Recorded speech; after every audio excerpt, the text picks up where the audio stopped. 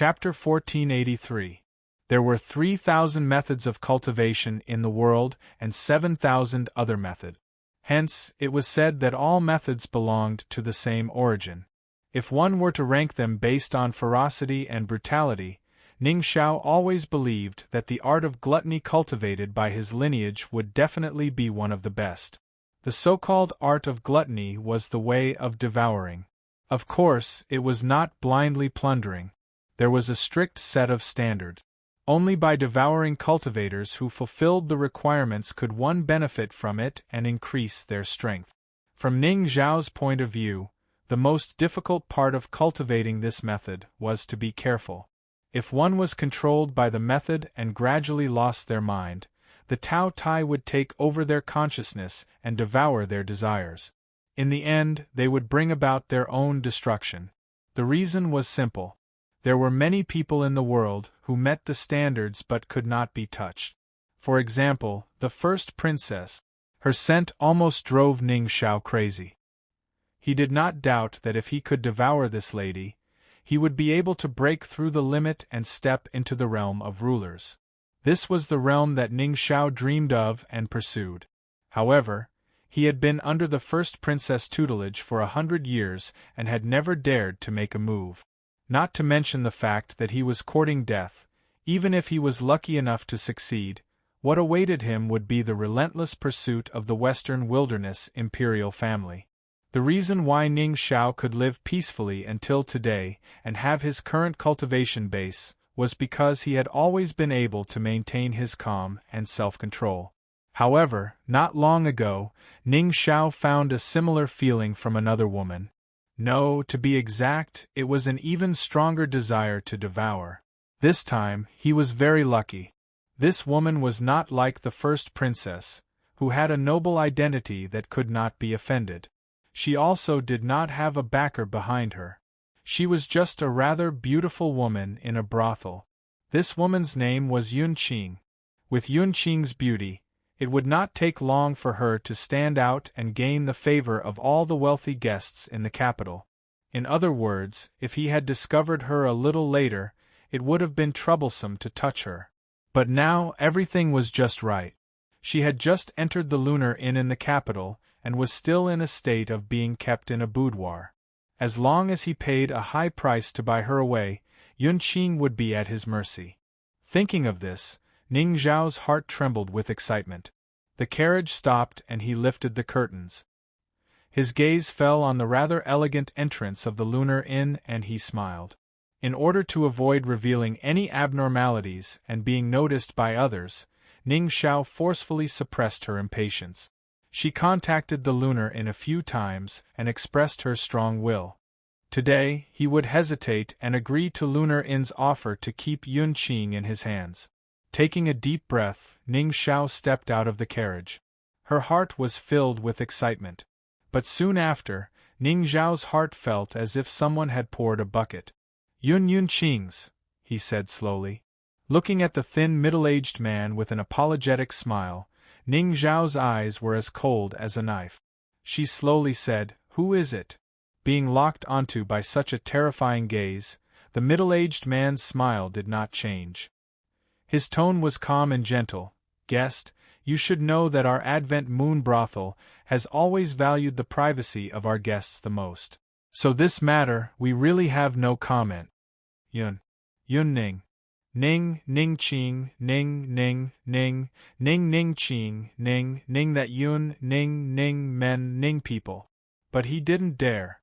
Although this man seemed to be the leader of a mere Lunar Inn, behind him was a distant branch of an imperial family. Even the eldest princess wouldn't be willing to provoke him in her current state. Ning Xiao took a deep breath and cupped his hands together. "You should know my background. Yun Qing is a woman I value greatly. If you can tell me, I will owe Lunar Inn a favor." This was his promise. As a subordinate of the eldest princess and someone who was highly regarded, he believed the other party understood the weight of this. In particular, he had entered the imperial palace not long ago. This wasn't a secret that the upper echelons of the imperial capital couldn't inquire about. The middle-aged man hesitated. Then I ask Mr. Ning to send my regards to the eldest princess. Ning Zhao's eyes brightened. Of course. The middle-aged man smiled. The one who bought Miss Yunqing is Saint Zhou, Sixth Highness's attendant. He just left a moment ago. Ning Xiao cupped his hands together and left. He frowned, a dark look in his eyes. Sixth Highness, although the other party was like a grasshopper at the end of autumn, he was still an imperial prince. Unless the imperial palace gave the order, no one dared to act rashly. And because of the accident that befell Third Highness, the eldest princess and Sixth Highness were like fire and water. His identity as the eldest princess' trusted aide would only have the opposite effect. His thoughts raced. Ning Xiao took a deep breath. Whatever. No matter what, he had to obtain Yunqing. In front of Li Yizhou's palace, Zhou Yan sat in a carriage. He suddenly raised an eyebrow, a look of surprise on his face. He originally thought that this plan was very crude, but he didn't think it would actually work. Looking back at the carriage behind him, Saint Zhou Yan really didn't understand. She was just a beautiful brothel girl, so how could she have such magical powers? Ning Xiao greets Saint Zhou Yan. A calm voice sounded from outside. Zhou Yan calmed himself down. He stepped down from the carriage and bowed. So it's Saint Ning Xiao. I wonder why you are here today? His voice was calm, but there was a hint of coldness and alienation. This was a very normal matter. Who in the imperial capital didn't know of the conflict between the eldest princess and Sixth Highness? Looking at the imperial capital, who wanted to see Li Yizhou beyond redemption the most, the eldest princess would definitely be ranked in the top 3. Ning Xiao was her trusted aide. For him to appear in front of Li Yizhou's palace and stop Zhou Yan's carriage, no matter how one looked at it, he didn't have good intentions. Ning Xiao could clearly feel the coldness from the other side. After a moment of silence, he said, "May I ask Saint Zhou Yan, did you take Miss Yunqing away?" Zhou Yan frowned, a dark expression on his face. What a good descending moon pavilion. To think that they have learned to judge others based on their own judgment. Do they really think that His Highness can be bullied at will? Although he didn't answer, his performance had undoubtedly given the answer. Ning Xiao cupped his hands together. Saint Zhou Yan, please calm your anger. I did not come here today on the orders of the eldest princess. I have no ill intentions at all. He took a deep breath and said in a deep voice, "To be honest, I fell in love with Miss Yunqing at first sight. I wanted to redeem her freedom today, but I was a step too late. After hearing the news, I chased her all the way here, hoping that Saint Zhou Yan could be magnanimous and give Miss Yunqing to me. Of course, to express my apology and sincerity, I am willing to pay 3 times the price." Zhou Yan frowned, a look of suspicion on his face. He didn't expect such a situation. Is what Saint Ning Xiao said true? Slightly delighted, Ning Xiao's tone became even more sincere. Everything I said is true. I am not lying at all. I hope that Saint can fulfill my wish. I will definitely keep it in mind. Zhou Yan remained silent. It was obvious that he was tempted. Just as Ning Xiao was about to continue speaking, a voice suddenly sounded. Saint Zhou Yan, I asked you to bring Miss Yunqing back. You don't seem to have the right to deal with her. Ning Zhao's expression changed slightly. He suddenly looked up and saw the black-robed man walking out of the palace. A dark look instantly appeared in the eyes of the black-robed man. It's him. Saint Zhou Yan coughed lightly and revealed an awkward expression. The ruler of darkness is just a woman from a brothel. She's not worth mentioning. Why don't you give her to Saint Ning Xiao? As he spoke, he gave Ning Xiao a look, indicating for him to nod in agreement. Ning Xiao coughed lightly and suppressed his emotions. He smiled. Ruler of darkness, I met you in the imperial palace that day. After a slight pause, he said, if you are willing to give Miss Yunqing away today, I guarantee that I will repay you in the future. His words were extremely sincere. Qin Yu sneered inwardly. Repay what? To leave her corpse intact, or to be chopped into pieces. As if I would believe you! Of course, even if everything Ning Xiao said today was true, Qin Yu would not agree. Unless this fellow was willing to hand over the ice flame on the spot, Qin Yu might consider it. But it was clear that this was impossible. Thus, the plan had to continue. Under the black robe, Qin Yu's cold voice sounded. Sorry, Yun Qing is my woman. I don't have the habit of selling my woman in exchange for favors. He turned and left. Saint Zhouyan, your highness probably doesn't want to see Saint Ning Xiao here. Aren't you going to send us off? Ruler of Darkness. Ning Xiao shouted. I hope that you can seriously consider this. Don't make a decision you will regret because of a moment of impulse. Qin Yu's voice was even colder. I have never regretted it. Ning Xiao glared at him. His robes fluttered without wind and a terrifying aura broke out from his body. Qin Yu's eyebrows rose up. He was really looking forward to Ning Xiao brazenly attacking here. Attacking a prince's palace. This crime wouldn't cause any trouble even if he killed him. He would be able to take the next step, but it was clear that Ning Xiao wasn't an idiot. Even though he was excited and his aura leaked out, he still maintained his calm. He sneered and turned to leave, his figure soon vanishing from sight. The carriage entered the palace and everyone left. Saint Zhouyan bitterly smiled. Ruler of Darkness, it seems that Ning Xiao is serious. Let me confirm with you once more. Do you really have confidence? Qin Yu said, Don't worry. As long as he enters the trap, I will make sure he dies 10 times over. Saint Zhouyan let out a breath, worry still on his face. I hope so. I still have to report to His Highness. Farewell. Watching Zhouyan leave in a hurry, Qin Yu looked at his residence. His eyes flashed and he stepped inside. Yun Qing and Little Butterfly were standing in the courtyard at a loss. As they saw him enter, they quickly stood up and bowed. Greetings, guest. Before she could finish, she was interrupted by Qin Yu. Your current identity to the outside world is that of a woman by my side. Be careful not to be too distant to avoid others' suspicions. My surname is Qin. From now on, you can call me Mr. Qin. Yes. Yun Qing and Little Butterfly respectfully bowed. Qin Yu nodded. What you need to do has been completed. Rest in peace and stay here. I still have matters to attend to. That's all. He stood up and left.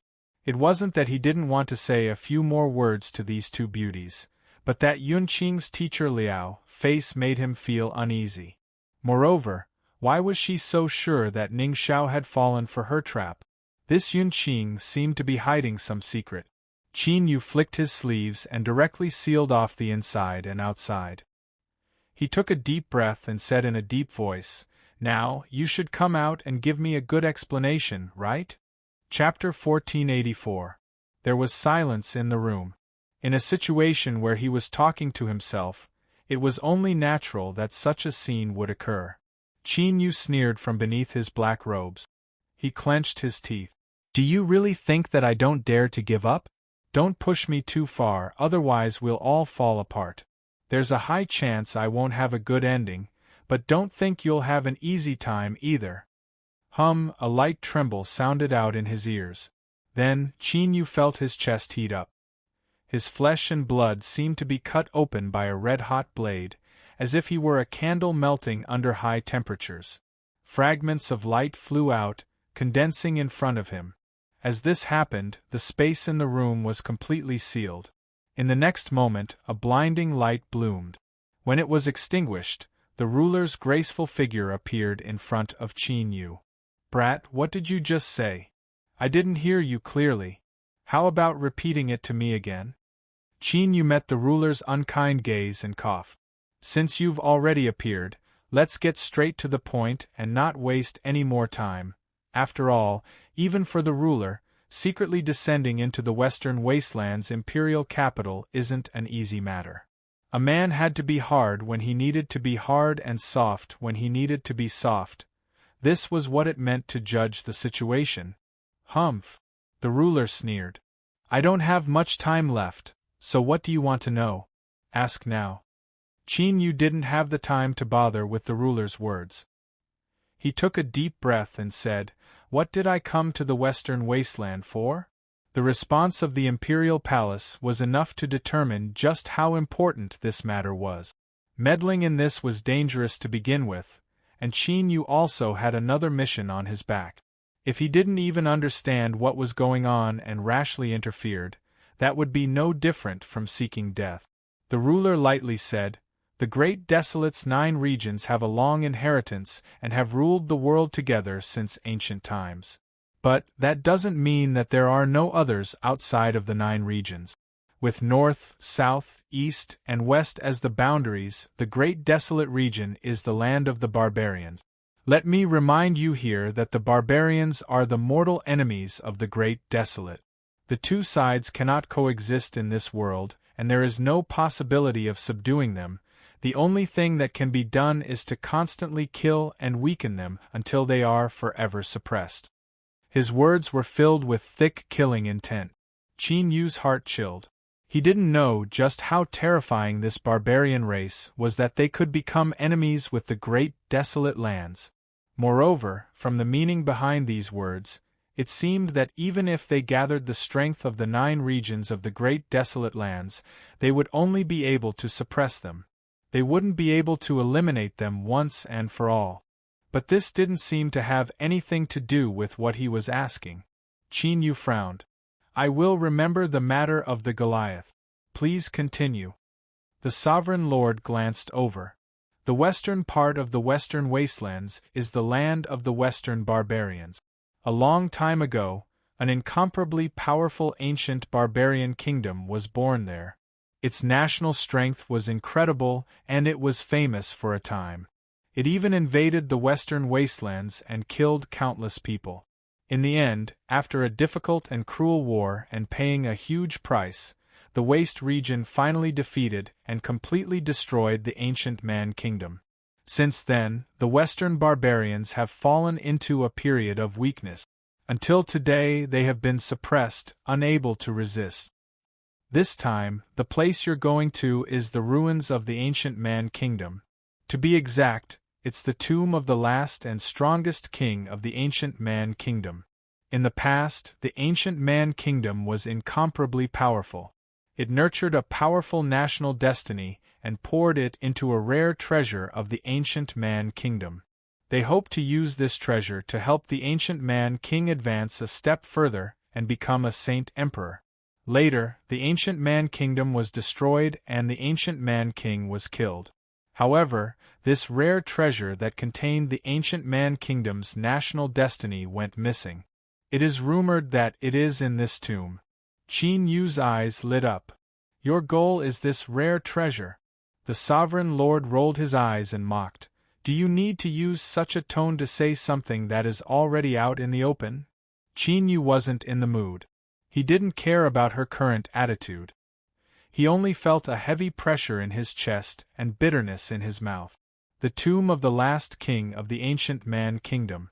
Just from the name alone, one could tell that it must be extremely dangerous inside. Not to mention, there were many people in the Western Wastelands. Putting aside Blood Flag, the things Qin Yu was about to do were all his opponents. To obtain the rare treasure of the Goliaths, complete the task that the Sovereign Lord entrusted to him, and then escape unscathed, no matter how he thought about it, this was a nearly impossible task. It might be a bit of an exaggeration to say that there was no chance of survival, but it was only a bit, because the chances of success were close to zero. The Sovereign Lord sneered. "What, are you afraid already?" She paused for a moment and said, "I haven't told you the truly terrifying part. The Goliath Imperial Tomb is deep within the Western Wastelands territory. Even though the Western Wastelands have constantly expanded their territory these past years, they are still far away. After entering the Western Wastelands territory, there are no transmission arrays that can be used. Once you are exposed along the way, you will be surrounded and killed by the Western Wastelands. If that really happens, I advise you to commit suicide as soon as possible." This is because you absolutely don't want to see yourself fall into the hands of the Western Wastelands and what your final fate will be. These words were horrifying no matter how he listened to them. Qin Yu clenched his teeth. This junior is very puzzled. Why are you telling me all of this? Do you want to use this to scare me away? Fine, I admit that I am indeed a bit frightened by the Sovereign Lord right now. So, how about we withdraw from here? The Sovereign Lord lightly said, You can try? Qin Yu. Her words were calm, but he could sense that they were full of threats. Moreover, she was serious. Qin Yu didn't doubt that if he abandoned this task, she would turn around and report him to the Western Wastelands so that he would die without a grave. Cough. Don't worry, I was just joking, since I promised you, I will naturally do my best. The Sovereign Lord's smile was bright. I believe you. She winked. So, if there is anything else you want to ask, please hurry up. Qin Yu said, Concerning the Western Savage Imperial Tomb, is there anything you can tell me? The Sovereign Lord shook her head. I don't know much about this place. The Western Savage Imperial Tomb only has some vague information. For instance, the name of this Imperial Tomb is called Santadu by the Western Savage Imperial Tomb. According to our interpretation, it means the abyss of the night. She paused and looked at Qin Yu. And this is the reason why you were brought to the desolate region. I don't need to explain the specifics. Qin Yu had a thoughtful look. Are you saying that there is a terrifying dark strength hidden within the Western Savage Imperial Tomb? The Sovereign Lord nodded. It seems so, but as for the specifics, I cannot guarantee anything. Qin Yu calmed down a little. Since the Western Desolate knew of the existence of the Western Savage Imperial Tomb and had locked onto the rare treasure within, they must have confirmed it to a certain degree. Thus, this was why Li Yizhou thought of him and regarded the Dark Sovereign as his final straw. Unless the previous desolate sovereign behind Li Yizhou had played a great joke on him, otherwise, this matter was highly believable. In other words, once he entered the Western Savage Imperial Tomb, the Dark Sovereign version of Qin Yu would have a greater chance of surviving. Kacha, a light sound suddenly came from the Sovereign Lord's body. Her figure blurred and she yawned, a tired expression on her face. All right, if there is nothing else, I will be leaving first. Wait! Qin Yu hurriedly said, Did you notice anything about Yunqing? The Sovereign Lord frowned. What do you mean? It's very simple. Why are you so sure that Yunqing can lure Ning Xiao into a trap? Is there some secret hidden on her body? Two identical faces. Was it really just a coincidence? Or, was there some connection between Yunqing and Liaoshi? Originally, Qin Yu thought it was the former, but after the Ning Xiao incident, he couldn't help but think more. Qin Yu took a deep breath and said, I once asked the Sovereign Lord about Liaoshi, and he said that she is a very important friend to me. So regarding this matter, I hope that you can tell me the truth without hiding anything. Facing his burning gaze, the Sovereign Lord yawned again. You are overthinking things. I really don't know who Liaoshi is, but this girl Yunqing does have some secrets hidden on her body. As for what they are, unless you want to sleep with her, there is no need to know. Or, if you really do sleep with her, then you will naturally know what secrets she is hiding. So, there is no need to waste your breath on this matter. I am tired, let's leave it at that. Par with a light sound, the Sovereign Lord's graceful figure vanished from sight like a bubble. Qin Yu's eyes revealed disappointment. He was originally looking forward to hearing a different answer from the Sovereign Lord. Liaoshi really didn't leave a single trace behind. Had she completely vanished from his life like this? Qin Yu's complexion was a bit gloomy and his chest felt increasingly heavy. There was a sense of oppression and bitterness towards the future, as well as bursts of emptiness and soreness. These conflicting feelings coexisted at the same time. This didn't feel good at all. He really had been overthinking things. He took a deep breath and suppressed all the fluctuations in his mood. After a long time, he slowly exhaled and looked up once more. His complexion had returned to normal. Since this matter had nothing to do with Liaoshi, then there was no need to spend too much energy on this matter. The Western barbarians, Qin Yu softly said. He suddenly thought of the Western Border Army General Jiang Qingzi, who had entered his line of sight because of true Saint Bai Yu. He had once said that the Western barbarians were constantly moving and that they were in a stalemate with the border army. Could this be related to the Western barbarian imperial tomb? Moreover, there was the rare barbarian treasure that the sovereign lord had mentioned. It had fused with a portion of the ancient barbarian kingdom's national destiny. Although the sovereign lord hadn't mentioned its true function, it was inextricably linked to breaking through realms and increasing one's cultivation. Although she was a woman, the more Qin Yu came into contact with the sovereign lord's strength, the more he felt it. She was indeed a true powerhouse. Putting aside everything in the past, just the fact that she had silently descended into the western wasteland imperial capital without anyone noticing was already amazing enough.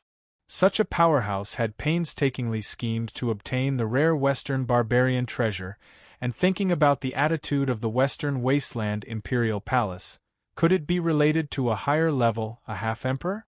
Although it hadn't been long since he entered the desolate region and the information he knew was limited, through his conversation with true Saint Bai Yu and the information he had gathered over the past few days, it wasn't hard for Qin Yu to conclude that the emperor level was the highest level of existence in the desolate region Great World. For example, Sakura, who was guarding the passage. The impression that Qin Yu had of skies I was still vivid in his mind. If I can obtain this item. This thought instantly popped up in Qin Yu's mind, but it was forcefully suppressed in the next moment. This was because he knew that if he really swallowed this rare barbarian treasure, the greatest possibility was that he would explode. It was important to know one's own limits. Of course, although Qin Yu suppressed his greed, he would act according to the situation. If there was a chance, then he could only apologize to the sovereign lord. Chapter 1485. The desolate domain was filled with experts. Over the endless years, countless people were born, and the number of people who died was also astonishing. Some were buried in the wilderness, their great Daos collapsing and returning to heaven and earth. Some were collected and gathered in one place. Although the vast majority of experts died outside, the part that was collected was still a huge number. And the place where they were gathered was called the Illusion of Mount Tang, one of the top cultivation holy lands in the West Desolate. Inside the Illusion of Mount Tang, there were countless great Daos fragments that were produced after the death of experts. After special processing, they represented endless opportunities for cultivation. And this opportunity had a name, Epiphany. It was like a misty drizzle, like the early morning of autumn and winter. The road ahead was hazy, and suddenly a cool feeling fell between the eyebrows, and the road ahead could be seen clearly. For cultivators, especially those who had opened up the great Daos and reached the Nirvana realm and above, if they could see the road ahead clearly, it was equivalent to finding the right direction to work towards. One step at a time, diligently cultivating, they could gradually improve their strength and reach the threshold of a higher realm. The importance of this was obvious. Therefore, the Illusion of Mount Tang was also called the Dragon Gate of the Ruler Realm. As long as one entered it, it was equivalent to obtaining the opportunity to break through to the ruler realm. And now, within a small circle of the upper echelons of the kingdom, there was a piece of news that the Illusion of Mount Tang would open soon. Anyone who had the qualifications and a certain chance to obtain a spot was doing their best to try. Once they succeeded, it meant that their side had the possibility of producing a ruler-level expert. Even if there was only a small possibility, it was worth fighting for. The cultivation level of the desolate domain was extremely high, and there were indeed countless experts born there. But saints were considered experts, and rulers could rule over large territories. For example, the previous Guanhai city lord Chen Yuanshan, even if he was likely to hide his strength, he was at most a ruler level. and this directly showed that the status of a ruler in the desolate domain was enough to dominate a region and become the leader of a large family. Any side would do their best to fight for a ruler-level expert. For example, Li Yizhou and even the first princess would condescend to show due respect. Just as business was booming in every high-end venue in the capital, and the streets of some high-class residences were bustling with traffic, Qin Yu received a token from the imperial palace. This token meant that when the illusion of Mount Tang opened, he had the right to enter directly. Li Yizhou came over personally. After pondering for a moment, he said, "Regarding the upcoming matter, it involves some secrets, so I can't tell you for the time being. The opening of the Mountain Tang Mirage is a reward for you in advance. The ruler of darkness must grasp this opportunity and strive to improve further." He raised his head, his eyes bright and sharp. "So, let's put the matter of Ning Xiao aside for the time being. The illusion of Mount Tang is the most important thing now." Beneath the black robes, Qin Yu frowned. This was probably what it meant to say that plans couldn't keep up with changes. He had already prepared all the follow-up plans. All he had to do was wait for Ning Xiao to send herself to death, and then he would be able to successfully seize the frost flame. But who would have thought that the imperial palace would suddenly announce that they would open the illusion of Mount Tang? He already knew about the situation here, so he naturally understood Li Yizhou's stance. In his opinion, as long as Qin Yu honestly entered Tang Mountain's dreamland, he would surely obtain some harvest. Compared to killing Ning Xiao, seizing the frost flame was undoubtedly safer and more reliable. Moreover, the matter of Tongshen's dreamland seemed to be outside of his expectations. Otherwise, Li Yi would have mentioned it before and wouldn't have personally appeared at the last moment to have Qin Yu give up on his killing plan. Seeing the black-robed figure fall silent, Li Yizhou said in a low voice, "Chief Sovereign of Darkness, I know that you are unwilling to accept this, but there will be opportunities in the future to kill. Promise me that you will enter the illusion of Mount Tang obediently and not cause any more trouble." Qin Yu cupped his hands together. "Yes, Your Highness." Li Yizhou left in satisfaction. After obtaining Qin Yu's guarantee, he didn't believe that Qin Yu would dare to deceive him. After all, the ruler of darkness came from the broken world and was now a thorn in the side of everyone. Countless people wanted to kill him. If they didn't want to die, they could only live with him. As for whether or not Qin Yu would betray them, Li Zhou was indeed afraid. But he believed that the Dark Ruler wasn't an idiot. If he was truly consigned to eternal damnation, there would always be a way to pull him down into the abyss. The room fell silent. Qin Yu sighed. Did he really have to let go like this?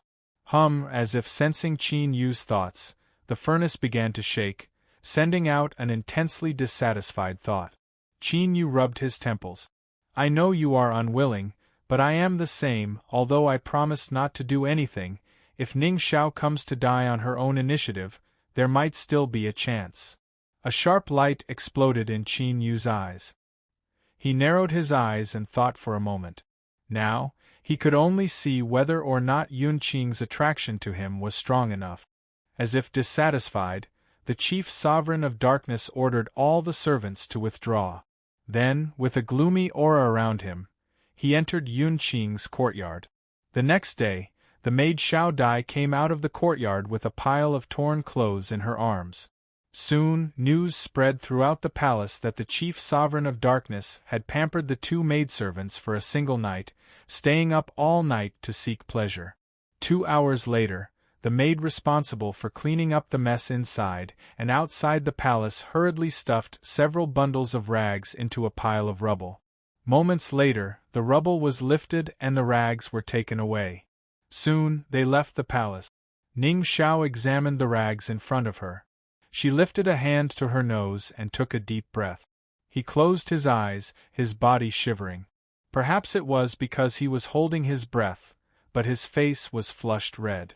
After several breaths of time, Ning Xiao opened his eyes, a cruel light flashing in them. "I've caught you." He hesitated for a moment and then walked outside. Soon, He arrived outside a grand hall and bowed. "I'll have to trouble you to pass on a message. Ning Xiao requests an audience with the great princess." The guards outside swept their cold eyes over him. One of them went inside to report. Soon, this person returned. "Please." Ning Xiao tidied up his clothes and hurried into the hall. He didn't dare to look up. He respectfully knelt to the ground and said, "Ning Xiao greets the great princess. Rise." A cold voice sounded out in his ears. The great princess, sitting in the highest position, was an absolute beauty. However, her aura was cold, as if she were carved from ice. Her eyes were like the deep sea, calm without any waves. Ning Xiao stood up. His head was still lowered, showing enough awe. This wasn't just because of the great princess' noble status, but also because of the fear he felt towards her. "What's the matter?" Ning Xiao took a deep breath and said, "Great princess, I found a woman a few days ago. This woman has a power in her body, which is very helpful to my cultivation. However, she was taken by the Master of Darkness under the Sixth Highness." He paused for a moment and his eyes swept over vaguely. "The illusion of Mount Tang is about to open. I hope to get the great princess's help to kill the Master of Darkness in it." He didn't dare to hide this matter. In fact, as long as the great princess was willing, she could find out everything. The hall was quiet.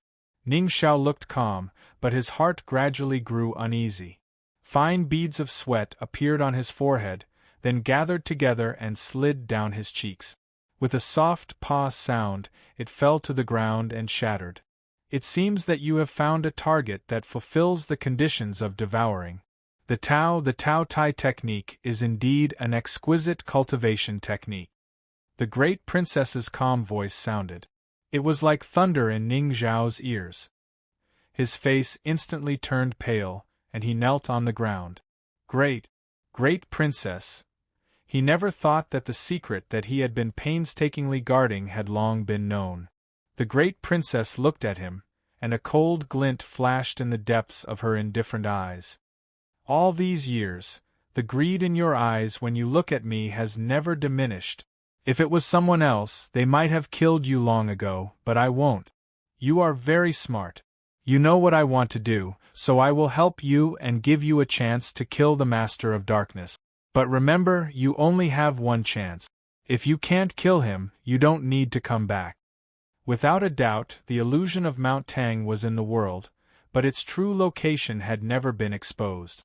This was because every time the illusion of Mount Tang was opened, the target would be pulled in directly. The process was silent, and there were no abnormal fluctuations. And the medium to pull people in was the token. Buzz. The token in Qin Yu's hand suddenly vibrated, and the space around it fluctuated. It was like a huge mouth that swallowed him. Just like that, his entire person disappeared.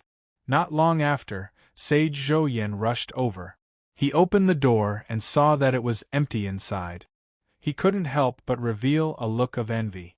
Mount Tang's illusion, unfortunately, he didn't have the qualifications to enter it. His vision blurred and he fell into darkness. After several breaths of time, light bloomed and Qin Yu discovered that he had arrived in a strange world. With a thought, his divine sense broke out of his body. But soon, it seemed to fall into a swamp. The surrounding space violently twisted, like an invisible net was being attacked by the fish in the net. And now, Qin Yu was this fish. What twisted the net was his divine sense. Qin Yu frowned. Then, he composed himself and gained a bit more understanding of the illusion of Mount Tang. Illusion. This in itself indicated that this place was real, but it was also nothingness. Or, it was more accurate to say that it had both the characteristics of nothingness and reality. And more importantly, this was indeed a holy land for cultivation. Just now, when Qin Yu's divine sense broke out of his body and twisted the surrounding space, he could clearly feel countless fluctuations. They couldn't be seen with the naked eye, but in the perception of his divine sense, they were like shining stars in the deep night sky. As expected, every single star that existed in his perception was condensed into form from the remaining grand Tao fragments of a formidable cultivator that perished. Qin Yu finally understood why the illusion of Mount Tang could be called the peak holy land for cultivation, because it could help cultivators enter a state of sudden enlightenment. In truth, the principle was simple. As long as one poured their divine sense into these stars, they could resonate with the great Tao fragments before. It was said that the illusion of Mount Tang was formed because it gathered the remnant great Tao fragments of a massive number of powerhouses, and this massive wasn't an exaggeration, but a massive number. To borrow a rather cliché phrase, there would always be something that suited you. Once you found it, the star that contained the remnant great Tao would burn itself, illuminating the road ahead for you. This was the source of sudden enlightenment. Qin Yu truly admired the person who created the illusion of Mount Tang. He had such daring. To put it bluntly, as long as the illusion of Mount Tang existed, the western wilderness could continuously produce a massive number of rulers. After all, even if only 10% of the people obtained a harvest every time the illusion opened, it would still be an incomparably astonishing number. Chapter 1486. Should I cultivate here? Nonsense, of course he should. What Qin Yu wanted to do the most right now was to cut off the head that came to him on its own initiative. But whether or not this head would come, he didn't have absolute confidence. After all, no matter how much he did, things might not necessarily develop in the direction he wanted them to. In the end, he had to be prepared. If he couldn't kill someone, then he could use the Tang Mountain illusion to illuminate his own road of cultivation. That would be a tremendous harvest. At this time, a strange fluctuation suddenly spread out from Qin Yu's body. It was the stone pagoda. Space shook and the phantom of the stone pagoda slowly squeezed out. It constantly trembled and seemed much more illusory than before. It was like there was some invisible barrier of strength within the Tang Mountain illusion that was suppressing any outside strength from entering. Qin Yu frowned. What are you doing? If the stone pagoda squeezed its way in, it must have discovered something. Towards this fellow that had eaten far too much, and was nearly omniscient, Qin Yu placed a great deal of importance on him. I discovered something, so I'm trying it out. Although I don't have too much confidence right now if I succeed. The stone pagoda didn't finish speaking, but Qin Yu could clearly sense the excitement in its eyes. To speak in such a secretive manner with a vague meaning, this was indeed an incomparably irritating matter. Especially at this time. Qin Yu coldly glanced at it. He didn't want to waste his breath on the stone pagoda. If it wanted to do something, then it could do whatever it wanted.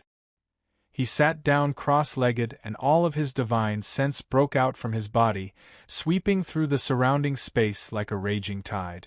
In the massive distortions, radiant stars appeared, communicating with Qin Yu's divine sense. But soon, Qin Yu helplessly discovered that because he walked the true divinity Tao and the great Tao within his body was tempered by a great furnace, this sort of communication was extremely inefficient. And more importantly, even if he did obtain some harvests, in a situation where his understanding of the great Tao was still quite vague, there was no way he could use this to illuminate the road ahead. To sum it up simply, Qin Yu's current cultivation realm didn't have the qualifications to enter the Tang Mountain illusion. In other words, this place didn't match his strength, causing the effects of his cultivation to be greatly reduced. This was indeed a matter that made one feel slightly awkward and a little embarrassed. Qin Yu sighed. Just as he was about to open his eyes and retract his divine sense, his complexion suddenly changed. The torrent of divine sense swept out and locked onto one of the stars in a distorted space. Compared to the surrounding areas, its light was clearly dimmer and its volume was much smaller. Clearly, its original owner wasn't very strong. Or perhaps, after death, the great Tao violently collapsed, only leaving behind an extremely small portion that was severely damaged. As it turned out, the reason was the latter. Because at this moment, Qin Yu could clearly feel the flavor of time from this dim and weak star. That was the law of time. The space Tao was the symbol of the Permetha true saint, and the time Tao was the key to opening the door to the sovereign realm. Qin Yu's understanding of the time laws had always been at an elementary level. In other words, he had just grasped it and hadn't made any further progress. It wasn't that he didn't want to continue improving it, it was because he couldn't find a way to improve it. But this star seemed to give Qin Yu a chance. Although he couldn't use Mountain Tang's illusion to illuminate his own road of the Great Tao, if he could galvanize this star that contained the time laws, he might be able to obtain an unexpected harvest. Let's do it! Bang! Qin Yu's divine sense erupted.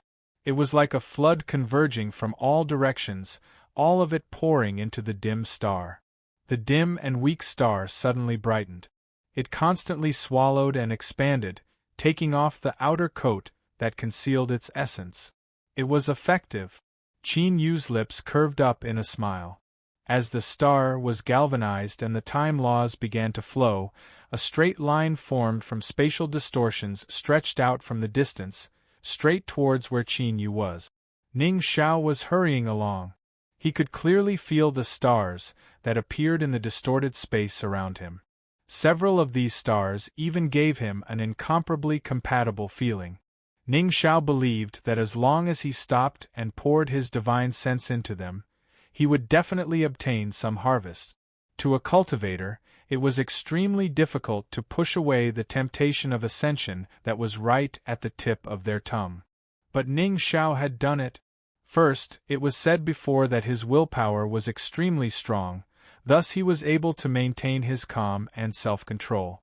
Second, the temptation of Yunqing was even greater. He was well aware of his goal. As long as he could kill the Darkness Sovereign, Li Yizhou would find it difficult to protect himself and Yunqing would be in his hands. At that time, he could swallow up Yunqing and everything he sacrificed today would be worth it. And now, he was hurrying on his way to kill the Darkness Sovereign. As for whether or not he could succeed, Ning Xiao didn't doubt this at all. The Taotai law that he cultivated wasn't just about eating.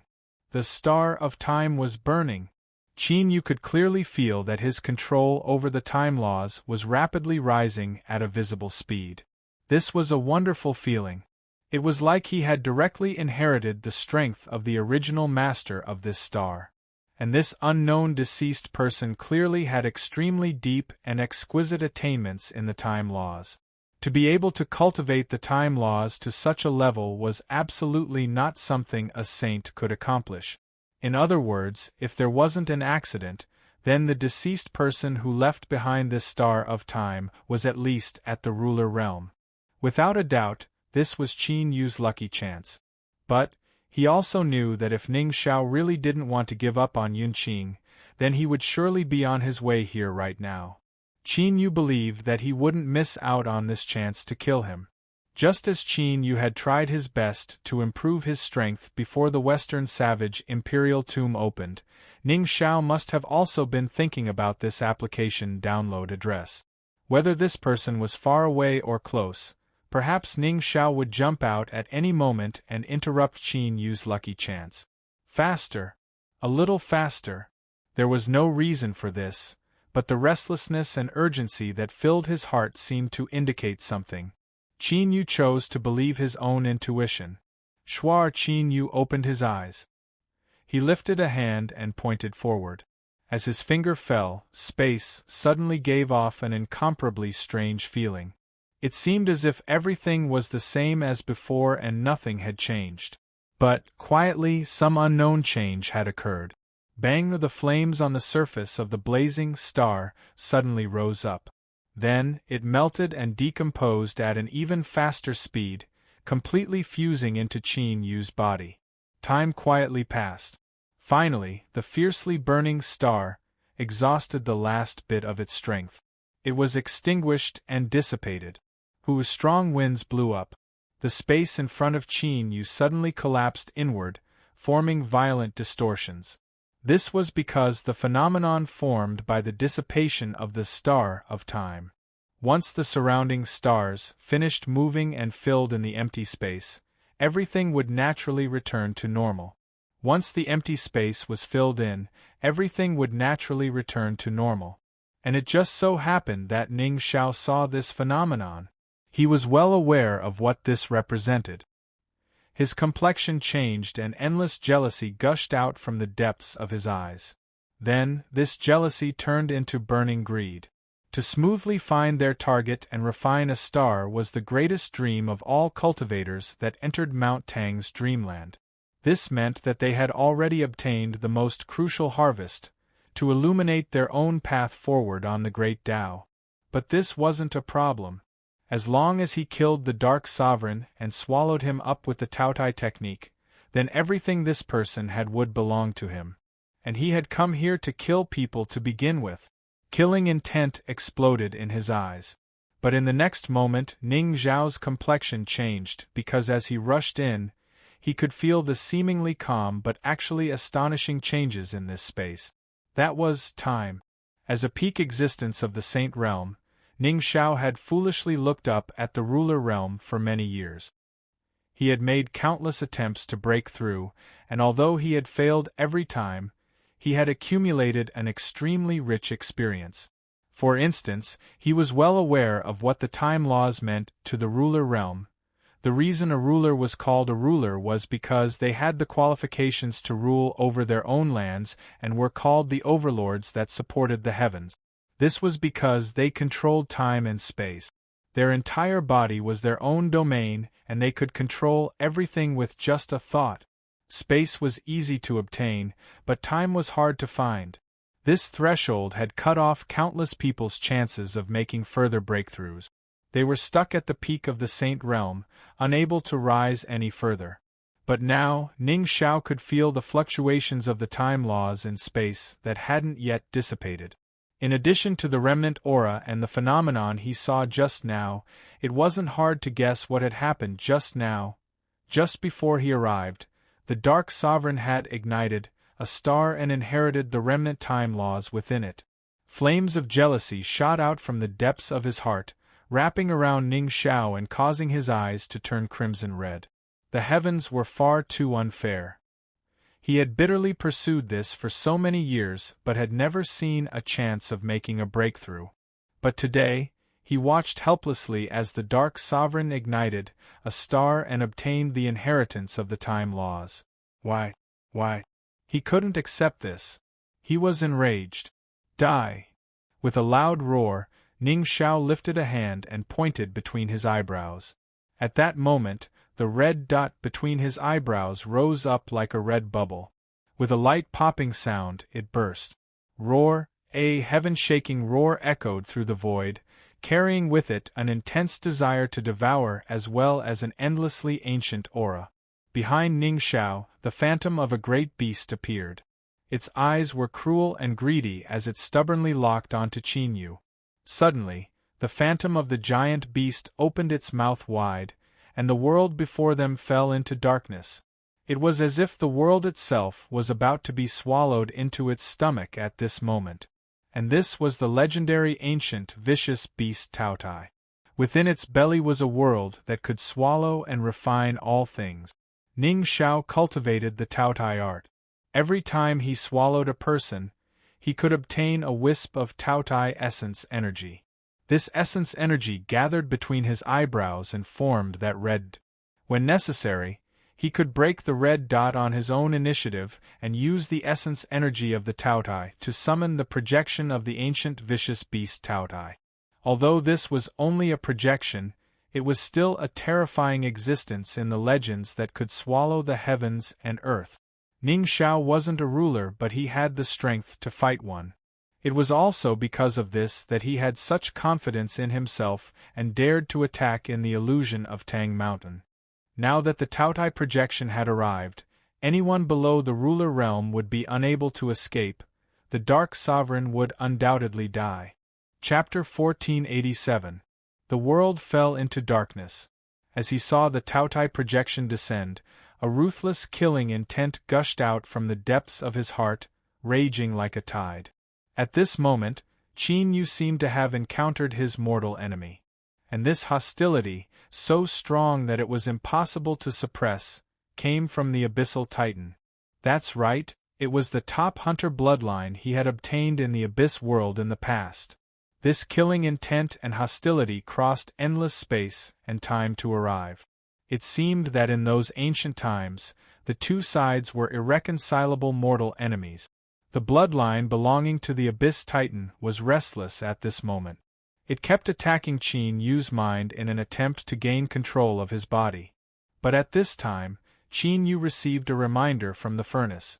The Taotai projection swallowing the heavens and earth was also an excellent opportunity. No matter how powerful a fortress was, the difficulty of breaking it from the inside was far lower than attacking it from the outside. This point was also very appropriate here. Should he fight or should he listen to the furnace's reminder? Qin Yu's eyes flashed with hesitation. He took a deep breath and suppressed the restlessness of the Abyssal Titan bloodline.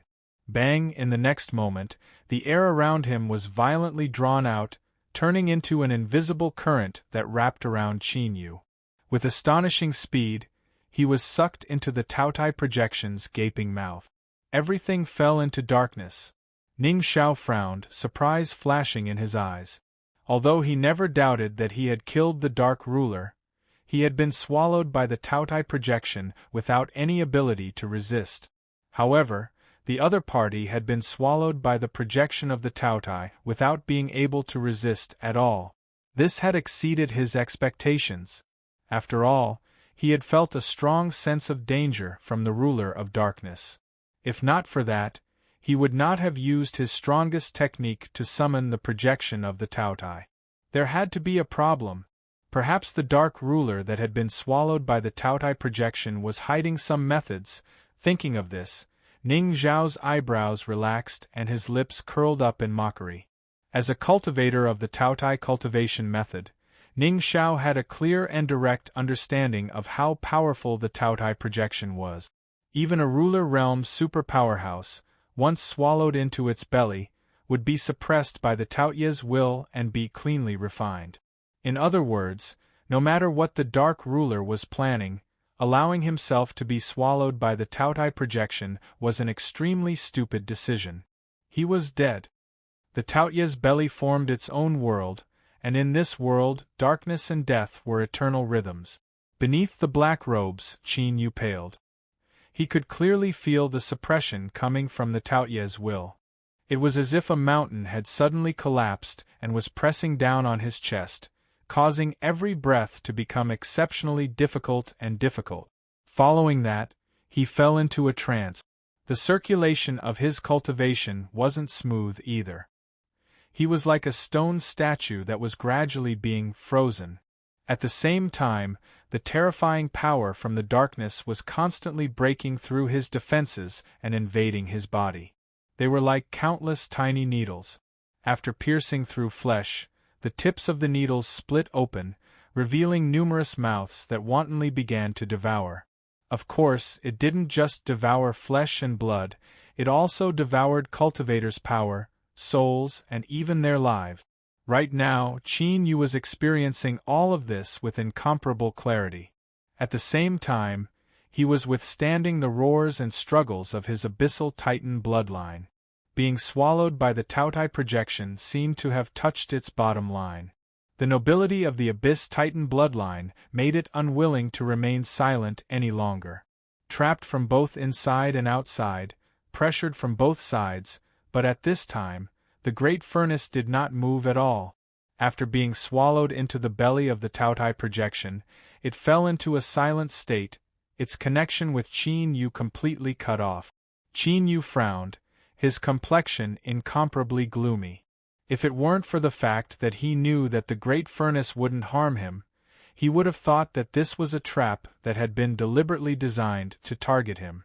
But even if the great furnace didn't betray him, just how long would this long silence last? Qin Yu could still withstand it for now, but he knew that there would come a time when he couldn't withstand it anymore. The great furnace, just what was it doing? Time quietly passed. Just as Qin Yu felt as if he had turned into a stone, unable to withstand it any longer. A tremor spread out from his body. The long, silent great furnace seemed to awaken from its slumber. In the next moment, the great furnace descended. Its body became nearly transparent, and one could clearly see the pitch black and crimson swirling within. As they rapidly spun, they formed a black and red vortex. These were the eternal night and inextinguishable flames that the great furnace had already swallowed. The great furnace trembled. The black and red vortexes spun even faster, and an invisible aura was released from within. Within Tang Mountain's illusion, Ning Xiao stood beneath the Taotai projection, waiting for the darkness ruler to die. At this time, his complexion suddenly changed. He could feel the ice flames within his body that had been completely subdued suddenly move. It gave him a feeling as if they had received some sort of summons. What was going on? Before Ning Xiao could think more or inspect himself, he stuffily coughed, shock and alarm on his face. White flames came out of his 7 orifices and gathered together, forming a white fire snake that flew toward the Taotia's shadow. At this moment, Ning Xiao's first thought was backlash. There was no cultivation method in the world that was completely safe and without hidden dangers. In particular, the Taotai cultivation method that Ning Xiao cultivated was extremely dangerous. If he wasn't careful, there was a chance that he would be corroded by the Taotia's essence energy. It would control his mind and will, turning him into a monster that only knew how to kill and devour. Ning Xiao paled and endless fear filled his eyes. He was so frightened that his soul nearly left his body. This was because he knew that if the Taotai projection really did suffer a backlash, there was no chance he would survive. Luckily, Ning Xiao soon discovered that this wasn't the case. Rather, there was an existence within the Taotai projection that was forcefully summoning the ice flames. A sharp light exploded in Ning Xiao's eyes and his complexion paled. He instantly thought of the darkness ruler who had given up resisting and was directly swallowed. The one who did all of this must be him. There was no time to consider when the darkness ruler had discovered this, or how the ice flames within his body were forcefully summoning it. Ning Xiao roared out loud and reached out his hands, grasping at the white fire snake. This was a manifestation of the ice flames. When he obtained it in the past, it was a white fire snake. It was said that the reason Ning Xiao cultivated the Taotai cultivation method to this day was because he was cautious and his will was strong. Moreover, he was smart and never touched anyone he couldn't afford to provoke. But the truth was that the existence of the ice flames was the most crucial point. It was because of this flame that Ning Xiao was able to maintain a clear mind and calm state at all times, suppressing the influence of the Taotai cultivation method to the lowest point possible. Thus, Qin Yu never imagined that his action of seizing the ice flame was, in truth, a ruthless and murderous plan for Ning Xiao to kill her. As long as he succeeded, Ning Xiao, who had lost the ice flames, would find it hard to escape the influence of the Taotai cultivation method and ultimately destroy himself. Get back here! With an angry roar, Ning Xiao grabbed the white fire snake with both hands. But after being refined for so many years, the fire snake that had always been submissive seemed to have gone mad at this time. A bone-chilling cold erupted. A layer of ice instantly formed on the surface of Ning Xiao's hands. With light cracking sounds, it covered his entire body. At the same time, more white flames wildly gushed out from Ning Xiao's orifices, sinking into the Taotai projection's mouth. Ah! Ning Xiao released his hands and roared. The layer of ice around him instantly shattered. He stared at the Taotai projection, hatred in his eyes. He could feel that the reason the darkness ruler was able to forcefully seize the ice flames was because he was inside the Taotai projection's body. This projection was summoned using the Taotia's essence energy, and the Taotia's essence energy existed within his body and had a direct connection with Ning Xiao himself. Now, in a situation where everything was unknown, if Ning Xiao wanted to keep the ice flames, He could only disperse the Taotai projection on his own initiative. At that time, his attempt to seize it would be interrupted. But Ning Xiao didn't dare to do so. As was said before, the Taotai art had an enormous flaw. The summoned Taotai projection seemed to be under his control, but if Ning Xiao was truly prepared to control the Taotai projection to self-destruct, there was a high chance it would cause a backlash. That would truly be certain death. Ning Xiao's eyes darkened. He fiercely clenched his teeth, a cruel light in his eyes. If you want the ice flames, then I'll give them all to you. It had to be known that it wasn't something that could be easily subdued. Regarding this, Ning Xiao, who had spent countless trials and tribulations in the past before barely managing to refine it, had rich experience and the right to speak. If you have a life to take it, then I want you to have no life to use it. As long as the darkness ruler was affected by the ice flames and Ning Xiao stimulated the Taotai projection with all his strength, he would surely die without a grave. Ning Xiao looked up at the Taotai projection. Darkness ruler, since you want the ice flames, then I will fulfill your wish. He opened his mouth. After abandoning all obstructions and resistance, the ice flames surged out like a broken dam. A complete fire snake condensed in the blink of an eye. It howled into the Taotai projection's mouth, vanishing into the darkness. Ning Xiao gasped for breath, his chest heaving up and down. It was like he was placed in a steamer. His skin turned red and large beads of sweat gushed out, gathering together and dripping down. The moment he lost the ice flames, he could feel the Taoyue's law, covetous desire. In his ears, he could almost hear the Taoyue's greedy breathing. It was only at this time that Ning Xiao suddenly realized that he had already walked down the wrong path and how important the ice flames were to him. Once he lost the ice flames, it wouldn't be too long before he would be corroded by the Taoyue's will and thoroughly lose himself. Thinking of this, the killing intent in Ning Xiao's eyes became even thicker. He stubbornly stared at the Taotai projection. He lifted a hand and struck his chest, spitting out a massive amount of blood.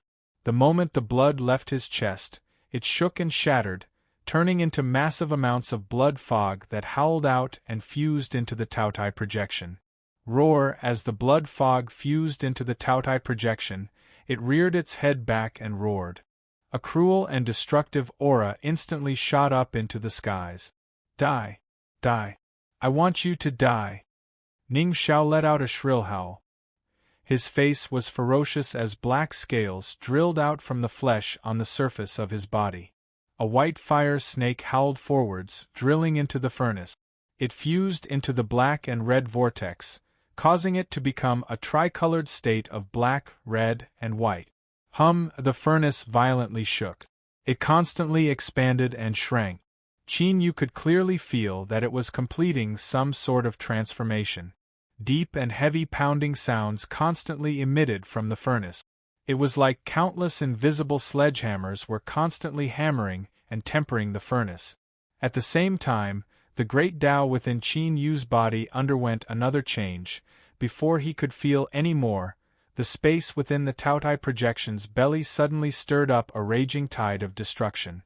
A terrifying strength crazily wrapped around Qin Yu. It was like a high-speed spinning blade that wanted to cut him into countless pieces. The furnace had succeeded. Qin Yu no longer had a reason to suppress himself.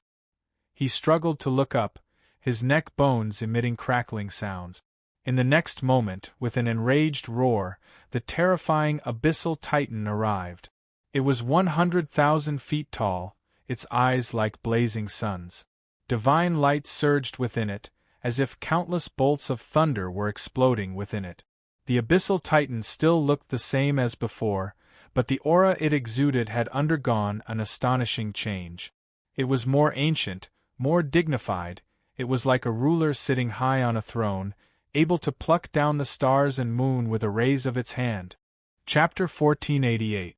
The Taotai projection's eyes widened. Crimson blood gushed out from its depths, cruel and cruel. It reared its head back and roared.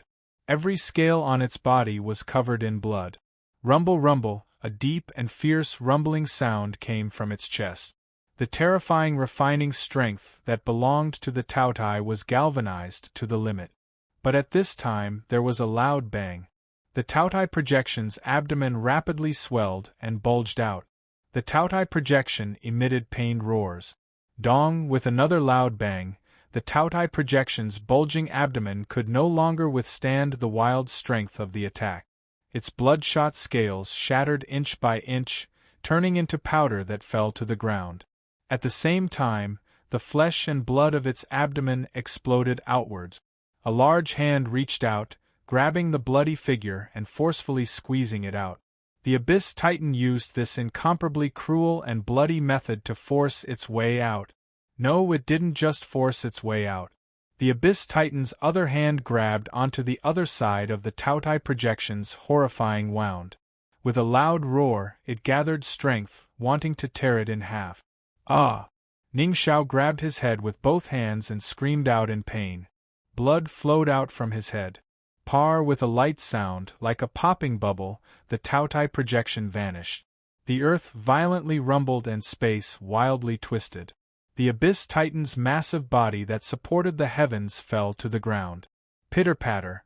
This was the sound of flesh and blood being torn apart. Ningxiao held his head with both hands. At this time, his body was like an inflated balloon, rapidly inflating at a speed visible to the naked eye.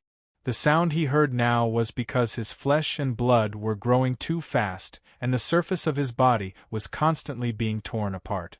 A skinless, blood-drenched, terrifying beast appeared in front of everyone, using his body as a medium to grow and appear in front of everyone. This was the true Tautai. It wasn't complete, but it possessed the Taotia's essence energy and gave birth to a flesh and blood body.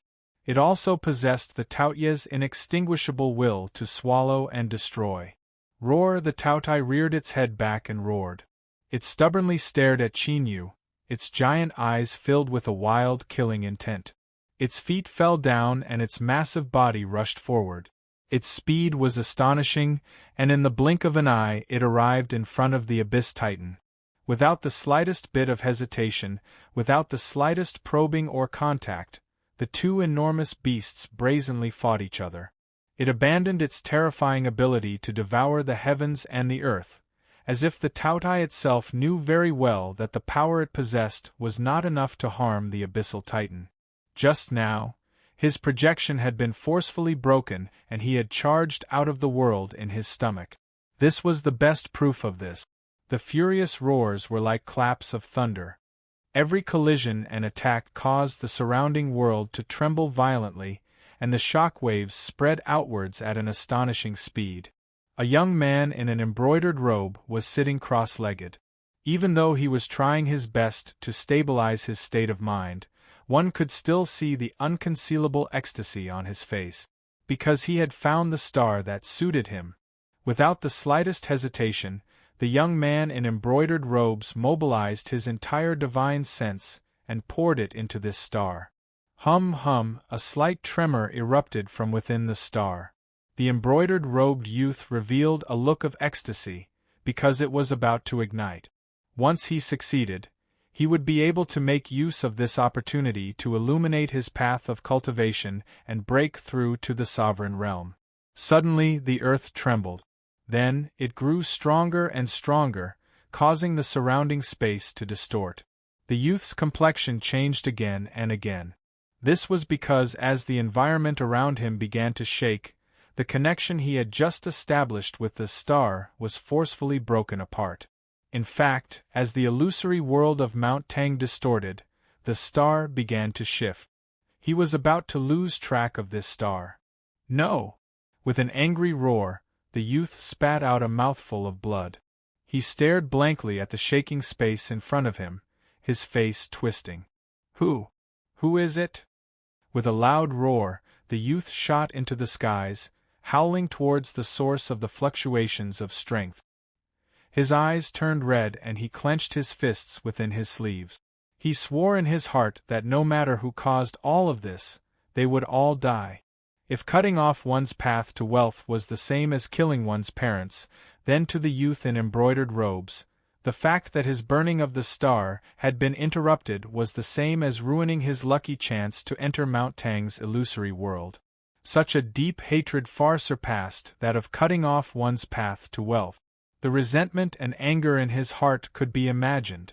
But very quickly, the youth in embroidered robes who was overbearing and seething with killing intent in his heart stopped with a pale face. The illusory world of Mount Tang where he was now was distorting violently, and the terrifying fluctuations of strength were like tempestuous waves that ceaselessly and violently assaulted him. Being within it, he was like a lonely little boat that might be overturned at any moment before being smashed into bits. The anger and killing intent in his heart were completely extinguished under the assault of the storm of strength, and only trembling and fear remained. The youth in embroidered robes was also on the list to enter the imperial tomb of the western barbaric lands. In fact, he was only a substitute, but as the imperial palace confirmed that someone had been eliminated, he replaced the vacancy. Of course, truthfully speaking, the youth in embroidered robes came from an extraordinary background. Originally, he wasn't willing to get involved in this mess. After all, the top figures of the empire had long since heard of the matter of the imperial tomb of the western barbaric lands. But right after the opening of the illusory world of Mount Tang, as the top cultivation holy land of the western wilderness, it was equivalent to half a ticket to the sovereign realm. The entry quota was extremely precious, and it wasn't something that could be obtained easily. It was precisely because of this that the youth in embroidered robes finally gritted his teeth and agreed to become a member of the official list. But now everything was ruined. If he continued forward, not to mention looking for trouble with them, he was afraid that if he wasn't careful, he would be implicated and killed on the spot. Wanting to cry but having no tears, the youth in embroidered robes turned around and retreated. And at this moment, in different directions, many people had made the same decision as the youth in embroidered robes. As they retreated, they cursed in their hearts. "I've really suffered 8 lifetimes of bad luck. Why did I enter the illusory world of Mount Tang with these 2 idiots?" The illusory world of Mount Tang was one of the top cultivation holy lands of the western wilderness, the illusory world of Mount Tang. Anyone who entered here didn't seize every second to cultivate for fear of wasting even a little time. But these 2 actually ran into the illusory world of Mount Tang to fight, stirring up a pool of water, and causing them to be implicated. And the most tragic thing was that these 2 fellows that seemed extremely stupid to them were actually far stronger than them. Not just a little, but a lot, so much that they didn't dare to retaliate and could only swallow their anger and turn around and leave. Since they couldn't afford to provoke them, then they could only hide. Fortunately, the illusory world of Mount Tang was big enough. Now they only hoped that in the remaining time, they could still gain something. Blood Flag was also one of them. He frowned slightly and his eyes revealed a serious look. He stared at the violently twisting heaven and earth in front of him, and at the indistinct figures fighting against each other. In fact, Blood Flag had entered deeper than everyone else and had already reached the core area of the battlefield. A faint layer of blood light covered the surface of his body, isolating the terrifying crushing and tearing power of the outside world. Just this alone was sufficient to prove the extremely shocking strength of the Blood Flag. He licked the corner of his mouth, and his eyes became serious, revealing a bit of heat. Killing strong cultivators was a strong temptation for him, not only because of the distortion in his mind, but also because it was a form of cultivation for him. The more people he killed, the stronger the cultivator he killed, and the greater the harvest he could obtain. But in the end, after thinking about it again and again, he still chose to retreat. The reason was very simple. Blood Flag didn't have absolute confidence that he could kill the 2 cultivators in front of him, who obviously had a powerful variant bloodline, and soon they would set off for the western savages. Getting injured at this time was obviously not a wise choice. He turned and left. Blood Flag was decisive. His figure vanished into the twisting world, quickly vanishing from sight. Of course, it wasn't that he didn't think about being the fisherman that reaped the benefits in the end. But, when he broke into this place, he had already been discovered by the two terrifying figures fighting against each other. It would have been fine if he had just peeked and left. But, if he really wanted to reap the benefits in the end, he feared he would be the first to suffer the combined attacks of these two titans. No one was an idiot, but in truth, Blood Flag had miscalculated this time. This was because he didn't know that the Taotia's mind had already been occupied by the desire to devour and slaughter, and it had already lost all rational judgment. Right now, the only thing it wanted to do was kill the Abyssal Titan, kill this great enemy that had been its fated enemy since ancient times. Correspondingly, even though the Abyssal Titan bloodline was nearly combusting, Qin Yu still managed to maintain a trace of clarity in his mind. He sensed the arrival of Blood Flag, and a great deal of worry rose in his heart. Ning Zhao's strength had surpassed his expectations, and the appearance of Blood Flag was also outside of his plans. Luckily, Blood Flag had retreated. Qin Yu's thoughts stirred. It wasn't hard to guess the reason for Blood Flag's retreat. Although he relaxed a little, he didn't let go of his guard against him. It wasn't until he was certain that Blood Flag had gone far away that he truly relaxed. Luckily, Blood Flag had been scared away by his own caution, otherwise he would have been in trouble today. But this also gave Qin Yu a great deal of vigilance. The disturbance he had caused today had been far too great. Since Blood Flag might arrive, there might be other troubles ahead. Thus, he had to finish this battle quickly and kill off the Taotai in the shortest time possible. And at this time, Qin Yu could clearly feel some changes occurring within the Abyssal Titan's body. No, it should be said that after absorbing the cold ice flames, the furnace had completely transformed. It was tempering the great Tao within Qin Yu's body, making it match the attributes of the Abyssal Titan. It was like the incomparably formidable Abyssal Titan had been injected with its own great Tao. Qin Yu didn't know what this meant, but there was one thing he was certain of: the Abyssal Titan had become even stronger. Dong! With a loud explosion, the two vicious beasts that had been fighting each other suddenly separated from the middle. The enormous body of the Taotai was like a kite with a broken string, flying backwards in an incomparably miserable manner. Bang! The ground wailed and shattered. The Abyssal Titan howled as it approached, punching out its fist. The Taotai howled in pain. Its body flew upwards as it was smashed into the skies. In the next moment, the skies turned dark. The Abyssal Titan's figure blocked out the light above. Then, like a mountain falling from the highest heavens, it smashed into the Taotia's body. Rumble, rumble! At this moment, the world seemed to collapse. Chapter 1489. The earth caved in, forming a massive pit. The Taotai fell down, its chest caved in, and its massive body gradually stopped struggling. Large wounds opened up between its flesh and blood. Blood gushed out, filling every crack in its body. The pungent smell of blood filled the air.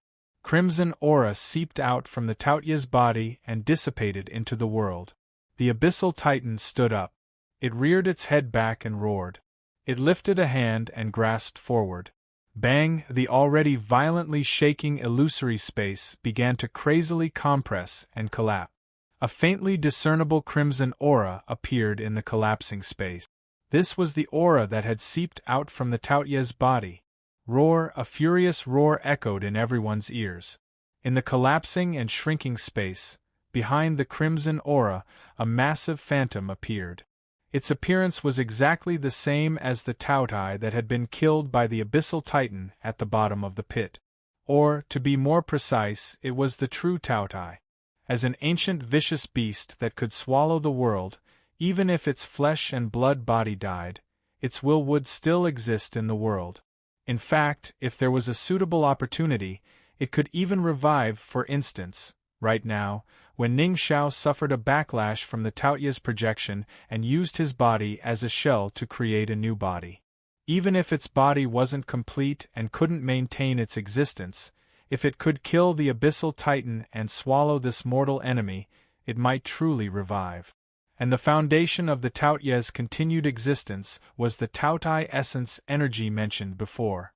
This was the crimson aura that was trying to escape but was blocked by the abyssal titan. For the Taotai, Ning Zhao's death was at most a loss. A believer or a backup body to seize wasn't a big deal. But the Taotai essence energy could not be lost. Even if it was lost, it would forever lose a portion of its strength. Because of this, when the Taotai sensed the abyssal titan's attack and wanted to seize the essence energy, the Taoyu's will descended. For the Taotai that had died and its will scattered in the heavens, forcefully gathering its will before it could revive was a tremendous burden. In other words, even if the abyssal titan gave up, it would still be a tremendous blow to the Taotai. At least, if it wanted to revive, the difficulty would increase. But the abyssal titan wasn't willing to give up. Qin Yu could clearly feel the restlessness of the titan bloodline in his body. It was filled with a strong determination to obtain the Taoyu's essence energy.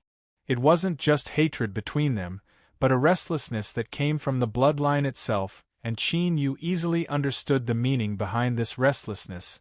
If he could obtain the essence energy of the Taotai and swallow it, the abyssal titan's strength would rise dramatically. Should he stop while he was ahead, or should he fight with the Taotai again? Qin Yu hesitated for a moment before he steeled his resolve. Although the Abyss Titan bloodline did not seem that important to him on the surface, the battle with the Taotai today showed that this judgment was clearly wrong. Since the Abyssal Titans could become life and death enemies with the terrifying ancient vicious beast Taotai, this was enough to prove their astonishing potential. After all, in order to become mortal enemies, both parties had to be on the same level in terms of strength. Otherwise, they would have all been killed long ago. There would have been no need for the hatred between them to continue for countless years. If he could seize the Taoyu's essence energy, perhaps he would have an unexpected harvest. Of course, the impending opening of the Western barbaric imperial tomb, as well as the urgency and unease he felt about the future were also strong conditions that made Qin Yu unwilling to give up any chance to increase his strength. Then let's give it a try, let's see how powerful the remnant undying will of the Taotai is. The Abyss Titan roared. It reached out a giant claw and fiercely pulled back. After being tempered in the furnace, its body had completely harmonized with its great Tao. With a light hum, it released all of its strength. Pitter-patter. At this moment, the Abyss Titan's body that supported the heavens and earth began to expand at an astonishing speed. In the blink of an eye, it grew even larger. A dark golden ring appeared in the depths of its eyes, exuding an endless majestic aura. Space was being annihilated. After collapsing to the extreme, endless destruction followed. Darkness appeared, like ink falling into clear water. It rapidly dissolved and spread, causing pure darkness to spread outwards at a speed visible to the naked eye. The scarlet Taoyu's essence energy that escaped into the void suddenly became clearer and was forcefully pulled back. It was like a large fish that had fallen into a black net. No matter how much they struggled, they couldn't escape. The Taotai roared. Its deep and oppressive voice transmitted endless anger and cruelty. Its crimson eyes locked onto the Abyss Titan, revealing a deep killing intent and hatred. Qin Yu's heart chilled. He felt as if he had fallen into an icy lake and would soon be frozen solid. He saw the Taotai open its great maw and ruthlessly swallow forward. The endless pitch-black scarlet Taoyu's essence energy emitted clear cracking sounds. It howled away, rushing into the Taoyu's mouth. In just half a breath of time, it would be able to escape from its imprisonment. He had failed. Qin Yu was unwilling in his heart as well as a strong restlessness. Through today's matters, he had already offended this Taotai. Being hated by an ancient era's ferocious beast that would never truly die and might come back to life at any time was clearly an extremely dangerous thing. But this was reality. Everyone had to make choices and they had to bear the consequences of their choices. Roar! The Abyss Titan angrily roared. Its muscles and bones tightened and its arms bulged out. Because it used too much strength, its scales shattered and its skin cracked, forming massive wounds. But this didn't change the fact that the Taotia's essence energy was about to escape. Was there a way? Of course there was. At this moment, Qin Yu thought of the East Sea Sword. But this thought only appeared for a moment before it was suppressed. Not to mention whether or not this sword could smoothly seize the Taotia's essence energy, and even if it succeeded, what would happen next? It had to be known that with Qin Yu's current condition and the intensity of his great Tao after being tempered once more, if it collapsed, just how long would it take to repair it? If the Western Desolate discovered that something was wrong, wouldn't they have to offer up their heads with both hands? Even if he smoothly passed and didn't reveal any flaws, how would he deal with the incident in the Western Desolate Imperial Tomb? Being impulsive was not good. Qin Yu took a deep breath and suppressed all thoughts in his mind. He had already obtained the ice flame today and completed his goal. Even if he gave up on the Taotia's essence energy, he would still have a great harvest. As for the Taotia's hatred, that was something that would happen in the future. Perhaps it wouldn't be long before this ancient vicious beast would no longer be a threat to him. But things in this world were often so wonderful. Qin Yu had already decided to let it go, but things happened again. There was a turning point. And the source of this turning point was the stone pagoda. At first, when Qin Yu entered the Tang Mountain illusion and had yet to ignite the Star of Time, the stone pagoda squeezed in and said that it wanted to try. Afterwards, the stone pagoda projection disappeared without a trace. Qin Yu first concentrated on accepting the gift from the Star of Time. Then, Ning Xiao came to kill him and the Taotai appeared in a great battle. He was so busy that he actually forgot the existence of the stone pagoda. But in fact, as Qin Yu fell into a great battle and fought with the Taotai, the stone pagoda didn't hide itself, but because its attempt had succeeded. It wasn't until this moment when the Taotia's will arrived and tried to take away all the Taotia's essence energy that the stone pagoda was finally able to free itself. At this moment, the Tang Mountain illusion that had been severely corroded by the darkness and the Taotia's will had arrived, causing it to tremble. It was as if a boulder had fallen onto the surface of a calm lake and set off waves that roared in all directions. The speed was astonishing. In the blink of an eye, it had swept through every corner of the surroundings. And what was even more shocking than its speed was that these waves contained a formidable strength that could suppress all. Star after star appeared in the world of perception. In a completely different manner, they broke into everyone's eyes. They released light and their auras linked together, forming a terrifying shackle that covered the Taotia's will. It also imprisoned the Taotia's essence energy that was about to sink into its mouth. The stone pagoda appeared above the shackle, its voice filled with excitement. Success, it actually succeeded. It seemed that the scene in front of it had far surpassed its expectations. A trace of astonishment flashed in the Abyss Titan's eyes, but it quickly turned into excitement. With a roar, it stomped heavily on the ground, and its enormous body that was like a mountain shot into the sky, pouncing toward the Taotia's will that was sealed under the shackles. A giant claw reached out and grabbed a strand of Taotia's essence energy. It violently pulled it back and forcefully shoved it into its mouth. Its sharp teeth flashed with a cold light. It constantly opened and closed, emitting scalp-numbing chewing sounds. Finally, it swallowed the Taotia's essence energy. Roar! The Taotai angrily roared. Its eyes were blood-red, as if they would drip out at any moment. A terrifying aura broke out from its body like an erupting volcano, wildly impacting the surrounding shackles. The stars that appeared in the world of perception began to release increasingly dazzling light. As the Taotai resisted, it began to tremble. The stone pagoda roared, "Hurry, I can't last much longer." The abyssal titan reached out its hands, each grabbing a strand of Taotia's essence energy. Without even chewing it, it swallowed it whole. Then it continued. The Taotia's roars became increasingly shrill and angry. Kacha! Kacha! The sounds of shattering began to emit from the shining stars. Bang! The first star exploded, followed by the second, the third. The entire shackle was forcefully broken apart. The Taotia's will was filled with hatred. It glared at the abyssal titan, and swallowed the last 2 strands of crimson Taotia's essence energy before vanishing from sight. Rumble, rumble, endless waves surged out like a tsunami. With the battlefield as the center, they erupted in all directions, blotting out the skies. This was the result of a massive number of stars shattering, causing the Tang Mountain illusion to be damaged. Chapter 1490.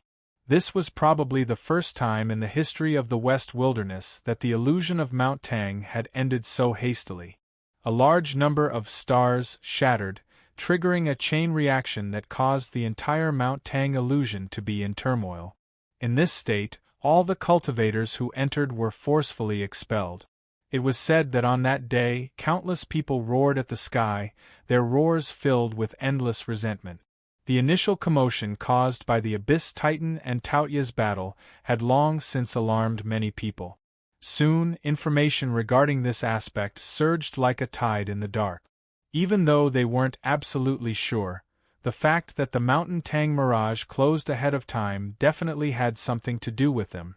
At this moment, everyone's eyes were filled with killing intent. There was only one thought in their minds: find the culprit. In the palace, Li Zhouyi's face was ashen as he hurried over. Perhaps others didn't know, but he saw through the truth with a glance. Because Ning Xiao was dead. If someone told him that this had nothing to do with the chief sovereign of darkness, he would be the first to refuse to believe it. However, the problem was that the illusion of Mount Tang was a world of its own. The area within it was extremely vast. After entering, everyone would be scattered all over the place. The probability of them meeting each other was extremely low. Also, all of the cultivators who entered the illusion of Mount Tang were focused on cultivation and did not care about anything else. Therefore, for many years, there had never been such a terrible incident like today in the illusion of Mount Tang. The ruler of darkness is only pretending to obey, but acting in secret? Or was Ning Xiao unwilling to give up? Although the result was already set, this question was still very important to Li Yizhou. Saint Zhouyan waited outside and bowed. "Your Highness," Li Yizhou said solemnly, "how is it?" Saint Zhouyan said, "The ruler of darkness aura is stable, he should be fine." Li Yizhou's heart relaxed slightly. With his current situation, coupled with the pressing time, it was impossible for him to change the candidate. If the Dark Ruler was injured, the matter of the Western Barbaric Imperial Mausoleum would be over. At least, it's not the worst. Taking a deep breath, Li Yizhou stepped into the room. "Without my orders, no one is allowed to enter." Sage Zhouyan bowed and acknowledged. In the room, Qin Yu opened his eyes. He stood up and cupped his hands together. "Greetings, Your Highness," Li Zhouyi said. "Hegemon of darkness, let me ask you, does anyone else know about what happened in the Mount Tang illusion?" Black's roar paused for a moment before it replied calmly, "No." This was an admission. Although the two of them did not point out exactly what they were talking about, they both knew what it was. Li Yizhou's complexion relaxed a little. First, no one knew that Qin Yu had killed Ning Xiao, and second, Qin Yu's frank attitude. Taking a deep breath, he asked, "What happened?" Qin Yu said, "After entering Tang Mountain's illusionary realm, I was cultivating as fast as I could. I don't know why, but Ning Xiao seems to be able to lock on to my position."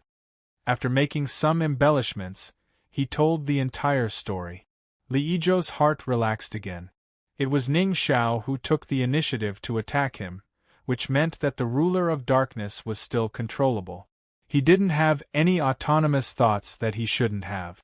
Of course, the Sixth Highness wouldn't easily believe Qin Yu. The reason he didn't doubt Qin Yu was because in his opinion, the Dark Ruler didn't have the ability to do this. Without his help, how could the Dark Dominator, who was isolated and helpless in the imperial capital, lock onto Ning Xiao's position in the illusion of Mount Tang? On the other hand, if Ning Xiao could obtain the help of the Great Princess and make some preparations, she might have been able to accomplish this. Frowning, Li Yizhou revealed a heavy expression. It is impossible for Ning Xiao to accomplish what happened within the illusion of Mount Tang alone. The great princess likely participated. Now that Ning Xiao is dead, it will be easy for her to guess that it was you who did it. As he spoke, his complexion became increasingly gloomy. It was said before that the number of spots to enter Mount Tang's illusion was in fact extremely limited. As long as one was able to obtain one, they were extraordinary individuals. Either they were extraordinary themselves or they came from extraordinary backgrounds. But no matter what the situation was, it meant that their interests had been touched upon and a great storm would be set off. To put it bluntly, the current imperial capital was like a pot of boiling oil. Almost everyone wanted to find the main culprit behind the destruction of Mt. Tang's illusionary realm. If this matter was revealed to be related to Qin Yu, Li Yizhou could imagine that this broken drum that was leaking wind in all directions would be beaten until the heavens shook. That feeling would surely be sour to the extreme. Qin Yu observed Li Yizhou's expression, and it wasn't hard to guess what he was thinking. His eyes flashed beneath his black robes. He calmly said, "Your Highness, rest assured. Even if the great princess learns of this matter, she won't reveal anything." From Li Yizhou's perspective, Qin Yu said, "This is because compared to your Highness, the great princess doesn't want to take risks and she also doesn't want to bear the consequences of this matter." Although his words sounded a little unpleasant, the logic behind them was very clear. Li Yizhou slowly nodded. The great princess was beautiful and cold. Her entire body seemed to be covered in ice. It was the Dark Ruler.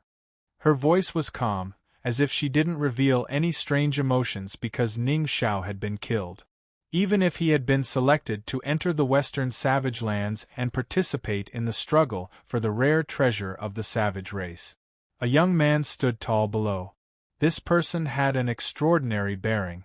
Even in front of the first princess, who was a descendant of the royal family, he was still somewhat calm. An evil heretical cultivator that cultivates the Taotai art, his death isn't worth pitying. The only thing that is hateful is that he ruined the following matters. Your Highness will need to make further arrangements in the Western Savage Lands. The youth swept his eyes over the indifferent great princess. He hesitated for a moment and said, "Since we have determined that this was the Dark Ruler's doing, can we use this opportunity to place down another piece? His Highness is surrounded by enemies from all sides. We only need to release a bit of news and he will be beyond redemption." The great princess shook her head. "No." The youth said, "Princess has considered everything carefully. We must prevent them from fighting to the death and affecting your Highness's future plans." The great princess' eyes fell onto him. The hall fell silent. The youth frowned. He thought for a moment and said, "I am willing to replace Ning Xiao and go to the Western Savage Lands. But my father may not agree to this." The great princess said, "I will solve this matter." After a pause, she said, "Yi Wangu, I want you to return to the imperial capital alive." The youth revealed a smile. His eyes bloomed with endless confidence. "With princess words, I will definitely return." The imperial capital was like a barrel of gunpowder. There was still no way to vent. Although Ning Xiao's death had aroused many people's suspicions, without evidence, no one dared to provoke the great princess. After all, she was now considered one of the most powerful competitors for the throne. No one wanted to provoke such a person. Perhaps one day, she would be able to soar up the branches and transform into the imperial phoenix, a descendant of the heavens, as her enemy. Some people tried to inquire about the situation from the great princess in private, but after being directly rejected, all movements vanished without a trace. But anger still burned in their chests. Everyone who had their lucky chances ruined was waiting for the main culprit to appear. They believed that this person was in the group, and that this group would leave the imperial capital today. There was no send-off scene. Everything was carried out in a state of secrecy. All the cultivators on the list were gathered in an ordinary residence in the imperial capital. The ground had been hollowed out and a fortress had been built. Deep within the layers of security, there was a transmission array that was in a dormant state. At this time, as strength poured in, the dark runes of the array lit up one after another, gradually releasing a dazzling light. Hum, hum. Strong spatial fluctuations spread out from within. A low and obscure aura caused everyone's expression to become solemn. At this moment, there were at most 2 or 3 people in the group who knew where they would be going. Qin Yu was one of them. It could even be said that out of everyone present, he was the one who understood the ins and outs of this matter the most, as well as the degree of danger.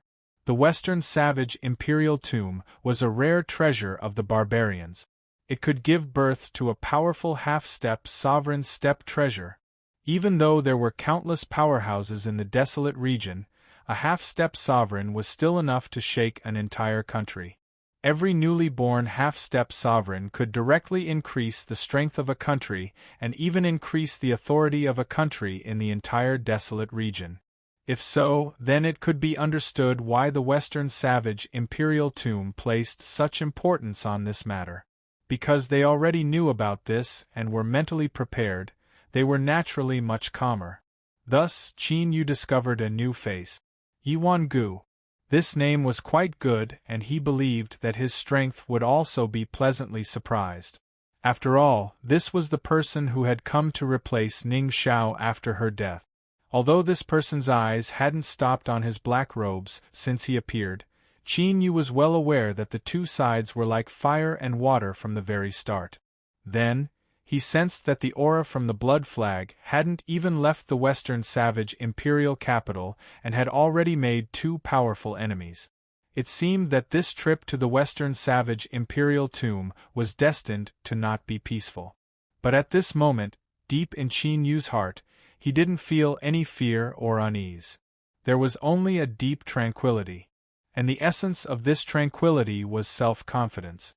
This confidence came from a cultivator's own strength. The illusion of Tang Mountain had been destroyed. Everyone's anger soared to the heavens.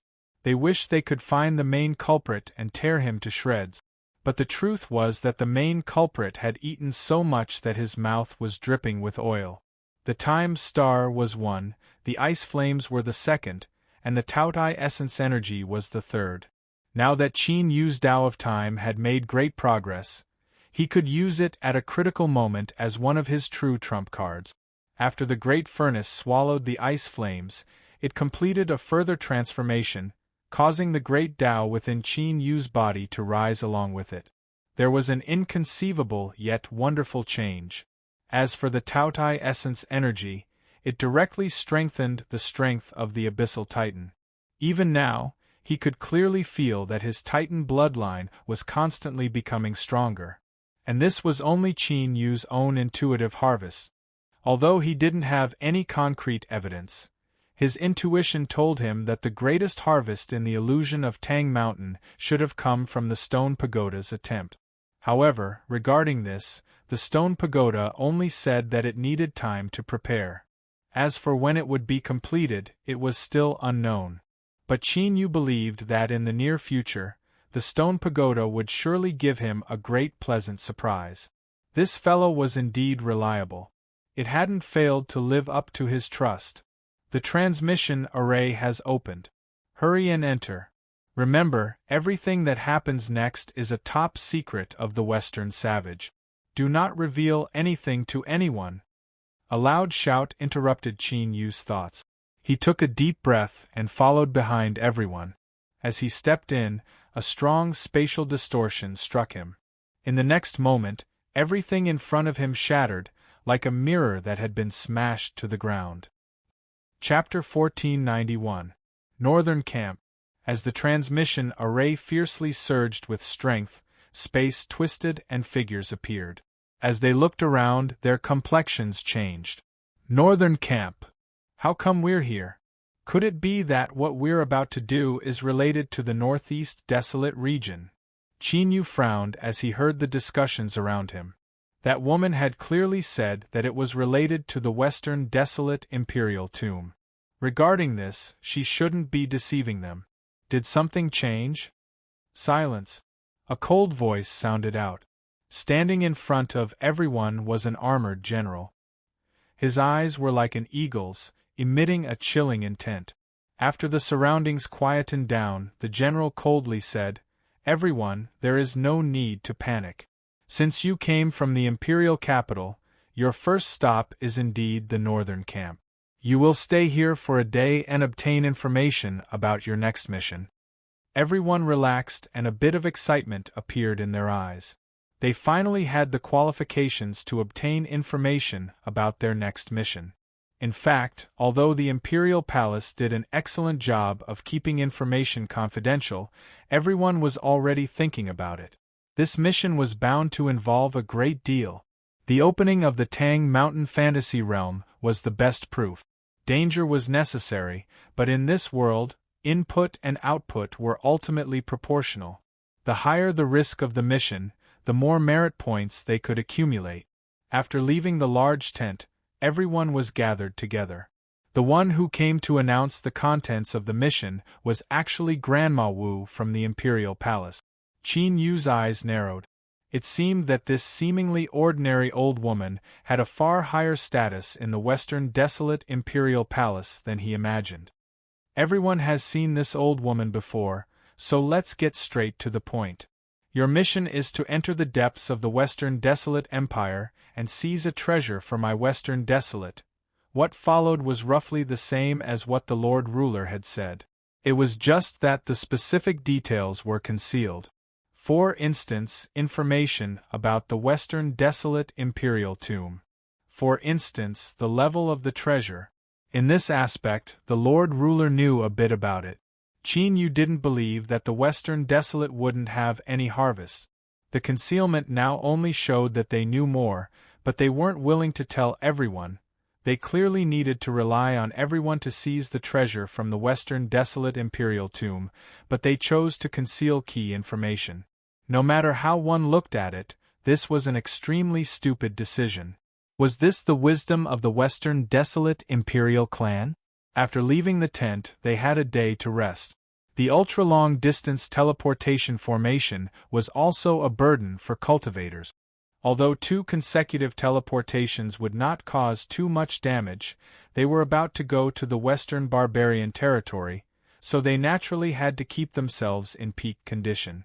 The next day, everyone was gathered together, and they would directly enter the Western garrison camp through the transportation formation between the 4 great border armies. Very soon, they discovered that apart from yesterday's companions, there were new faces joining them. It wasn't appropriate to say that they were new faces, because they knew most of them, and their names were like thunder to their ears. General Yi Qin, General Yi Xiling. The 2 Imperial Guard generals are actually participating in this as well. And Sect Master Knight Demon. Apart from these 3 whose names were called out, there were 2 others that no one recognized. However, those who could stand side by side with them were naturally experts of the same level. 5 hegemons. No, it would be more accurate to say that he was an absolute expert who stood at the peak of the ruler level. Qin Yu looked at the 5 hegemons in front of him and suddenly realized that this was a normal situation. After all, the treasures in the Western Barbarian Imperial Tomb had a high probability of helping a peak hegemon to complete the transformation and ascend to the half-emperor level. Once they succeeded, it was the best choice to use it immediately. Did they have to bring it all the way back to the Western wilderness and then distribute it? After all, a long night was fraught with trouble. Moreover, the Western barbarians were not easy to deal with, and once an accident occurred in the Imperial Tomb, it would inevitably be discovered. Taking a deep breath, Qin Yu smiled bitterly under the black robe. He already felt that the task was difficult, but now there were 5 mountains pressing down on him. Disregarding everything else, Qin Yu didn't have the confidence to deal with any one of the 5 sovereign realm masters. To smoothly obtain the barbarian treasure under their noses and complete the task given by His Excellency Ruler, No matter how he looked at it, the chances were slim. If he was not careful and revealed any abnormalities, he might even be killed on the spot. His thoughts raced. Qin Yu thought of the doubts that had been in his heart before. Since the Western Wilderness knew the secret of the Western barbarian imperial tomb, sending super powerhouses to seize it was of course the best choice. Even if the Western barbarians were tyrannical, since they had been suppressed for many years, it meant that they were at a disadvantage in terms of peak combat strength, that is, the Emperor realm. If they gathered a group of top powerhouses to seize it, the chances of success were extremely high, and an opportunity that could cultivate a half-emperor was worth a lot of trouble. The Western Wilderness did not choose to do this. Qin Yu did not know the specific reason, but he guessed that there was some kind of restriction, or that the imperial tomb itself had a strong restriction, so they could only send a group of saints. But now it seemed that things were not so simple. The existence of the 5 hegemons in front of him meant that hegemons could enter the imperial tomb. Then why did a group of saints need to take action? After all, no matter how powerful a saint was, they were far from being comparable to a hegemon. Even Qin Yu, an abnormal existence among the saints, might be able to fight a hegemon with all his strength, but he still did not have the confidence to deal with any one of the 5 hegemons in front of him, because each of them was a peerless powerhouse among hegemons. With the Western Wilderness's heritage, not to mention the 5 in front of him, as long as they wanted to, they could even pull out a team of hegemons to attack. Why was that? Qin Yu's thoughts raced. Because the information he knew was limited, he couldn't find any explanation. But deep in his heart, a great restlessness surged out. He felt that there was a great problem here. Suddenly, Qin Yu thought back to yesterday. When Mother Wu had given him the mission information, she had deliberately left out some key points. Could it be that the Western Wilderness had another plan? Everyone, there is no need to think too much about it. The reason the 5 hegemons are following us is to deal with any possible threat from the Western Wilderness. As for seizing the treasure, we will need your help. This matter is of great importance. As long as we can smoothly seize the treasure, everyone will have merit. His Majesty will not be stingy with rewards. The Northern Camp's commanding general, Zhou Wu, said in a deep voice, "I wish you all a smooth return." Yi Qin, Yi Xiling, and the others bowed. Everyone followed suit.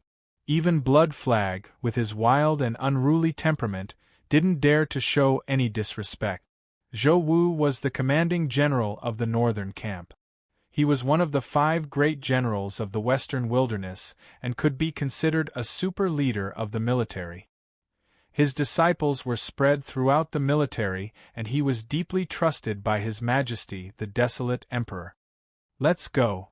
With Zhou Wu's order, everyone stepped into the transmission array. With a loud humming sound, space twisted and swallowed up everyone. Where there were people, there were transactions. No matter what it was, no matter what goods were traded, they were destined to exist.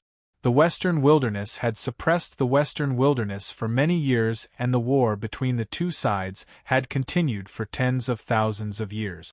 It was unknown just how much blood had stained their hands. To say that this was a blood feud that could not be resolved for generations wasn't an exaggeration.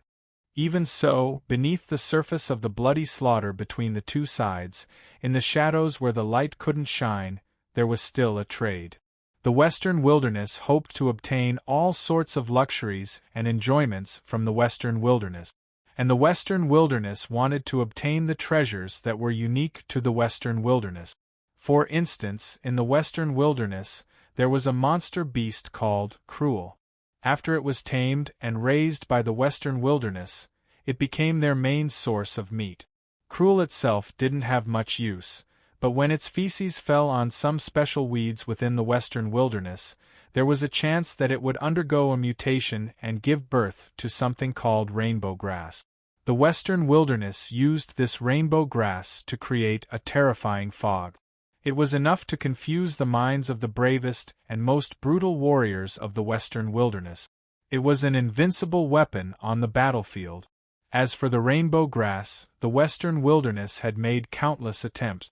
They took the initiative to wage war against the Western wilderness, plundering a large number of cruel to breed and breed. In the newly conquered Western wilderness territory, they attempted to artificially produce it. But unfortunately, all of these attempts ended in failure. Not only because the probability of the rainbow grass being produced was extremely low, but also because the cruel that were bred and bred would soon go berserk. It seemed that after leaving the Western wilderness, their tamed wild nature would quickly return. This was just one example. Although the Western wilderness was a barren land filled with cruelty, blood, and slaughter in the eyes of the Western wilderness, in reality, it was a treasure trove. And all of this spurred the birth of transactions between the two sides. The higher-ups of both sides were aware of this, but at the same time turned a blind eye to it. In times of war, they would even take the initiative to avoid the location of the transaction. And today, under the shroud of the deep night, not far from the camp of the Western Frontier Army, there was a large-scale transaction going on. In the mountain hollow, surrounded by steep stone walls, there was still the howling of the wind, like the desperate roar of a dying person. It made people's hearts tremble, and then their hair stood on end. There were many people on both sides, including many sovereign realm experts. They tried hard to suppress their aura, not letting it leak out at all. After all, although the transaction was a semi-open secret, it was still necessary to cover it up on the surface. But their eyes were still full of vigilance and threat, constantly paying attention to the surrounding changes, to ensure that they would not be ambushed. Under the cover of the howling of the wind, all the sounds in the mountain hollow were covered up. Both sides were obviously old acquaintances. Although there were many items, they quickly completed all kinds of verification, smiling and nodding to each other to express their satisfaction. In the mountain hollow, the people in charge of guarding were now slightly relieved. Unsurprisingly, today would be another win-win cooperation. Soon, everyone would take what they needed and go their separate ways. But at this moment, one of the people in the Western Wilderness trading team suddenly attacked, and blood gushed out like a fountain. The leader who was still smiling just a moment ago was beheaded. The mountain hollow instantly fell into a deathly silence. After beheading the Western Wilderness, the saber-wielder stomped his feet and his figure shot forwards like a bolt of lightning. He shouted out in the language of the barbarians, his voice filled with excitement. Although the Western Wilderness people participating in the transaction weren't proficient in the language of the barbarians, most of them could understand some of it. Mission, plan, attack. Don't let a single one escape. These barbarians, they actually dared to play dirty. Attack, kill them all. Thunderous shouts erupted. The Western Wilderness people reacted with the idea of striking first to gain the upper hand. They roared and rushed forwards. On the other hand, the Western Wilderness people were a step too slow after killing the barbarians and suffered heavy losses. They angrily roared as if they wanted to explain, but the smell of blood had already spread through the air, so there was no way to ease the situation. Soon, the mountain hollow turned into a mass of minced porridge. Bang, bang, at almost the same time, a bright and dazzling signal firework shot into the sky, exploding in the air. It was scarlet red, like two blooming flowers that had eaten their fill of blood. Woo woo, a bugle horn sounded in the army. The border army camp that guarded the western border and the barbarian front line soon became lively. At this time, soldiers surged forwards like a raging tide. Jiang Qingzi stood atop the city walls, his hands resting on an icy cold rock. His eyes were even colder as he looked at the vast and dark wilderness. Behind him, a deputy general revealed a pained expression. He cupped his hands together and said, "General, those people in the mountain hollow are still the people of my western wilderness. Should we order the troops to turn around and rescue them?" Jiang Qingzi shook his head. As the corpse-eaters of the Empire, to be able to contribute their lives to the Empire is the best ending for them. After he finished speaking, He paused for a moment and gently waved his hand. The deputy general's expression suddenly changed. With a low roar, his figure exploded. But before he could fly into the air, a resplendent saber light whistled through the air. With a putong sound, the deputy general's body fell to the ground and was split into two. Hot blood splashed onto Jiang Qingzi's armor. His complexion didn't change at all. He coldly said, "Drag him away." After another moment, a soldier hurried over and whispered a few words in his ear. Jiang Qingzi nodded and waved his hand. The Western barbarians have broken the agreement and brazenly attacked the western border camp at night. Pass down the order for the army to press forward. Only when 100,000 Western barbarians have been beheaded will they withdraw. Chapter 1492. In the last 1,000 years, the fiercest war between the Western wilderness and the Western barbarians had erupted without warning. Unlike the past years of retreat and avoidance, the weakened Western barbarians had actually chosen to fight to the death. They were ferocious to the extreme. There were rumors that this was because in the transaction known as the Fuse, a noble figure of the Western barbarians had been assassinated by the Western wilderness using shameless and despicable method. This caused the great tribes to unite against a common enemy, and they were determined to make the Western wilderness pay a painful price. The tip of the weapons were like tidewater that opposed each other with equal harshness, and they ferociously fought each other. There were even countless experts mixed within them, and they emanated a world-shaking aura that stirred up the origin energy in the heavens and the earth, causing the sky to dim, the heavens and the earth to be cast into a shade, and all the vital energy was covered and concealed. Just when the battle was in full swing and countless lives were being lost at every moment, 5 troops that were hidden in the Western Desert's army quietly left the main battlefield and brazenly tore open a gap in the Berserkers' defense camp. Before the Berserkers could react, they plunged into the depths of the Western barbarians' territory. They were like fish swimming into the sea. Their tails rapidly swayed as they soon disappeared from everyone's line of sight. The 5 squads were each led by a peak sovereign powerhouse. The leader of Qin Yu's squad was the old Yi family's General Yi Qin. The group of people ran forward in silence, trying their best to conceal their auras. Because they were too fast, they left behind afterimages. They were like shadows that swept across the ground, quietly moving forward. Qin Yu fell at the end of the squad. Beneath his black robes, he frowned. He swept his eyes over the people in front of him, worry in his eyes. As he thought, the Western wilderness plan wasn't as simple as it seemed. In order to avoid being discovered by the Western barbarians, it was possible to divide the squad into 5 groups. But the problem was that the 5 squads were all moving in different directions. There was clearly something wrong with this. Qin Yu didn't believe that His Majesty the ancient barbarian sovereign would build 5 scattered tombs for himself. No one was a fool, much less the cultivators that had been selected to participate in this mission. It wouldn't be an exaggeration to say that they were the best of the best. There was a problem. They dared to use their knees to guarantee that there was definitely a problem. However, as mentioned before, they were all smart people, so even if they sensed it, no one showed the slightest hint of abnormality. Now they had already left the camp of the western frontier and had entered deep into the territory of the Berserkers. Forget about everything else, just Yi Qin alone had the ability to make all doubts about them disappear. The territory of the western barbarians was vast and sparsely populated.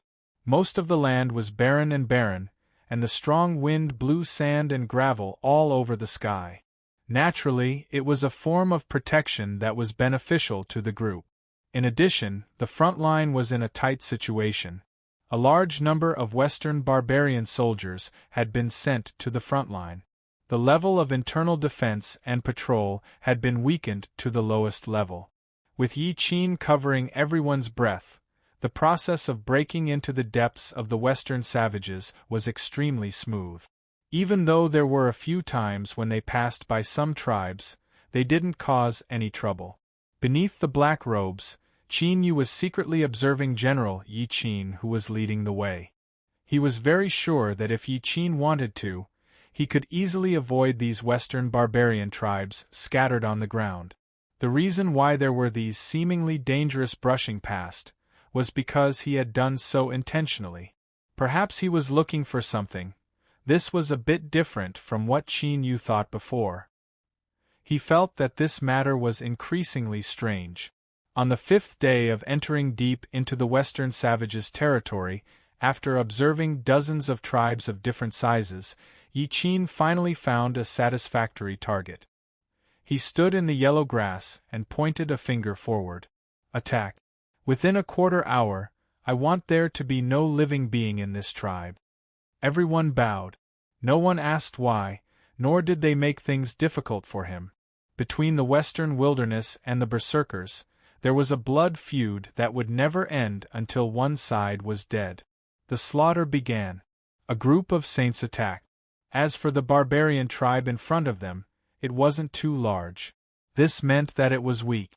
When the two were put together, there was no need to mention the result. Beneath the black robes, Qin Yu saw countless streams of blood flow. There were old and wrinkled barbarian women, and there were scimitar-wielding youths. But without exception, even as they died, their eyes were filled with hatred. There was no fear, and no one begged for mercy. The great elder of this barbarian tribe was a saint. Before he died, he tried to send a message to the outside world. But as soon as the blood light left his body, it shattered with a muffled sound and was annihilated. Yi Qin flicked his sleeves, and the great elder's body was thrown far away like a ragged sack. He fell to the ground, no longer breathing. Between heaven and earth, the sound of the wind became increasingly shrill.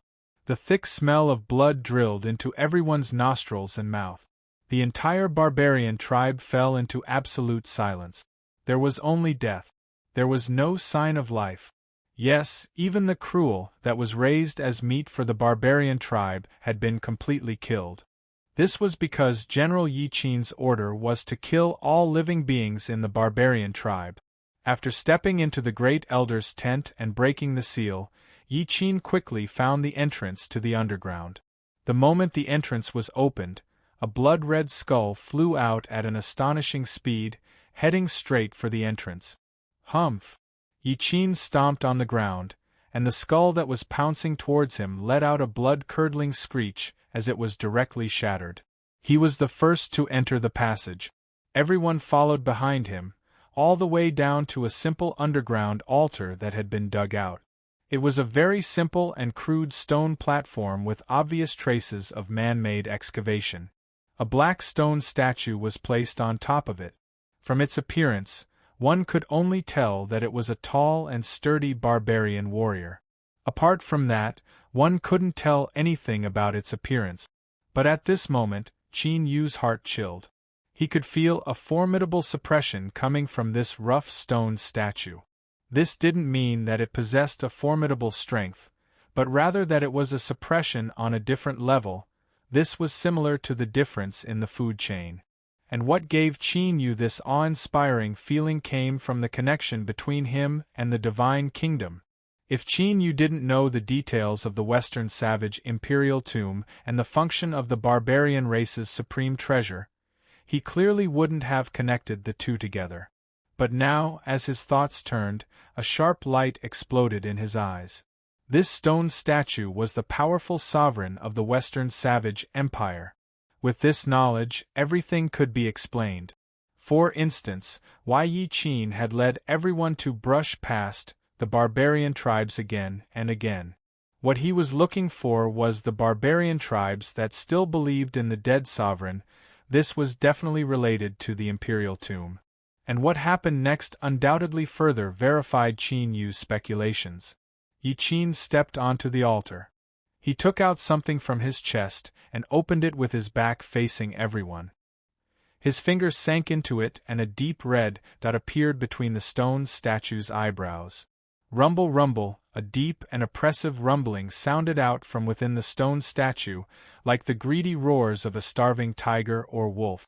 Deep red bloodlines drilled out from between the stone statue's eyebrows and rapidly spread outwards.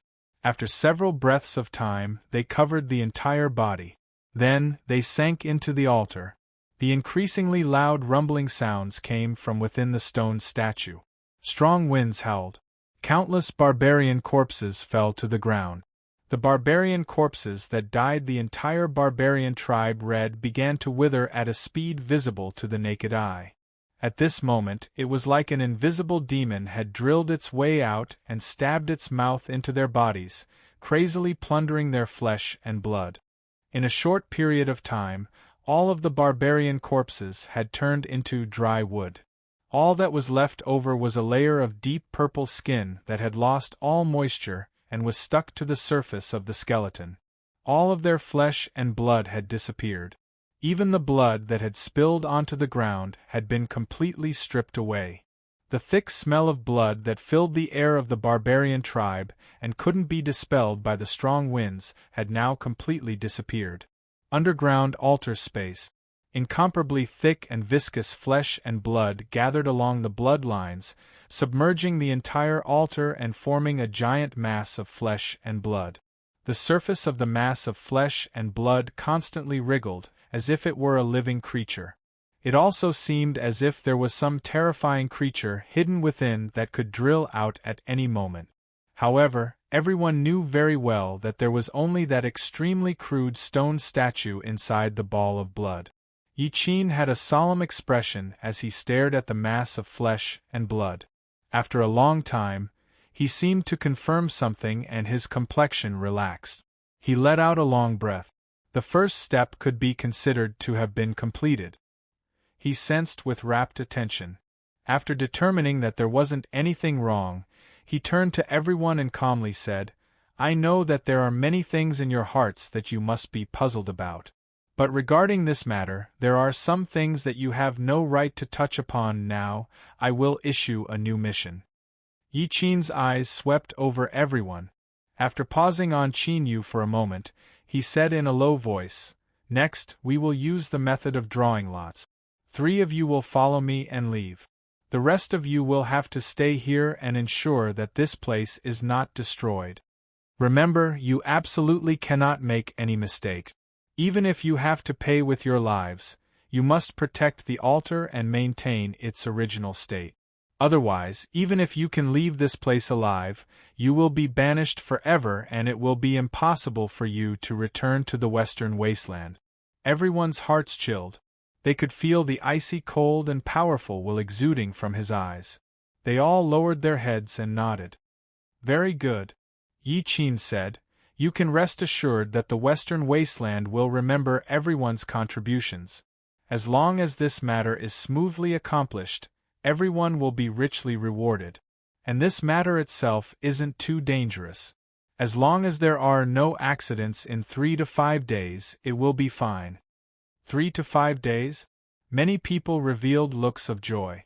Their team of cultivators had 9 people. In other words, most of them would stay here and be responsible for guarding the altar that was wrapped in flesh and blood. The Western savages were sparsely populated. In addition, they were in a period of war and the various tribes didn't have time to spare. As long as their luck was good, it wouldn't be difficult to hold out for 3 to 5 days. Beneath the black robes, Qin Yu frowned. He stared at the flesh and blood wrapped around the altar. Although he didn't know what this meant, his intuition told him that there was a great deal of danger here. If they stayed here, it wouldn't be as simple as Yi Qin said. The process of drawing lots was simple. Yi Qin condensed 9 balls of light and everyone chose one. The one with the red inside stayed behind. Qin Yu turned red. His eyes swept over the 3 people chosen by Yi Qin. Beneath the black robes, Qin Yu frowned and a cold light flashed in his eyes. The reason he said they were chosen by him was because this method of drawing lots was simply ridiculous. Yi Qin's ball of light, with just a thought, he could turn the inside of it scarlet red. Do you believe it? If he really believed the so-called integrity and fairness of the Imperial City's Guard Division's commander, that would be a joke. Qin Yu was well aware that if he could see it, others would be able to guess it as well. But just like before, when they entered the western savages and sensed that something was wrong, everyone remained silent. The underground sacrificial altar was still quiet. No one objected. Yi Qin said, "Very good. The three of you prepare yourselves. We will leave tomorrow." He turned and left. He didn't know whether it was good luck or bad, but Blood Flag and Yi Wangu weren't in Qin Yu's team. Thus, the three people chosen by Yi Qin were unfamiliar faces to Qin Yu. Of course, because of the confirmation of the imperial palace, although he didn't know them, he had a deep understanding of them. It wasn't too much to say that they had an extremely deep understanding. It was also because of this that Qin Yu had more room to manipulate them. Of course, the truth was that Qin Yu didn't think things would reach this step. It was impossible for him to stay here. Not to mention the danger he felt from his intuition, even the Lord Ruler's mission didn't allow Qin Yu to stay here. What should he do? Qin Yu's thoughts raced, and the outline of a plan gradually took shape. The next day, the Lord Ruler led the three people away. Their figures quickly went far away and finally disappeared from sight. The 6 people who stayed behind finally didn't need to hide their true thoughts anymore. Their faces were all gloomy. "It seems that you and I have been excluded from the true core of the mission from the beginning," a saint of the western wilderness said through gritted teeth. "It's meaningless to talk about this now. The will of General Yi Qin isn't something you and I can resist. Moreover, today's arrangement is likely to come from a higher level. Now, I only hope that everything is as General Yi Qin said. You and I can stay safe for 3 to 5 days, and then we can return to the western wilderness smoothly. In this way, although we won't have the chance to get the first merit, we will still be rewarded." As they talked, their eyes swept over the silent Qin Yu under the black robe. Most of them had a strange look on their faces. The reason was very simple. The origin of the Dark Ruler was no longer a secret. He was the 6th princely Ijo's only remaining hope. Now, this hope was obviously shattered. Being excluded from the core of the plan, there was naturally no chance to help Li Ijo turn things around. Thinking about it, even if he could return to the imperial capital smoothly, the Dark Ruler wouldn't have a good ending. Not to mention that madman Blood Flag. Just those open spears and hidden arrows that hit him while he was down were enough to tear him to pieces. Qin Yu could feel the meaning in these eyes. But under the black robe, his expression was still calm. There was no ripple in his eyes. After confirming the division of labor, everyone dispersed. Half a day later, it was Qin Yu's turn to patrol the tribe. He calmly walked out of the underground altar and walked straight ahead, soon disappearing into the vast wilderness. Acting without permission and leaving the tribe. This was something that the saints of the western wilderness thought about but didn't dare to do. But Qin Yu didn't have any scruples. The identity of the Dark Ruler was fake. It was just a pass for him to smoothly enter the western wilderness.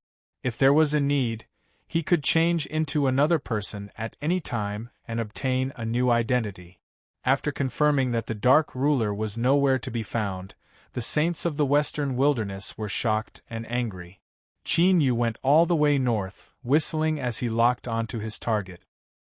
His expression was calm, and his eyes were steady and bright. Chapter 1493. Yi Qin stopped. Under the surprised gazes of the 3 saints, he took out a jade archive. His eyes lit up as he probed it with his divine sense. His lips curled into a cold smile. The Dark Ruler had left his post and his whereabouts were unknown. As expected, he couldn't just sit back and wait for death. Before leaving the imperial capital, someone had personally visited him and asked Yi Qin to kill the Dark Ruler. He had offered a tempting reward. It was indeed very tempting. Even with Yi Qin's firm will, he couldn't help but waver. But after thinking about it, he finally chose to refuse. As the saying goes, a centipede dies but never falls down. Li Ijo was the 6th prince of the western wilderness, and he had the influence of the previous desolate emperor. It would be extremely foolish to treat him like a turtle in a jar without any ability to retaliate. But not taking the initiative didn't mean that Yi Qin couldn't force the Dark Ruler to die. Just like now. He had achieved his goal.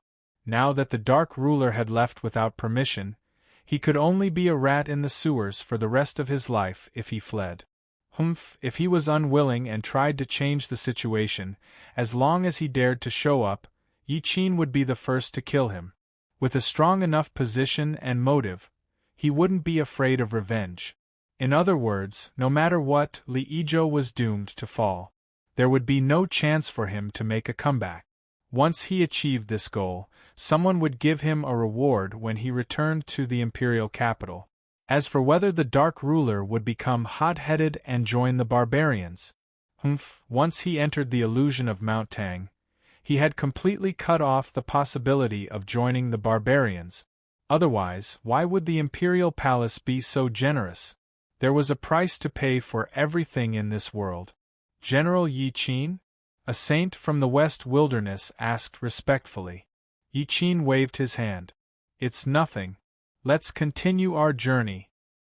He waved his sleeves and energy wrapped around the three of them. They continued their journey towards the northern region of the Western Wilderness. For someone like Yi Qin, who had reached the peak of the Sovereign Realm and was qualified to break through to the Emperor Realm, a mere Sovereign of Darkness at the Sage Realm was no more than a strong ant. If he wanted to, he could squash it with a single finger. Of course it didn't matter. The sixth prince was completely thrown into the abyss. Next, it would depend on who would have the last laugh and get that treasure. Endless heat appeared in the depths of Yi Qin's eyes. Emperor Realm.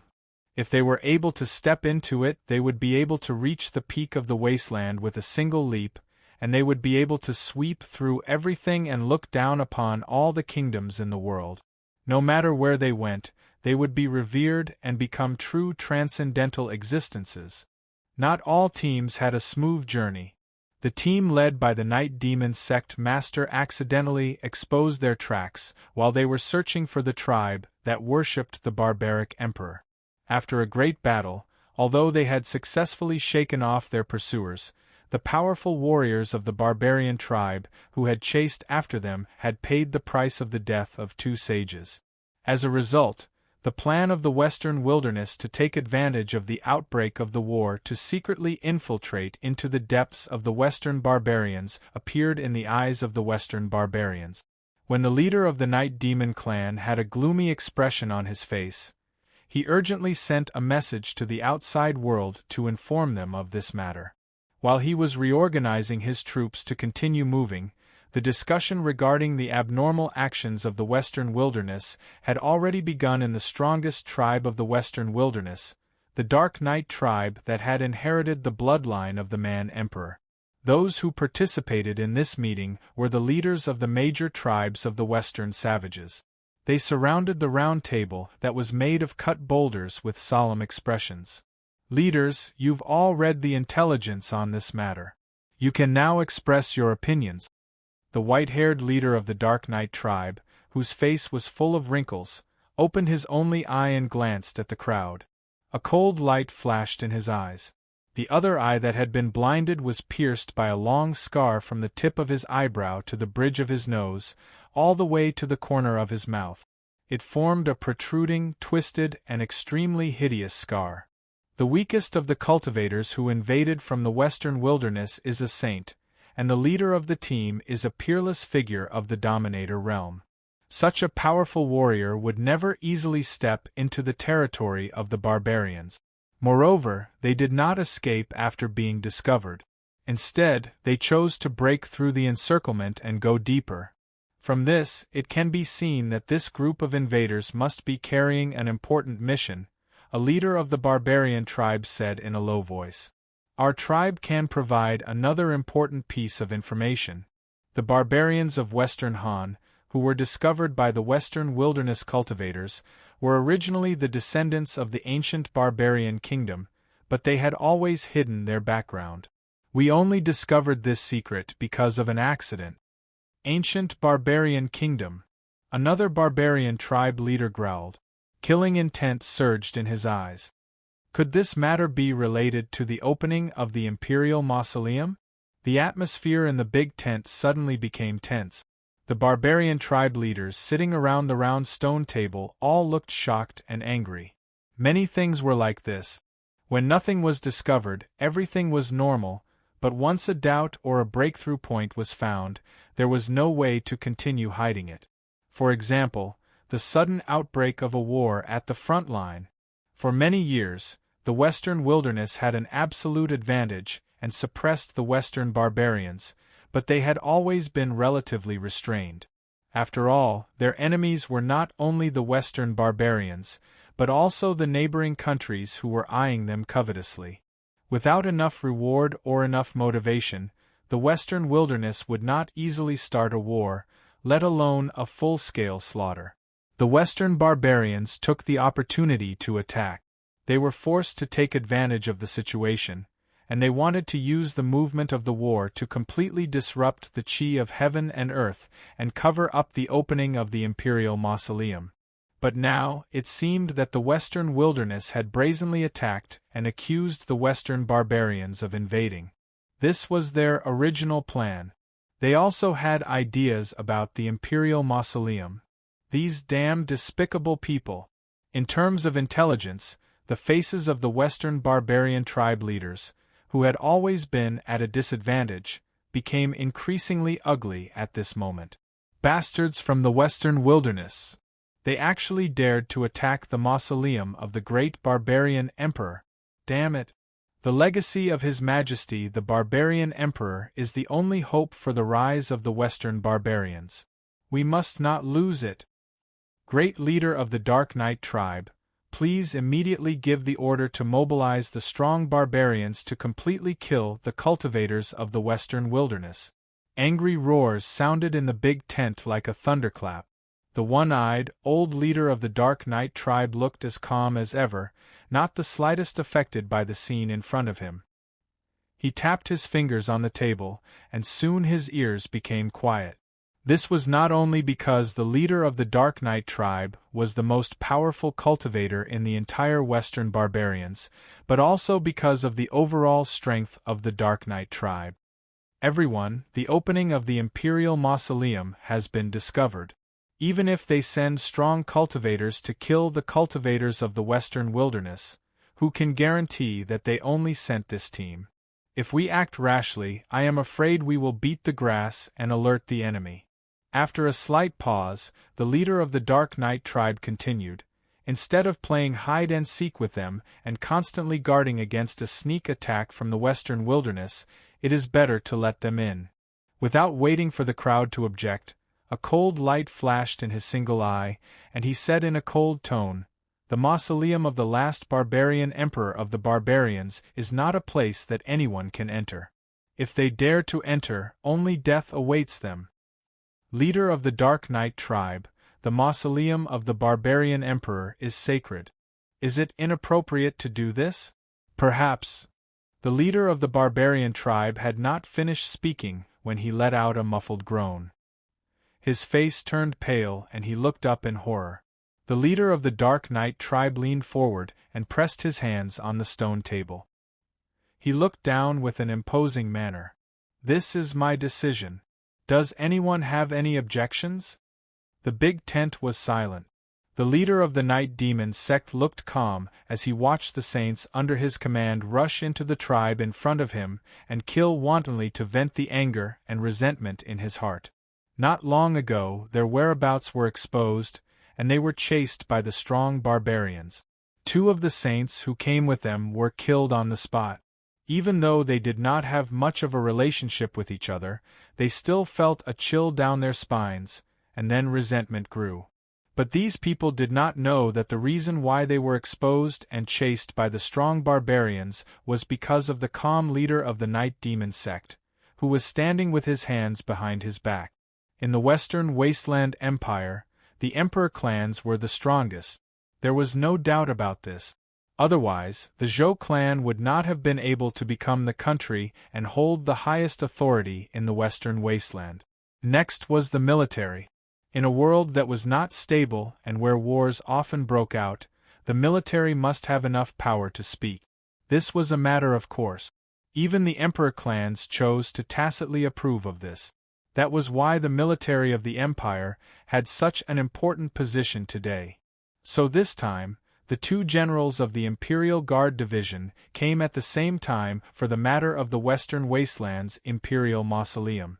They directly occupied 2/5 of the quota and opportunities. Next was the administrative system and the local noble clans. They were the system and cornerstone of the Western Wastelands rule. Of course, the reason why they could each get a share was because at the top of the hierarchy were the Emperor Realm existences who could speak for their own factions. Last was the sects. The Western Wastelands territory was vast, and there were naturally countless sects of all sizes. They were a force that could not be underestimated. It could even be said that tens of thousands of years ago, the power of the sects was so great that even the military couldn't compare. Even the emperor clans needed to give them enough respect. But after a great war, a calamity swept through the world. The two Emperor Realm experts belonging to the sects both died and their status plummeted. Up until now, they had fallen to the bottom of the ruling class. Even some of the local noble clans did not give the sects any face. It was under this background that the Night Demon Sect Master had painstakingly obtained the last quota and came to the Western Barbarians' territory.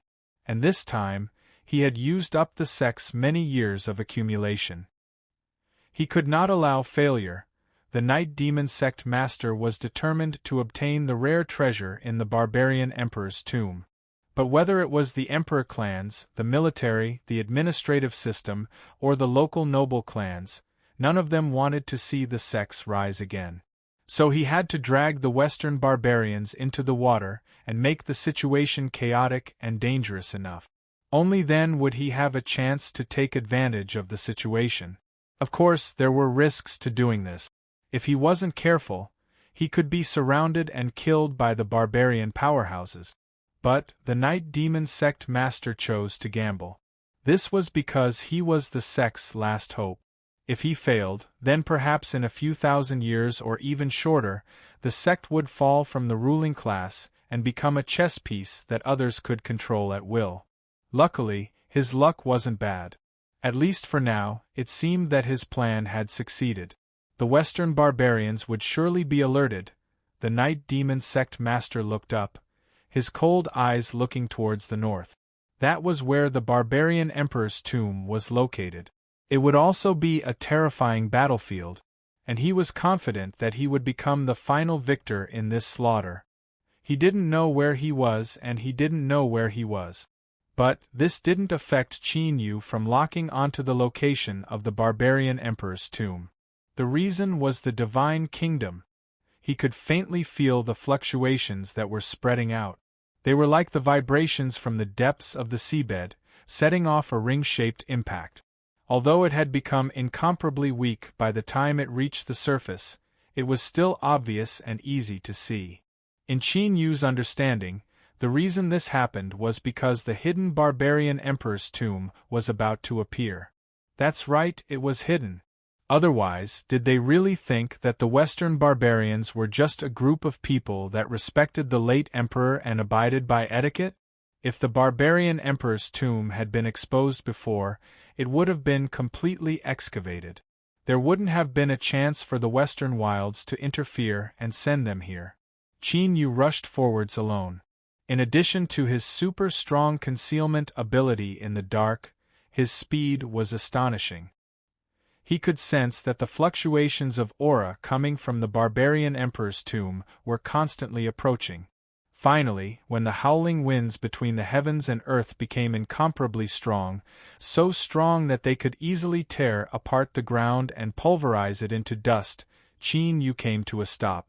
At the end of his line of sight, lightning flashed and thunder rumbled in the skies. Countless dazzling lights shined down, causing the towering shadow in space to constantly flash and vanish. He had arrived. That was the barbarian emperor's tomb. Qin Yu took a deep breath and resisted the urge to investigate. He stepped forwards and the ground quietly cracked open. His entire body was wrapped in darkness, submerging into it like a shadow. Not to mention the threat of the Western barbarians, just the 5 peak rulers that the Western wilds sent here could kill him on the spot. So he couldn't be anxious. All Qin Yu could do now was hide his aura and quietly wait for an opportunity. Chapter 1494. With the arrival of the Western barbarian emperor's mausoleum, the scattered Western barbarians finally gathered together. The Night Demon sect master spoke first, his face heavy and apologetic. I will not shirk my responsibility for this accident. Once this matter is over, I will pay the price. There was silence.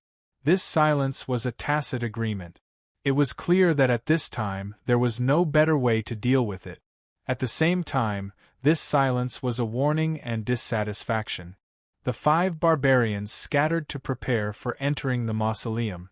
Only the Night Demon sect master's group had a problem.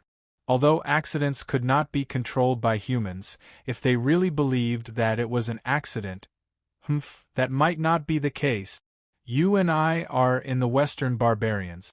No matter what attitude we have, no matter which side we represent, we are all on the same boat. If the boat capsizes, we won't have a good ending. So from now on, please be more careful. The one who spoke was one of the 2 unfamiliar faces. She was an ordinary-looking middle-aged woman, and her aura was not any stronger than the others. But at this moment, since she spoke and the other rulers remained silent, it meant that she had the qualifications to speak. The reason was simple. This woman's surname was Zhou. Or to put it more bluntly, she represented the majesty and power of the emperor clans. The Night Demon sect master had a sad expression. He nodded without speaking. The 3 saints behind him revealed looks of grief and indignation. They wanted to say something but were interrupted. Yi Qin coughed and said, "Although it is a small matter, before entering the mausoleum, I think I should tell you. The dark ruler assigned to me has left his post and his whereabouts are unknown. Once anyone discovers his whereabouts, they can directly kill him." As he spoke, he glanced at Yi Xiling. Unfortunately, his expression was still cold and he didn't reveal any abnormalities. No one knew what he was thinking. A mere saint was certainly not worthy of the attention of a peak ruler powerhouse. But the problem was that the Dark Ruler represented 6th Highness Li Yizhou's last hope. Now that he had left his post, it was tantamount to completely cutting off Li Yizhou's hope. For the 5 peak rulers, besides the middle-aged woman representing the Emperor clans, this was probably good news. At least one trivial matter had been solved. Rumble, rumble, it wasn't space that was shattering, but the howling winds that filled the sky were madly tearing the earth apart, creating a shocking disturbance. Above their heads, countless lightning flashed and thunder rumbled. The huge shadow of the Western barbarian emperor's tomb in the spatial fault had become clearer and clearer. It gave people the feeling that it was just a little bit away from completely descending. However, in reality, this state had already been maintained for a long time, yet he was still unable to overcome it. In the end, there was only this bit left. The 5 supreme sovereigns raised their heads and their eyes fell on the shadow of the Western barbarian emperor's mausoleum. At this moment, they understood at the same time, perhaps this was the final state of the Western barbarian emperor's mausoleum. Even if they waited any longer, it would not completely appear. As for what the reason was, no one knew. But it should be some sort of response from the late Berserker Emperor. Di Ling didn't want to descend completely. There was no point in waiting. The middle-aged woman from the Western Desolation Imperial clan swept her gaze over the 4 people around her. "Everyone, let's go." "All right." The 5 sovereigns spread out, leading the 3 sages behind them to take a corner each. Looking down from midair, when everyone's positions were connected together, it formed a standard pentagon. Hum hum, as the seals were formed, the 5 sovereigns raised their hands at the same time and touched the space between their eyebrows. The place where their fingertips touched instantly turned crimson red, like concentrated viscous blood.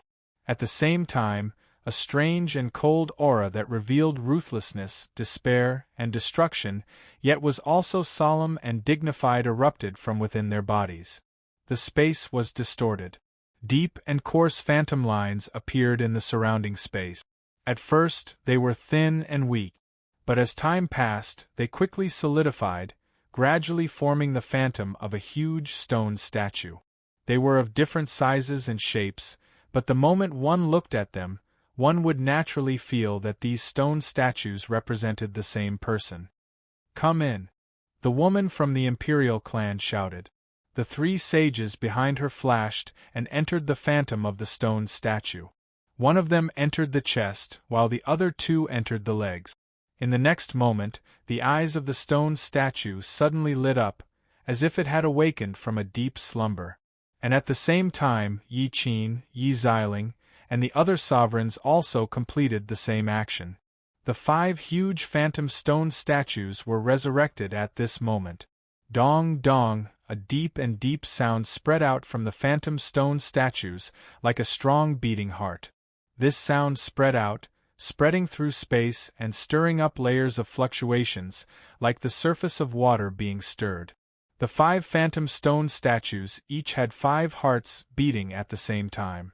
Ripples spread out, colliding with each other, causing the entire situation to become chaotic.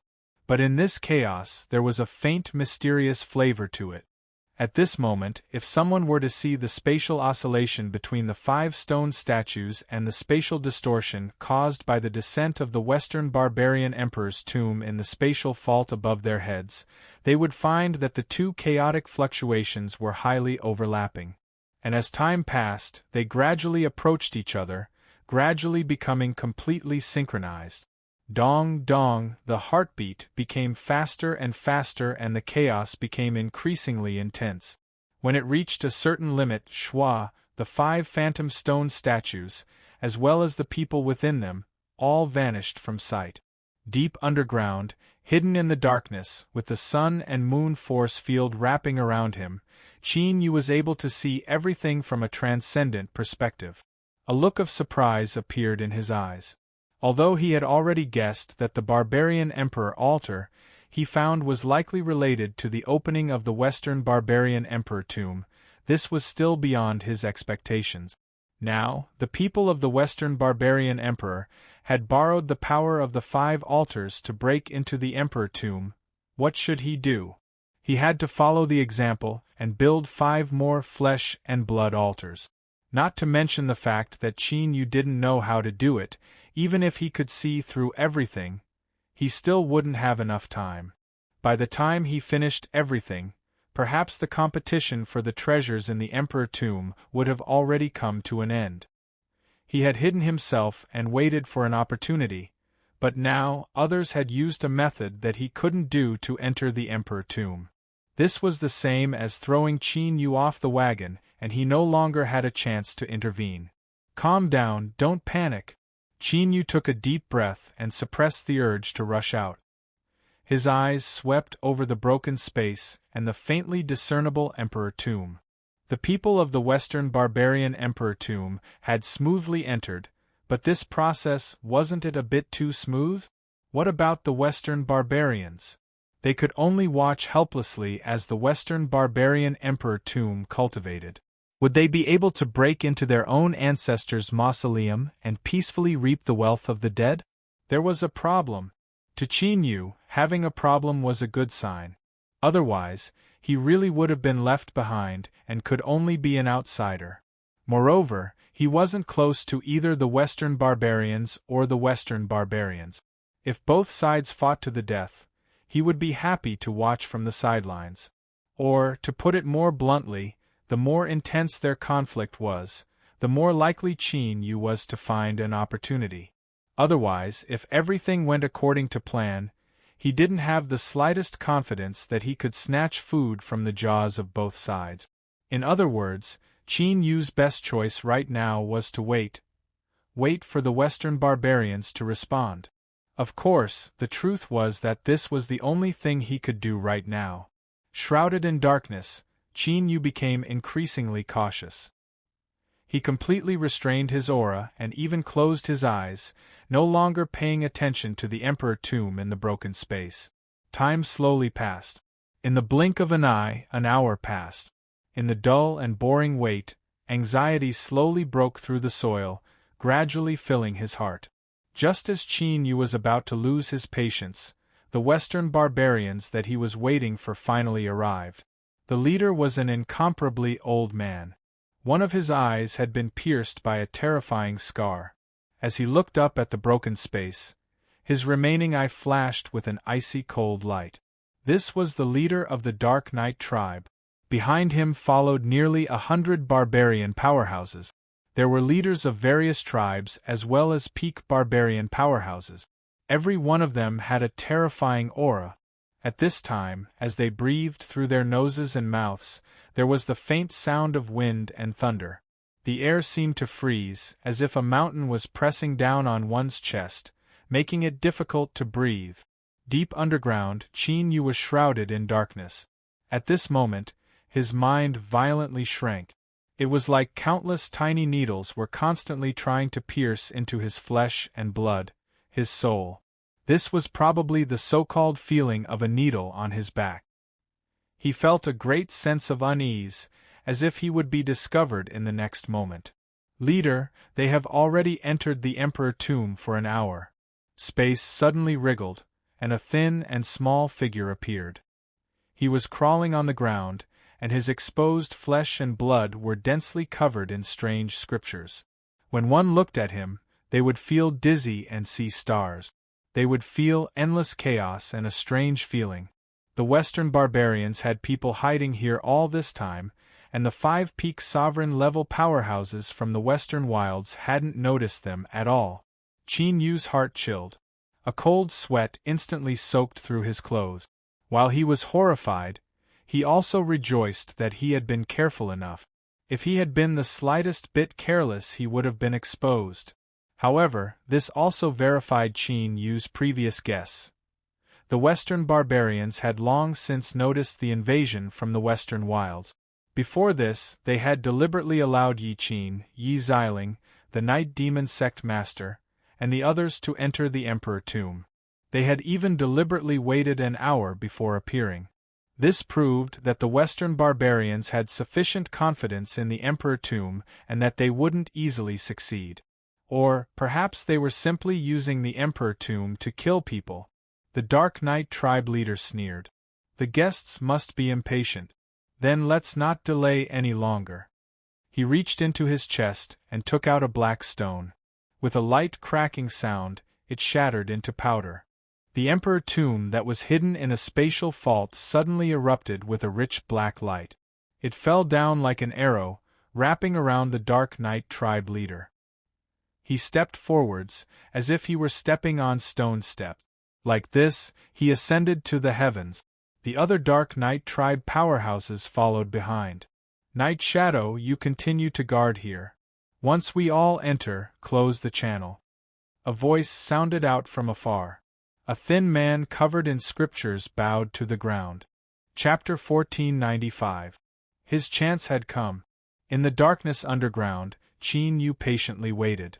Nearly 100 Goliath powerhouses entered the Emperor tomb through the channel. When the last person disappeared in the black light, his eyes flashed open, a cold light flashing in them. He had to be fast. Once the channel was closed, Qin Yu didn't believe he had the ability to open it again. Bang! The ground shattered and he shot into the skies, his face filled with anger. Yi Ying, you betrayed the chief. But with me here, you can forget about harming the Goliath tribe. Yi Ying was stunned. He was truly stunned. He stared blankly on as an unfamiliar Goliath powerhouse shot into the skies, hurtling towards him. His mind instantly froze. He was the chief's man? With the chief's suspicious nature, he might have made some preparations. But I clearly didn't do anything, so why would he say I betrayed him? Stop. Just what are you? Yi Ying's roar came to an abrupt halt. Because of the unfamiliar Goliath powerhouse, his speed suddenly rose in midair. A sharp killing intent rushed towards him, covering him and nearly freezing the blood in his body. He wants to kill me. As this thought flashed through his mind, Ying rushed towards the channel. His reaction speed was extremely fast, but it was already too late. Qin Yu had pretended to be a Goliath powerhouse and gained the upper hand. Although it seemed to pass in the blink of an eye, it was enough for him to do many things. For instance, kill someone. Bang! With a dull thud, Yi Ying's head exploded. The terrifying strength didn't stop there. It invaded his body, sweeping out and annihilating all his life force. This scout raised by the Dark Knight tribe had an amazing concealment ability, enough to hide from peak sovereign powerhouses. But his true strength was far from being able to compare with his concealment ability. To raise such an elite scout required an astonishing amount of resources. To kill him, one naturally had to pay the appropriate price. For instance, the backlash of the scriptures. The moment that the Goliath powerhouse died, the scriptures engraved on his flesh and blood suddenly came to life. Like a black viper, they howled towards Qin Yu. The moment they touched him, they fused into his body. Qin Yu frowned. Before he could respond, a purple rune appeared between his eyebrows, emitting a dazzling light. At the same time, he could hear a faint cracking sound in his ears. Kacha, kacha. It was like a dam that had reached its limit and was about to collapse. At this time, the purple rune between Qin Yu's eyebrows was the curse immunity rune he obtained after withstanding the curse of the endless sea. Right now, it was clear that it would soon be unable to withstand the power of the curse from the dead berserker. Once it invaded his body, regardless of whether it was fatal, it would bring him a great deal of trouble. At the moment when he was about to enter the imperial mausoleum, to Qin Yu, this was clearly an unacceptable consequence. Stone Tower. Qin Yu roared out loud. Right now, he could only hope that this nearly omniscient stone pagoda could give him a pleasant surprise at a critical moment. But at this moment, a ripple suddenly spread out from his body. Before the stone tower could respond, someone had already moved. It was a big furnace. Within Qin Yu's body, the attribute of the great Tao instantly changed. It released an endless chill and annihilation. In the next moment, the purple curse rune between his eyebrows began to shine brightly. Within the incomparably dense purple, a faint gold appeared. At first there was only a faint layer, but it soon spread out. In just several breaths of time, the rune itself had completely transformed into a pale gold color. The sound of shattering vanished. All that was left was the sound of chewing and swallowing. All of the black scriptures that had invaded his body were cleanly eaten up. The great Tao of the curse attribute. Qin Yu revealed a happy expression. He discovered that in the imperial capital, taking a risk to kill Ning Xiao was the best decision he had ever made. The great furnace's transformation had caused his great Tao to take another step forwards. Now, it had already helped him cross two great tribulations. To be able to freely change the attribute of one's great Tao, just this alone was enough to give one countless pleasant surprises. For instance, when combined with his own ever-changing ability, he could perfectly imitate all the saints of the Western Desolate that had been confirmed in the imperial palace. If even his great Tao was the same, then who could distinguish between the real and the fake? Qin Yu took a deep breath and suppressed his thoughts. His eyes fell on the black pillar of light and he stepped forwards. In fact, the safest method right now was to wait a little longer before entering the imperial mausoleum.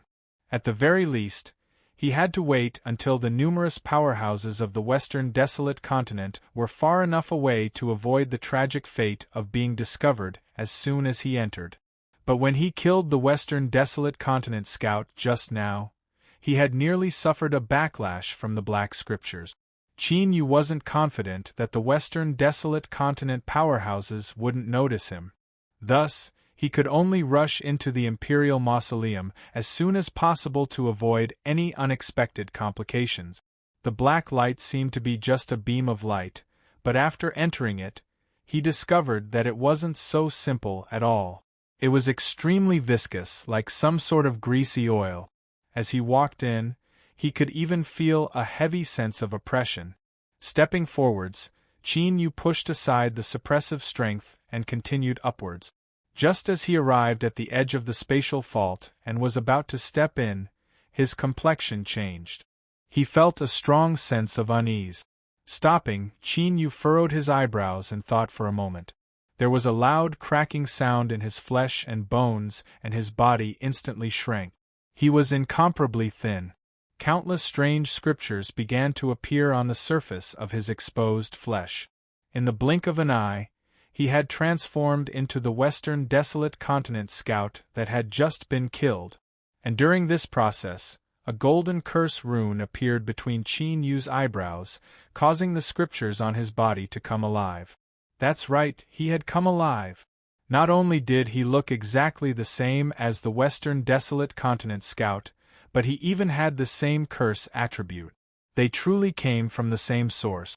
After changing his aura and confirming that he hadn't missed anything, Qin Yu took a deep breath and stepped forwards.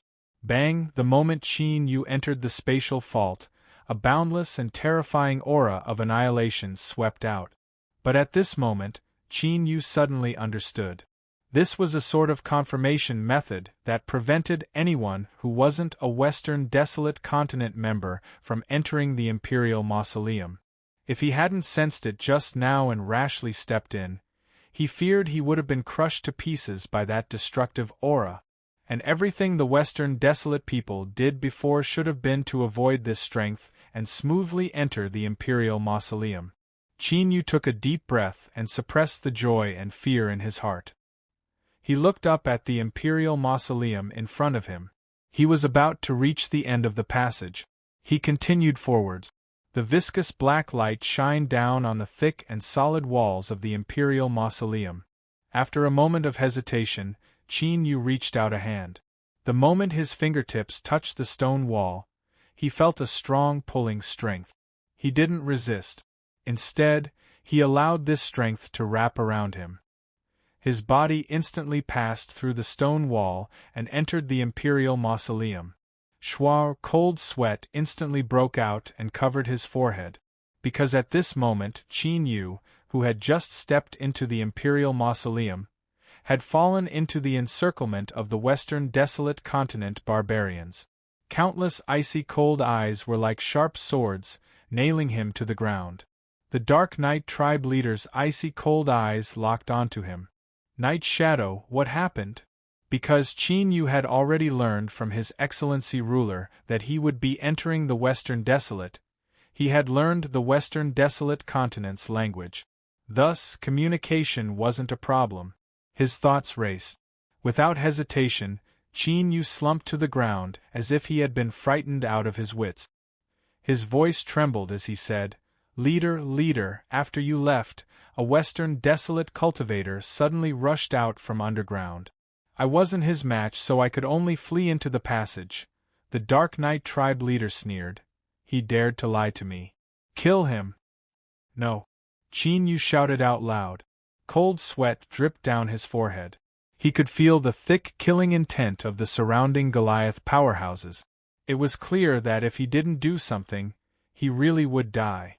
As for resisting with just him alone, even if he used all his cards, all that awaited him was death. Very good, it seems you've decided to tell me the truth. Then, tell me who you are. You actually dared to pretend to be a scout of my Dark Knight tribe. I fear you don't know the true secret of my Dark Knight tribe's scouts. The Dark Knight tribe leader's voice was oppressive. This is your last chance.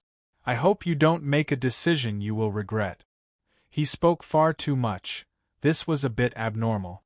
Qin Yu felt as if he had grasped onto something.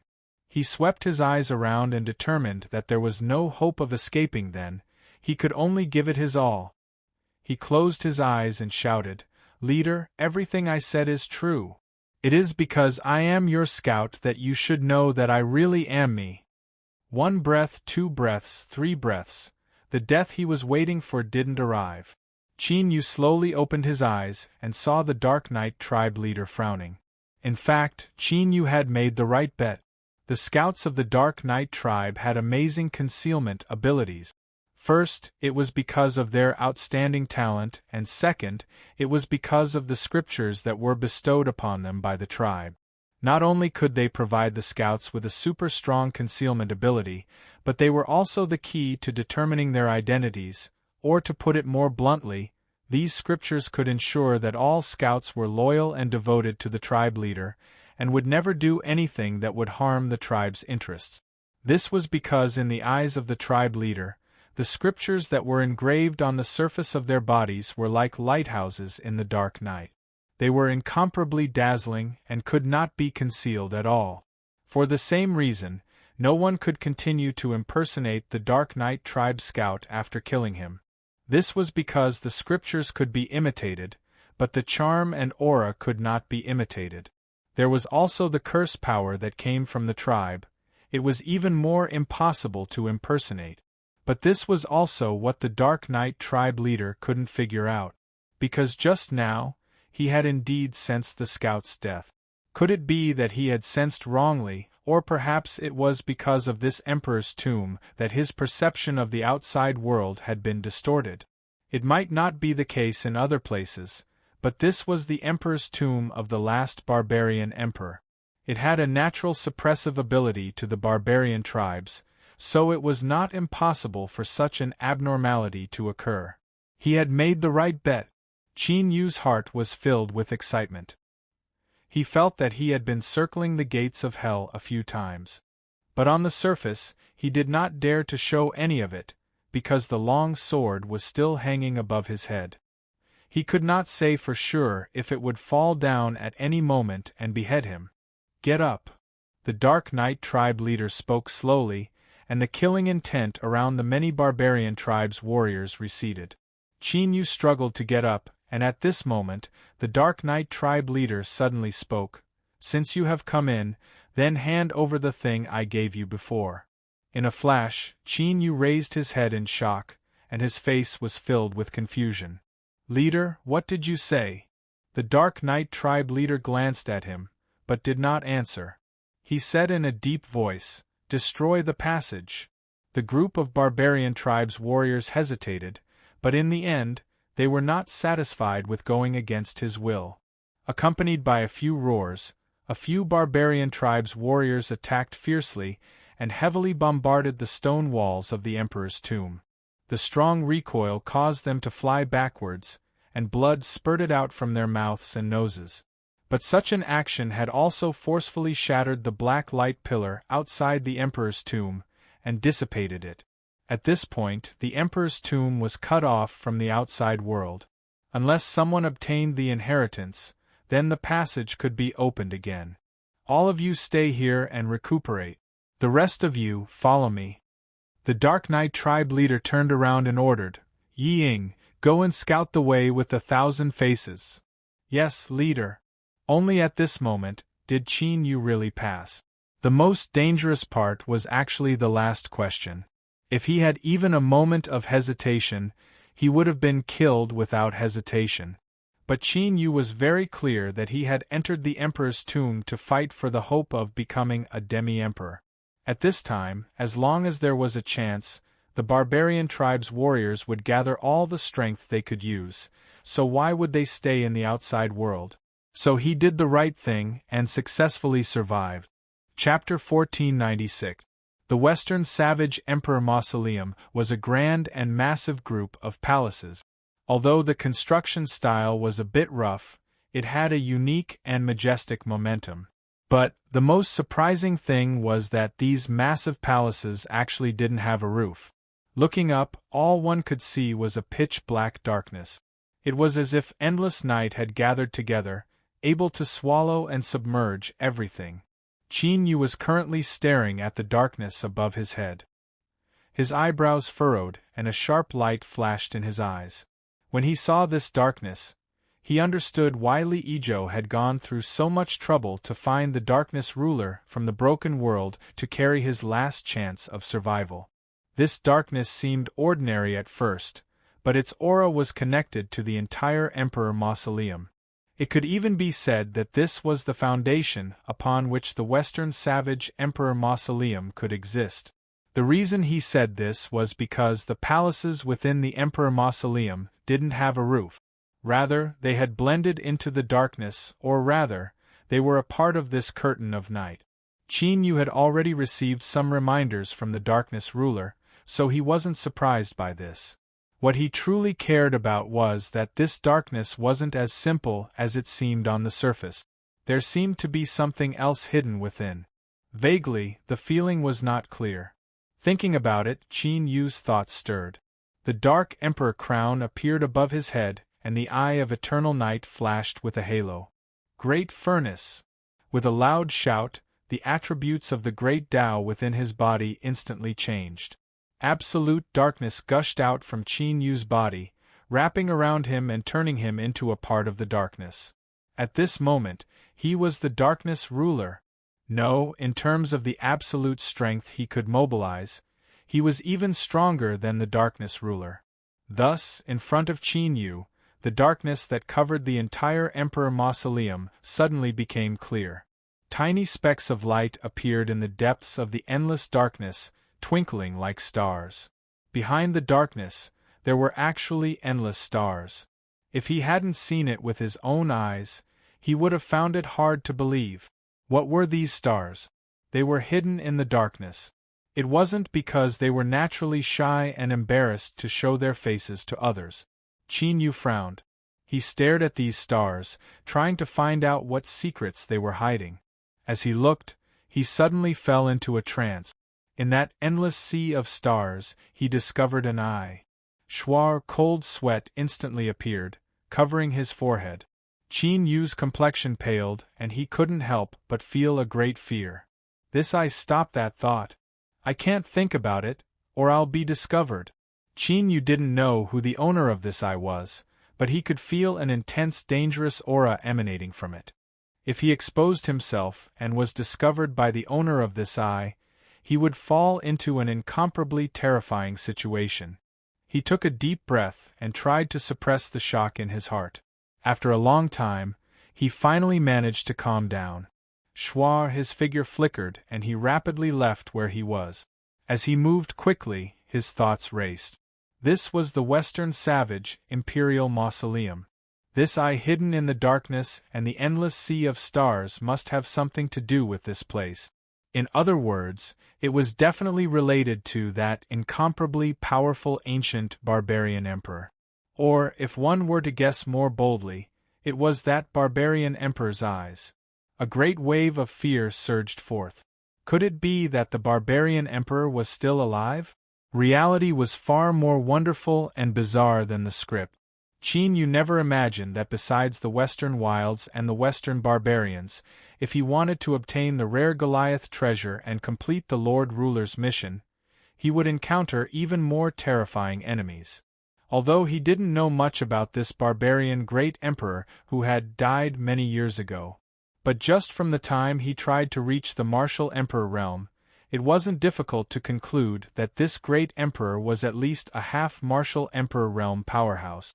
If such an existence really hadn't died, then everyone who broke into his mausoleum and tried to steal the wealth of the dead had already taken a step into the gates of hell. There was no chance of survival. This naturally included Qin Yu. Was he panicking? Of course he was panicking. It was the same for anyone else. But in fact, in this situation, panicking was useless. It would only cause him to die faster. So, while Qin Yu was panicking, he was desperately telling himself not to panic. This was truly a strange and contradictory situation. He had to calm down. Most importantly, if the barbarian great emperor was really still alive, then his tomb would have been dug up by now. He definitely wouldn't be so quiet. That's right, it was like this. Thinking of this, Qin Yu's heart calmed down a little. He could finally catch his breath. According to his speculations, the barbarian great emperor was indeed still alive. But since he had remained silent, this meant that it was difficult for him to make a move. At least, he couldn't make a move right now. Although there were many reasons, no matter which one it It showed that the barbarian great emperor couldn't act recklessly. There was a great flaw or restriction. A sharp light flashed in Qin Yu's eyes. He felt that he had to change his way of thinking. Before, he was thinking about how to provoke conflict between the Western wilderness and the Western barbarians. After all, he had said before that whether it was the Western wilderness or the Western barbarians, he wasn't close to them, let alone close to them. If both sides fought until their heads bled and they perished together, then Qin Yu could stand on the riverside and reap the benefits. But now he couldn't continue like this. His greatest enemy was the eye hidden in the darkness behind the endless stars. It was the master of this mausoleum. He had to think of a way to make the Western wilderness and the Western barbarians realize this as soon as possible. Otherwise, if they fought, who would deal with the great demon? But the problem was, even if he thought about it clearly, what should he do? Qin Yu stopped moving. His eyes flickered with uncertainty as he vaguely thought of something. But he still needed to test it out first. First, he needed to verify whether or not his idea was feasible. Second, he needed to test Qin Yu's speculations. What if all of this was just his imagination running wild and he wasn't right at all? In any case, he had to make some preparations. Taking a deep breath, Qin Yu flicked his finger.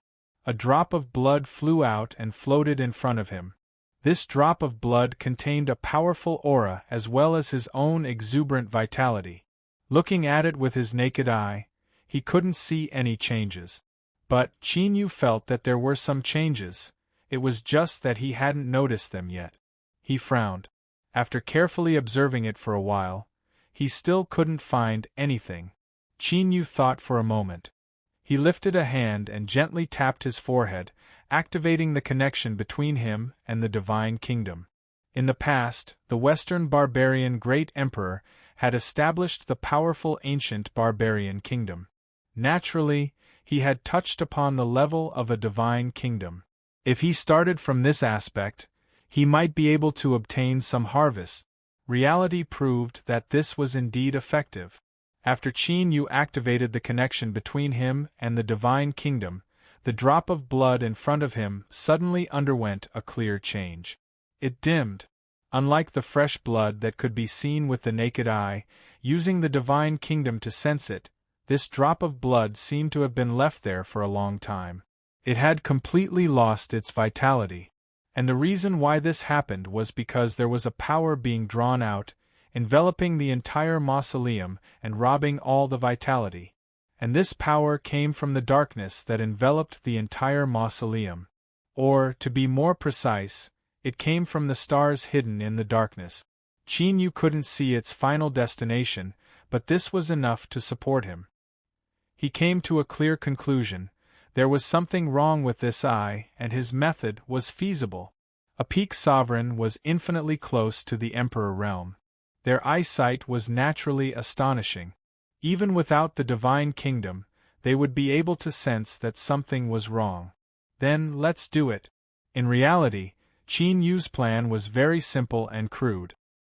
His current identity was the Dark Knight tribe's scout Yi Ying. And he was indeed a very outstanding scout. At least in terms of aura concealment ability, no one in the mausoleum was better than him. Therefore, it wasn't difficult for him to find the cultivators from the West Desolation. With a bit of manipulation and some bait, it was easy to have the tentacles of both sides collide in a small area. As mentioned before, the West Desolation and the Western barbarians were like fire and water. There was a life and death enmity between them that lasted for generations. Whenever they saw each other, their eyes would turn red with anger, much less in this place. The West Desolation cultivators thought, fuck, they really were discovered. As for the Western barbarians, they thought, these bastards who dug up their ancestral graves. So they didn't have anything to say to them. When they saw them, they would fight them to the death. The process was violent and intense. In short, both sides suffered casualties. After a desperate battle, seeing that they couldn't crush their opponents, they could only strategically retreat and seek help from the larger forces. The dozen or so West Desolation and Western Barbarian cultivators that had been fighting each other, all of them staring at each other with hatred in their eyes. Qin Yu's figure appeared not too far away from the battlefield. He had done everything he could. He could only hope that they weren't a bunch of idiots. Schwar, his figure flickered and he vanished from sight. An hour later, Qin Yu returned to where the Goliath tribe people were. He bowed and said, "Leader, subordinate has found the West Desolation cultivators." This was a fact and Qin Yu didn't hide it. In fact, after the scripture runes on his body came to life, the Dark Knight tribe leader was able to sense his position. Telling the truth was the most correct decision. The Dark Knight tribe leader looked at him. "Stand up." Qin Yu respectfully nodded. He stood up and looked around. He couldn't help but frown. There was a problem. The Goliath cultivators that had a small-scale conflict with the West Desolation should have already returned to report. But the Goliath cultivators were extremely calm. Could it be that they didn't realize there was a problem with their bodies? If so, then things would be troublesome. They couldn't have Qin Yu directly say that he had seen an eye. Night Shadow, continue to monitor the West Desolation cultivators. Don't alert them. Report to me at any time. Qin Yu obeyed and left, a sharp light flashing in his eyes. This was perfect. Since he hadn't obtained a clear answer from the Goliath tribe, then he might as well go to the West Desolation and take a look. Perhaps there would be a harvest. The people of the West Desolation, who were one step ahead and entered the mausoleum, didn't look too good. The reason was because they realized that they seemed to have underestimated the danger in the mausoleum. Not to mention the other things, just the awakened stone statues had brought them a lot of trouble. Although there were 5 peak sovereigns who attacked and didn't cause any casualties, the group's speed was still slowed down. It was much slower than the original plan. At the same time, the sudden appearance of the Western barbarians also made everyone feel uneasy. As expected, the Goliath had already made arrangements for the descent of the mausoleum. In fact, if they thought about the dangers, the fact that they could enter the mausoleum without any trouble was also because the Western barbarians had done it on purpose. If that was really the case, then they had to be extra careful in what they did next. To be cautious, the 5 peak sovereigns ordered the group to maintain a high level of vigilance. They arranged for the saints under them to patrol the surroundings to ensure that they wouldn't be ambushed while they were resting. In the quiet hall, a saint of the West Desolation was quietly lying on the head of a giant stone statue. His heart almost stopped beating, and his aura was completely restrained. Only a pair of eyes remained cold and silent as they stared at every corner of the hall. He was ordered to guard this place. Once he sensed something wrong, he would immediately send out a signal. Suddenly, the saint frowned slightly, as if he had sensed something, but when he tried to sense it, he couldn't find anything. Was it an illusion? He was hesitating whether to send out a signal or not, when his eyes suddenly widened. The next moment, his pupils that had shrunk into a ball suddenly froze, and then immediately collapsed and became dim. A black shadow appeared behind him. After a few breaths, a light flashed and a figure walked out. Looking at it, it was the saint of the West Desolation who had died on the head of the stone statue. He looked down and flicked his sleeves. Dark power quietly corroded the corpse, wrapping it up and crushing it into powder. With a breath, all traces disappeared. Qin Yu looked around and patiently lay on the head of the stone statue. He maintained the same posture as the unlucky guy just now, quietly waiting for his turn. Half an hour later, footsteps sounded. Qin Yu flew down from the stone statue and frowned. "Be careful, it's best not to make any noise." After saying that, he didn't wait for the person changing shifts to speak and quickly left. Coincidentally, when Qin Yu entered the place where the West Desolation people were resting, he happened to see what happened next. 5 lords, the dead saint has been dealt with, and the remaining injured have also received treatment. Luckily, their injuries aren't too serious. At this point, the messenger revealed a look of hesitation. However, there seems to be something wrong with their condition. This person clearly wanted to say something but hesitated. The woman from the Emperor clan raised her hand and interrupted him. All right, we already know what happened. Go and rest first. She looked straight at him, conveying a dignified will. Yes, Lord. The West Desolation Saint bowed his head and retreated. Chapter 1497. After a short discussion, the 5 sovereigns decided to leave 2 saints to take care of the injured, while the rest continued to explore the mausoleum. Everyone knew that it was extremely dangerous to leave the protection of the 5 sovereigns when the experts of the barbarian tribe had entered the mausoleum. Once they were discovered by the barbarian tribe, they would definitely die. But whether it was the injured or the chosen 2 saints, in the face of the will of the 5 sovereigns, they had no power to resist. They could only silently accept it. The team began to move. Qin Yu mixed in with them and tried to be as low-key as possible, for fear that his performance would be noticed. After all, their cultivation and aura could be exactly the same, but their daily behavior and habits were not something he could imitate. The good news was that the cultivators of the Western Wilderness came from all over the world, and most of them were not familiar with each other. In addition, Qin Yu deliberately kept a low profile, so there was nothing wrong.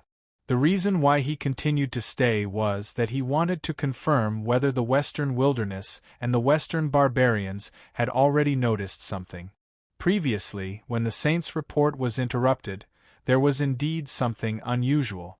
Qin Yu saw the scene, but he did not dare to confirm it. This matter could be said to be a matter of life and death, so he had to get the final confirmation.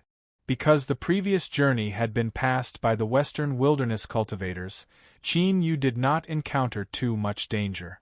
Now that he had mixed in with the Western Wilderness team and followed the pioneers, he felt for the first time the horror of the mausoleum of the Western barbarian. The most terrifying thing was the stone statues that were everywhere. As long as they sensed the aura of living beings, they would come back to life. Most of their appearances were extremely rough, showing a strong barbarian style, but the speed and strength they possessed were shocking. It seemed that because of the long years of being immersed in the aura of the mausoleum, they had absorbed some kind of power.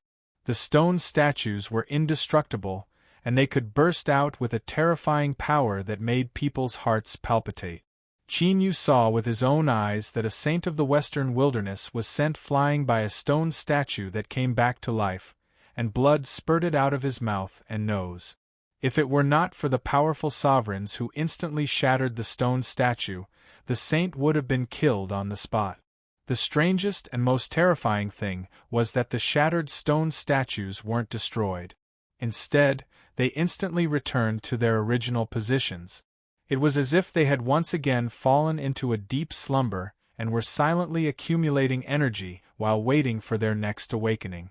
Seeing how the Western desolate cultivators weren't surprised by this, Qin Yu knew that this wasn't an isolated case. In fact, it was likely that they had already tried to destroy the stone statues in the imperial mausoleum before. Not even peak sovereigns were able to do this. Thinking of this, Qin Yu's gaze towards these stone statues became even more dignified. Vaguely, he felt that these terrifying and indestructible stone statues were not as simple as they seemed. Some thoughts flashed through his mind, but when he thought about it carefully, he could not grasp the crux of it. Qin Yu frowned. As he was thinking, he suddenly felt someone approaching. Frowning, he raised his head and looked to his side.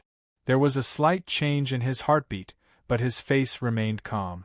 Blood Flag's eyes were cold. They were like 2 arrows that shot out, wanting to pierce through Qin Yu's chest and nail him to the ground. "What's up?" Because he didn't know how to respond, Qin Yu could only speak as briefly as possible. And with Blood Flag in front of him, he naturally couldn't remain silent. Otherwise, that would be the greatest abnormality. But short words often represented a tough attitude. At this moment, Qin Yu keenly sensed that everyone around him was looking at him with surprise. They never imagined that Qin Yu would use such an attitude to approach Blood Flag. He had made a mistake. Qin Yu cursed inwardly, but he still maintained a calm expression. He knew that he couldn't panic right now. If he revealed any abnormalities, that would be the same as exposing himself. So, he continued to calmly look at Blood Flag, as if he didn't notice anything happening around him. "This is your decision?" Blood Flag slowly said. In truth, Qin Yu was in a completely stunned state. But even in this state, he still had to maintain a calm composure, as if he knew everything and everything was within his grasp. How should he put it? This was a test of his mental fortitude and also required superb acting skills in order to accomplish this. Luckily, Qin Yu didn't lack either. So, he slowly nodded. A single action had already given his answer. The more one did, the more mistakes one made. If he could avoid speaking then, he absolutely wouldn't. "Very good." Blood Flag sneered. He turned and walked away. At this moment, Qin Yu could clearly feel the eyes around him revealing surprise, admiration, and all sorts of other emotions. That wasn't right. Why was one of them so hot without batting an eyelid? Qin Yu glanced over.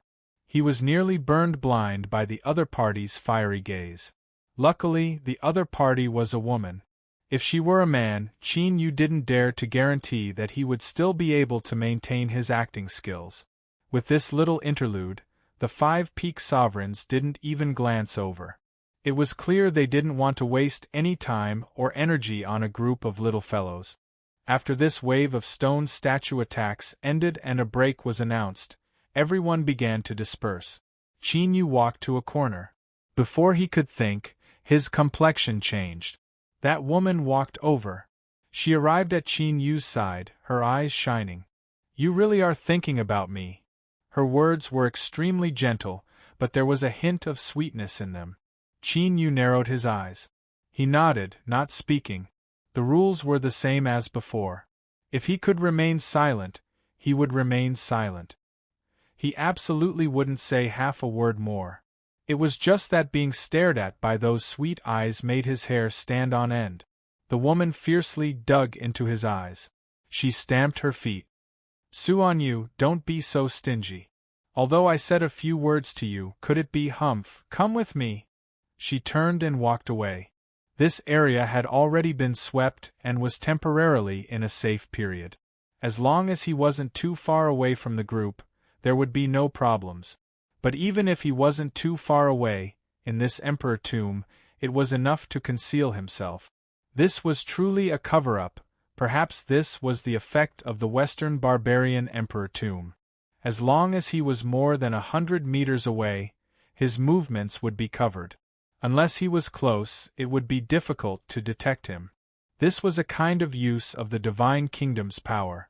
Qin Yu could barely sense it, but he couldn't use it.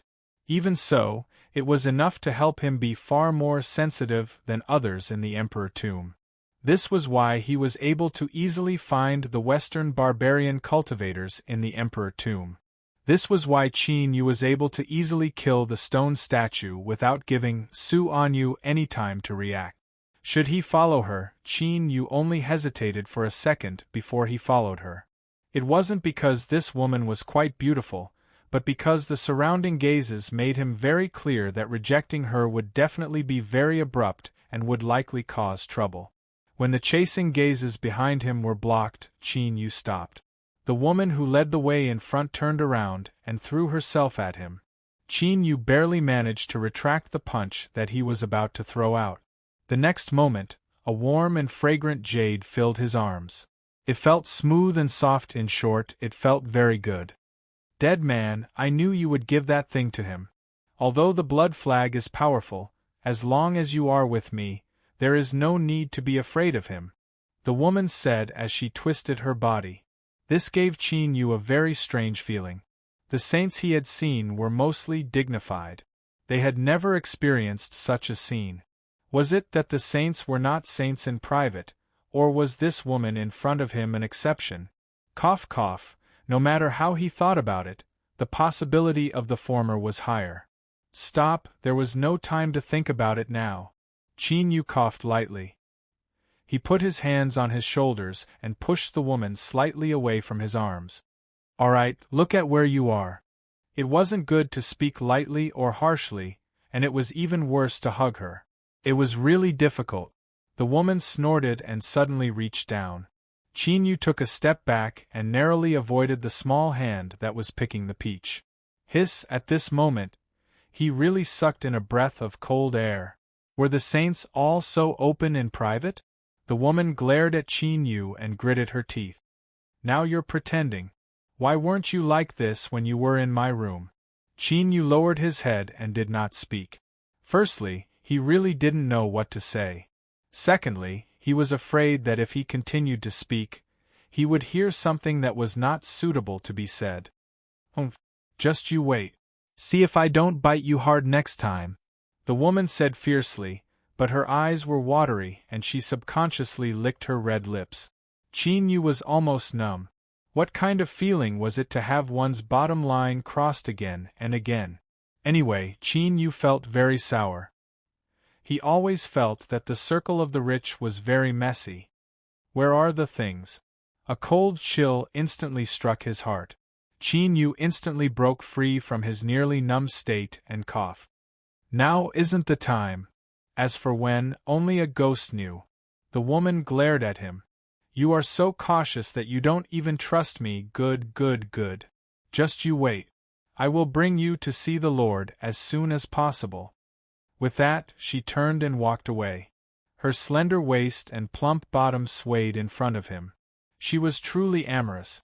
Chinyu suddenly felt that it was best for him to leave as soon as possible.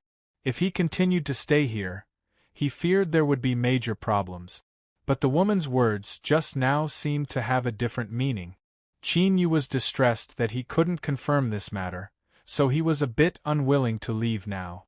After hesitating again and again, Chinyu clenched his teeth and didn't turn around to leave. When he returned to the group, he was met with several contemptuous gazes. At first, he didn't respond. It was only after walking several steps that he regained his composure. His heart was trembling. Did the sages of West Wilderness have nothing better to do? Just what were they thinking about in their heads? My physique, my aura, my eyes, cough. Even if my physique isn't mine, these two things should be enough for you to judge just what kind of man I am, a man that can support the heavens and earth? What was this little bit of time? Let me tell you, even if it was multiplied by 10, no, 100 times, it would still be far from enough. Chinyu secretly sneered. It wasn't that he had the mind to care about these things right now. This was related to a man's dignity. He absolutely couldn't tolerate such things. When the group was about to finish, the woman walked over and said, "Let's go. The Lord asked me to bring you there." Her efficiency was quite fast. Chinyu certainly didn't have any objections.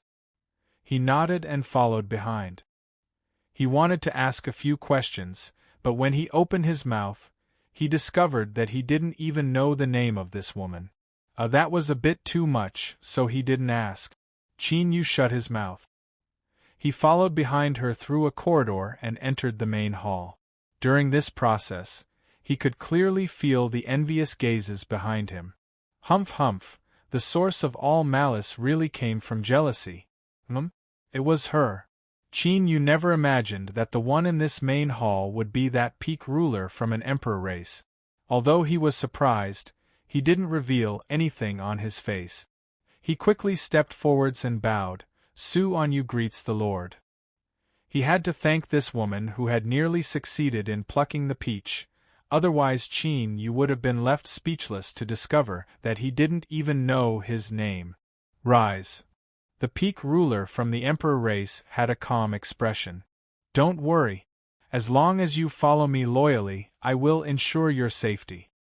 Chapter 1498.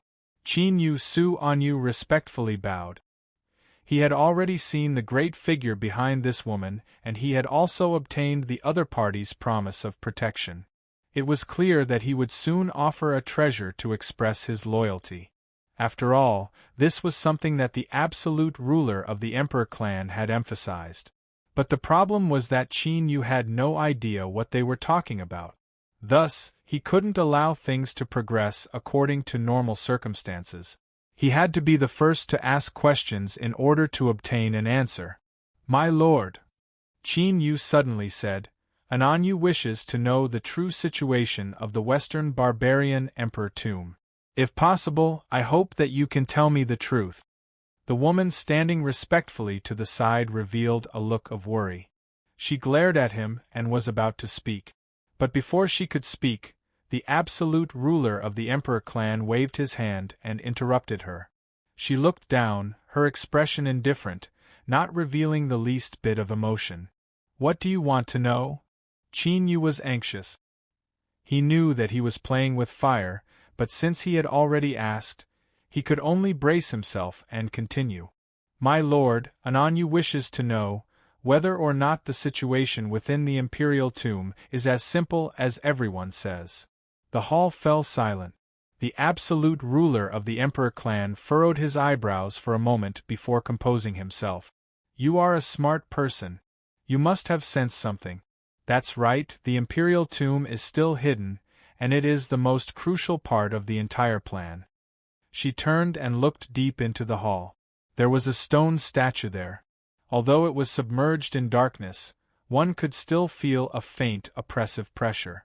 Within the Western barbarian emperor tomb, there is a hidden treasure that can help a peak ruler leap into the half-emperor realm.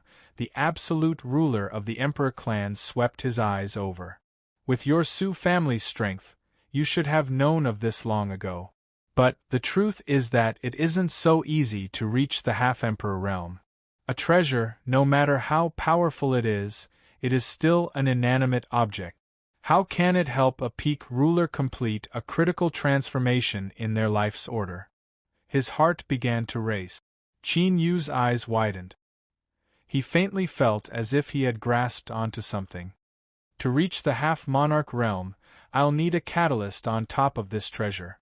Since I can't use an inanimate object, I'll need a living object." She looked at the stone statue in the darkness, and the corners of her mouth curled up slightly, revealing a hint of mockery. A dignified barbarian emperor, a giant who once commanded the world, but now, he can only be like a dog that has fallen into the water, being chased and forced to hide. This is truly a matter that makes one sigh incessantly. As expected, it was like this. Qin Yu bitterly smiled. In the end, he had underestimated the strength of the Western wilderness and the Western barbarians. Since they had set their sights on the mausoleum of the Western barbarians, how could they not be fully prepared? They had long since known that the Berserker Emperor in the Imperial Mausoleum had yet to die. No, from what the Berserker Emperor had said, he had yet to die completely. His power had been greatly reduced, and he had become the dog that had fallen into the water that the sovereign of the Emperor clan, Ju Wu, had mentioned. What the Western wilderness knew, there was no reason for the Western barbarians to not know. No wonder both sides were so calm. It turned out that they had a well-thought-out plan. In other words, everything Qin Yu had done was useless. He had simply been overthinking things. But everything had to be looked at from two sides. Although he felt a bit awkward at this moment, at least Qin Yu had confirmed this matter. A great stone had been lifted from his heart. "Su Anyu, are you done messing around? The Lord has already given you an explanation, so hurry up and hand over that thing." The woman shouted out. She turned her back to the peak sovereign of the Emperor clan and constantly winked at him. From the looks of it, there was actually a bit of sincerity in her words. Qin Yu coughed. He cupped his hands together and said, "My lord, please wait a moment. Anyu will immediately bring it for you." As he spoke, a bit of awkwardness appeared on his face. "As you know, the Imperial Mausoleum is not safe. In order to ensure my safety, I can only be as careful as possible." The peak sovereign of the Emperor clan frowned. He felt that something was wrong, but the person in front of him was indeed Su Anyu. Since he was him, he absolutely wouldn't dare to lie to her. This was a very simple logic. So, after a moment of hesitation, the peak sovereign of the Emperor clan suppressed this thought. He waved his hand and said, "Go." Qin Yu turned and walked away. Once he was far away from the hall, he quietly let out a sigh of relief. He activated his connection with the divine kingdom and determined that he wasn't being followed. Then, he didn't linger any longer. He flew far away from the people of the western wilderness. Since he had obtained the answer, he naturally couldn't stay any longer. He didn't have a hobby of jumping back and forth on a tightrope. With a thought, Qin Yu returned to his original appearance. Su-on Yu no longer existed. In this world, the scouts of the Dark Knight tribe would forever disappear. Since the western wilderness and the Goliath tribe knew that the Goliath sovereign hadn't died, then all he needed to do was hide and quietly wait for a chance. The reason was simple. Qin Yu couldn't provoke any one of these three sides. So, he would wait for them to fight for a while before doing anything else. As for his future identity, if there was a need, he could just look for one at the last minute. To him, this wasn't a difficult matter at all. But accidents often occurred when a person relaxed. As Qin Yu was thinking about where to hide, he seemed to sense something. His pupils shrank. In the next moment, his ears buzzed and his consciousness went blank. A feeling of fear surged out from the depths of his heart, instantly restoring his clarity of mind. The entire process lasted for less than a breath of time. But at this time, Qin Yu's complexion was so gloomy that it seemed as if it would drip water. He had been caught. "Little fellow, I've finally found you." A calm and old voice sounded out in his mind. Qin Yu took a deep breath. He asked in a low voice, "Who are you?" The old voice sounded out once more. "Since you've already guessed it, why pretend that you don't know?" Cold sweat slid down his forehead, dripping down his cheeks. Qin Yu felt as if he had been placed in an ancient cave of ice. His heart beat with difficulty and the blood in his body seemed to freeze. It really was him, the Goliath sovereign. Not too long ago, that peak ruler from the western wasteland's emperor race had taunted him as a drowning dog. But now that he faced him, Qin Yu discovered that even creatures like drowning dogs had differences in strength. Perhaps in the eyes of those peak rulers, the Goliath sovereign was nothing more than a dish. As soon as he appeared, he would be suppressed. But to Qin Yu, this wasn't the case. He could clearly sense that if the Goliath sovereign wanted to kill him, it would be a simple matter. This wasn't his intuition, but rather that at this time, Qin Yu was wrapped up in an invisible aura. It was extremely soft to the touch, but if needed, it could instantly turn into terrifying fangs that could pierce through Qin Yu's body hundreds of times, turning him into nothing more than a rag. "Little fellow, you are a smart person, so you had best maintain your intelligence." The Goliath sovereign's voice was calm, as if everything was under his control. Qin Yu took a deep breath. He bowed and said, "Greetings, Your Majesty Goliath." Before he finished speaking, he was interrupted.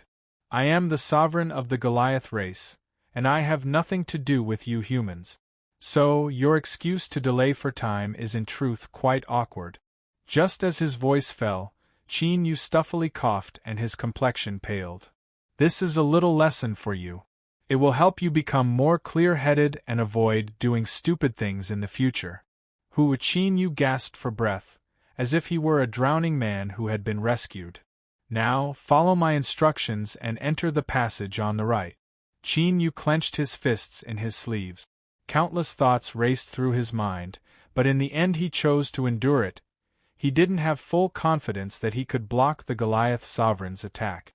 Of course, the most important point was that Qin Yu discovered that the Goliath sovereign didn't have any intention of killing him. At least not yet. If he continued to endure, he might find another opportunity. Stepping forwards, he soon arrived at a fork in the road. Qin Yu swept his eyes around, took a deep breath, and stepped into the passage on the right. There was nothing but darkness inside, like an endless abyss that could swallow all. The sound of his footsteps gradually faded away, gradually becoming inaudible. Like this, his aura completely vanished. The deep darkness was as thick and viscous as ink. As it poured into his nose and mouth, all perception of the outside world was sealed off. Qin Yu didn't know where he was going, but that soft and incomparably terrifying aura that covered him still existed. Thus, he could only silently move forwards. During this process, the Goliath sovereign didn't speak again. But Qin Yu knew that his eyes had always been on him. Moreover, as time passed, it became hotter and hotter, like a starving beast that had seen a delicious prey. He could almost hear the Goliath sovereign's deep and greedy panting in his ears. Just what was the problem? Why had he become the Goliath sovereign's chosen prey? Qin Yu still couldn't figure this out. After all, whether it was destructive power or degree of threat, he was far from being able to compare with the Western wilderness and the Western barbarians.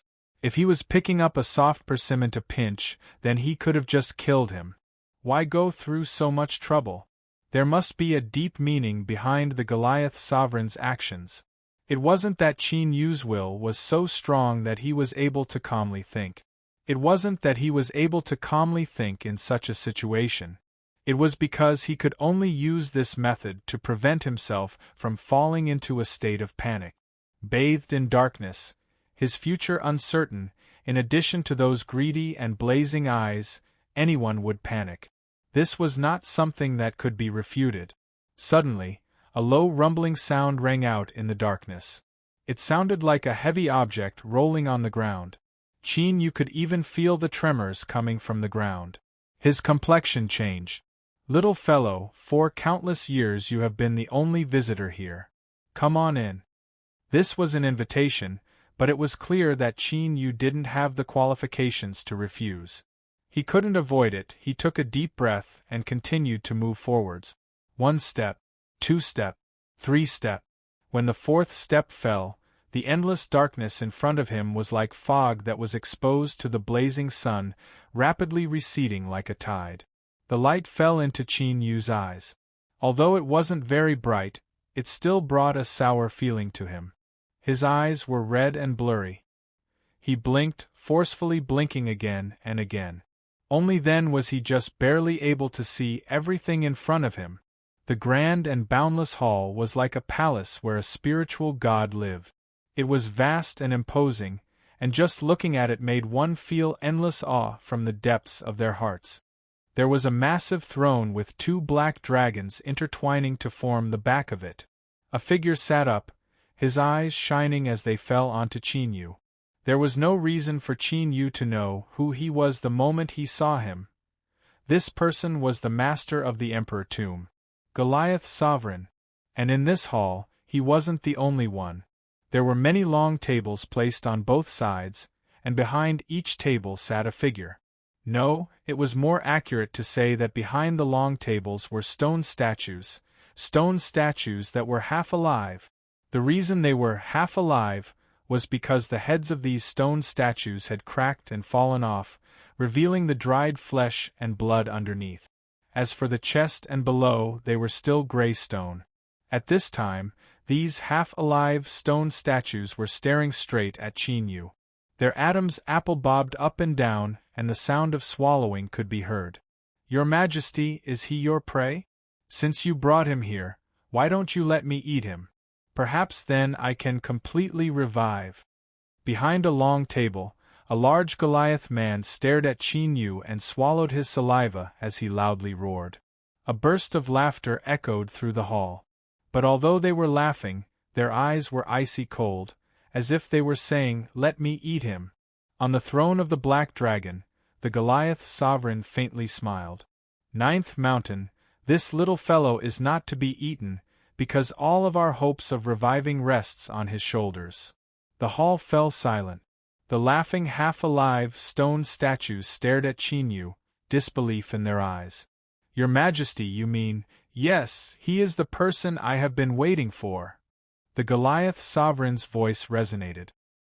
His eyes shrouded Qin Yu, burning with greed and passion, as if he were looking at a peerless treasure.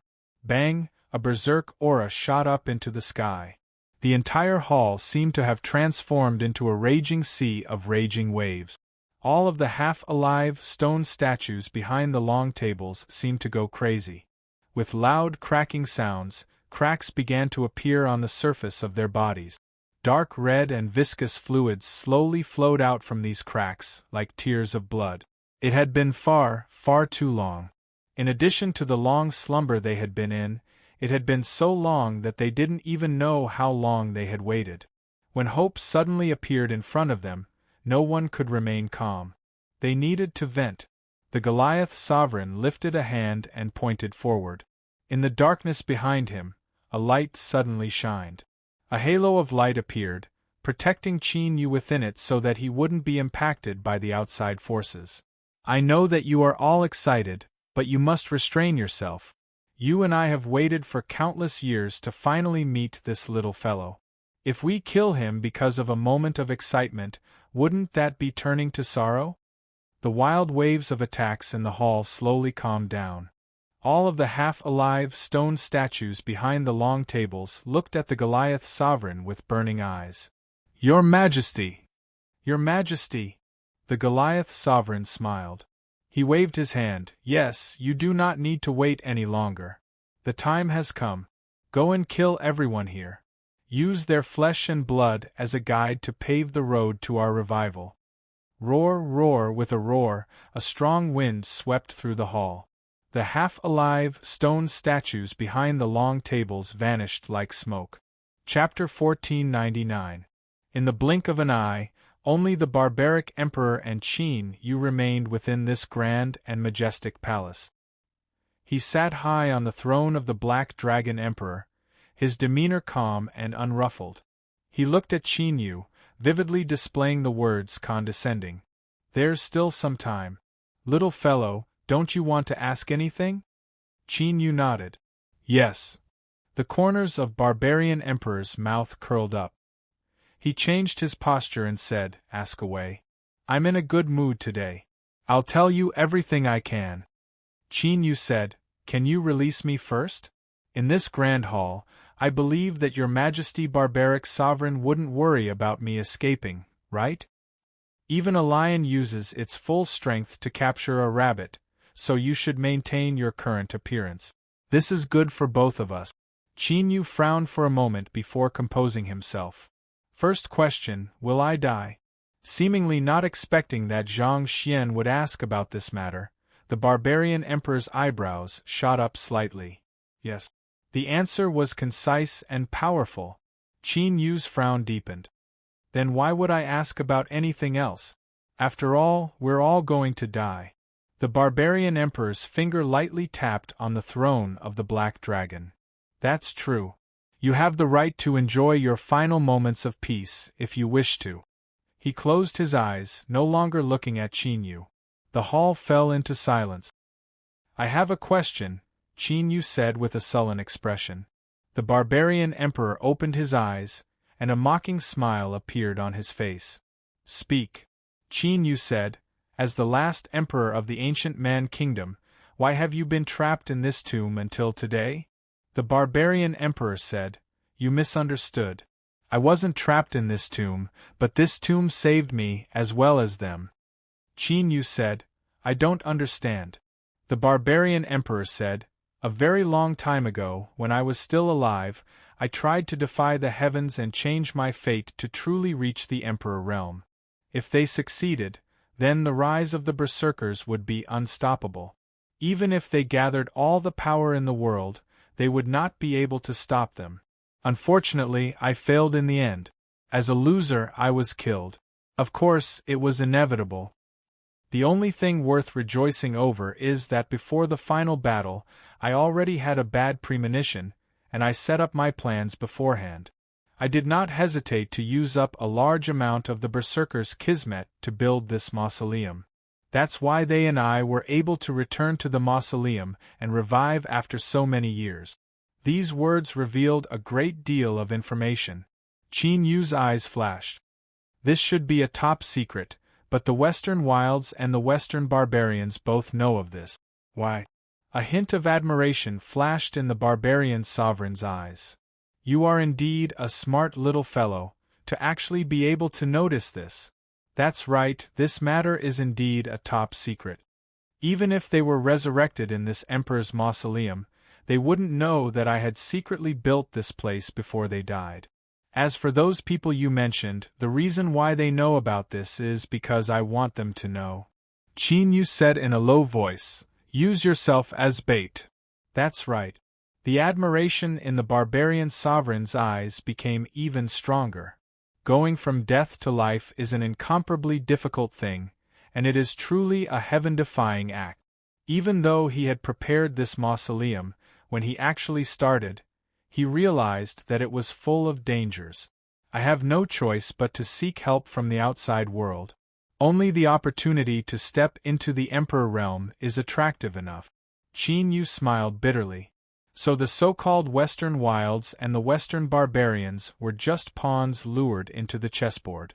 The ruler of the Western wilds had mocked the barbarian sovereign of the past for becoming a drowning dog that had to hide from place to place. But perhaps all of this was just the appearance that the barbarian sovereign wanted them to see. In reality, they were the real prey. This emperor's mausoleum was a trap. At this moment, Qin Yu suddenly realized why he had become a target. He raised his head and stared at the barbarian sovereign. "Divination?" The barbarian sovereign nodded. "So you do know." There was a hint of surprise in his voice that couldn't be concealed. He looked Qin Yu up and down.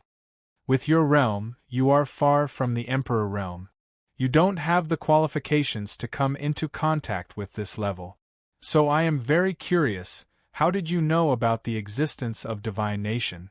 Qin Yu said in a low voice, "I am willing to tell everything I know, barbarian sovereign. I wonder if you can exchange it for my life?" The barbarian sovereign hesitated for a moment. He shook his head. "It's too late.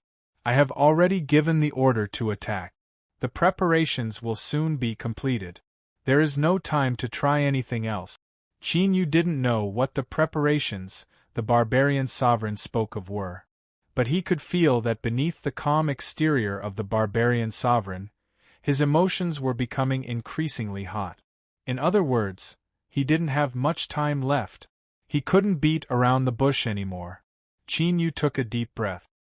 He lifted a hand and pointed forward. His movements were slow, as if he were afraid that if he moved even a little faster, he would detonate the strength that wrapped around his body. "Just now I saw your majesty attack. There seemed to be something in the darkness behind you. I wonder if barbarian sovereign can let me see it before I die." The hall fell silent once more. The barbarian sovereign had a thoughtful expression. After several breaths of time, he flicked his sleeves. "Fine, there is no harm in letting you see." The darkness began to ripple like water. A palace lantern flew out. It was simple and luxurious. The lantern quietly burned within, emitting a faint light. "This lantern is the bait to draw them here. In truth, what I said isn't wrong. It is indeed a supreme treasure. It can give someone a 30% chance of breaking into the sovereign realm. If they can smoothly swallow me, they will have a 70% chance of success." Qin Yu stared at the palace lantern that flew out from the darkness. He swore that he had to use all of his acting skills and self-restraint to not lose his composure on the spot. Even so, his face stiffened and his heartbeat quickened. This was because Qin Yu had seen this palace lantern before. It could even be said that in this world, he was the person who was most familiar with it. There was no one else. A foot of deep blue light, the little blue lamp. That's right, although its true form was only the size of a thumb, what he saw in front of him was the enlarged version of the little blue lamp. He had tried countless times to decipher the secrets of the little blue lamp. All of its lines and traces had been firmly engraved in his heart, never once forgotten. Thus, Qin Yu was certain that he hadn't seen wrong. The palace lantern in front of him looked exactly the same as the little blue lamp. At most, some of the lines of this palace lantern were a bit stiff when they turned and intersected. They weren't as lifelike and natural as the little blue lamp. But there was one thing without a doubt, and that was that there was a close relationship between them. The Goliath sovereign leaned forward, his eyes covering Qin Yu. "Your heartbeat is quite fast and your expression is a bit stiff. Have you seen it before? Qin Yu shook his head. He slowly said, I just never thought that there would be such a treasure in this world.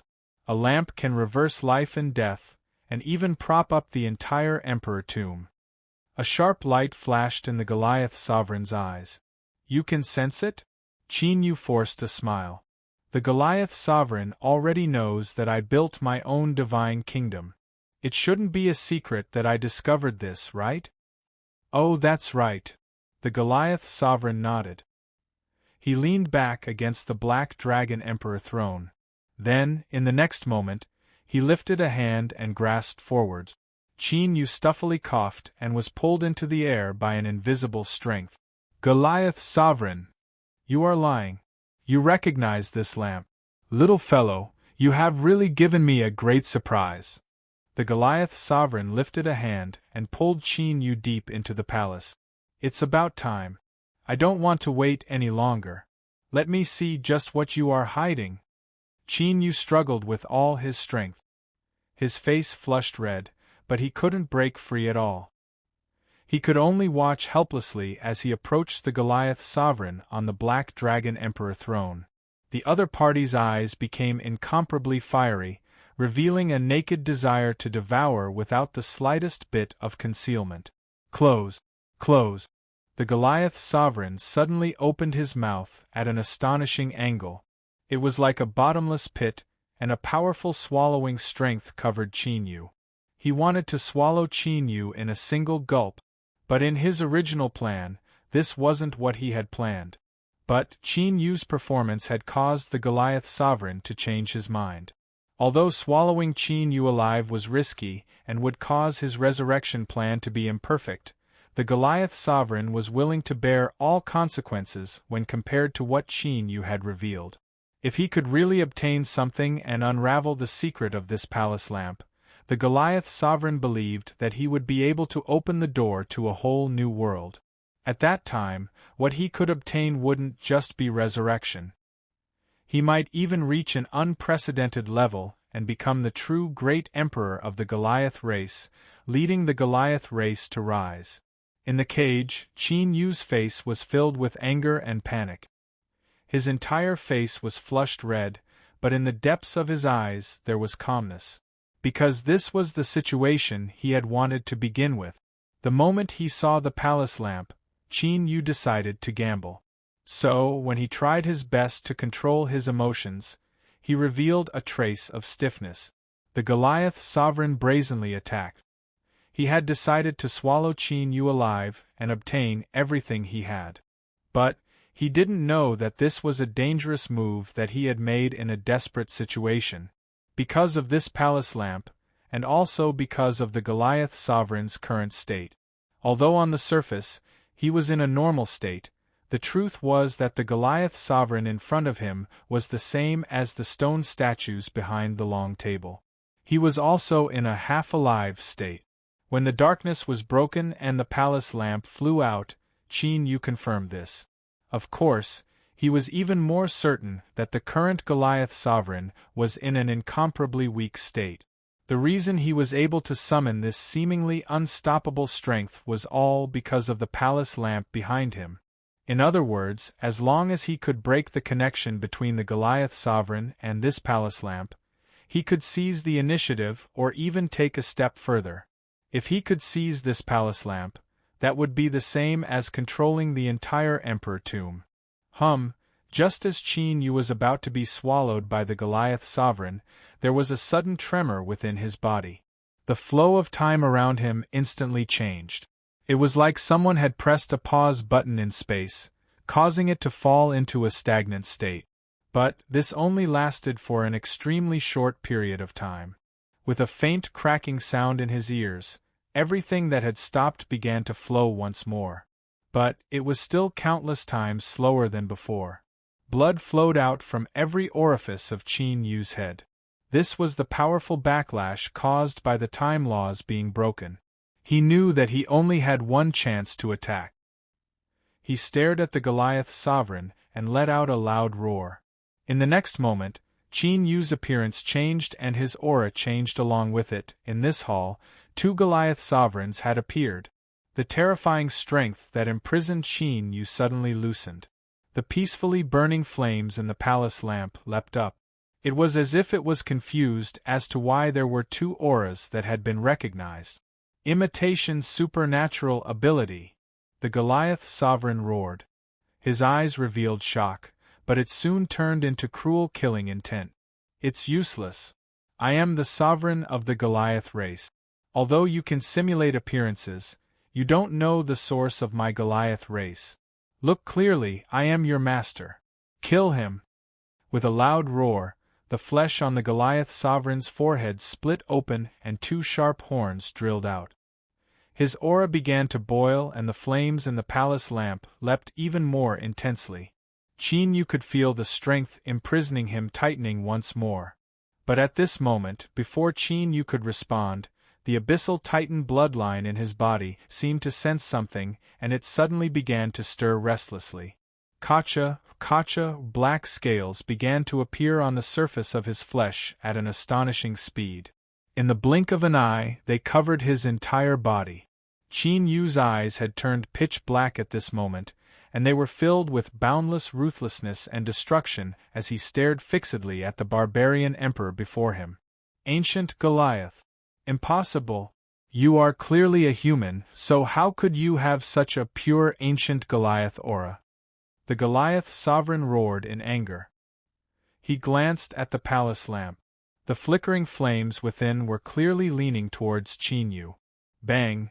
A bright light suddenly erupted, covering the Goliath sovereign and Qin Yu.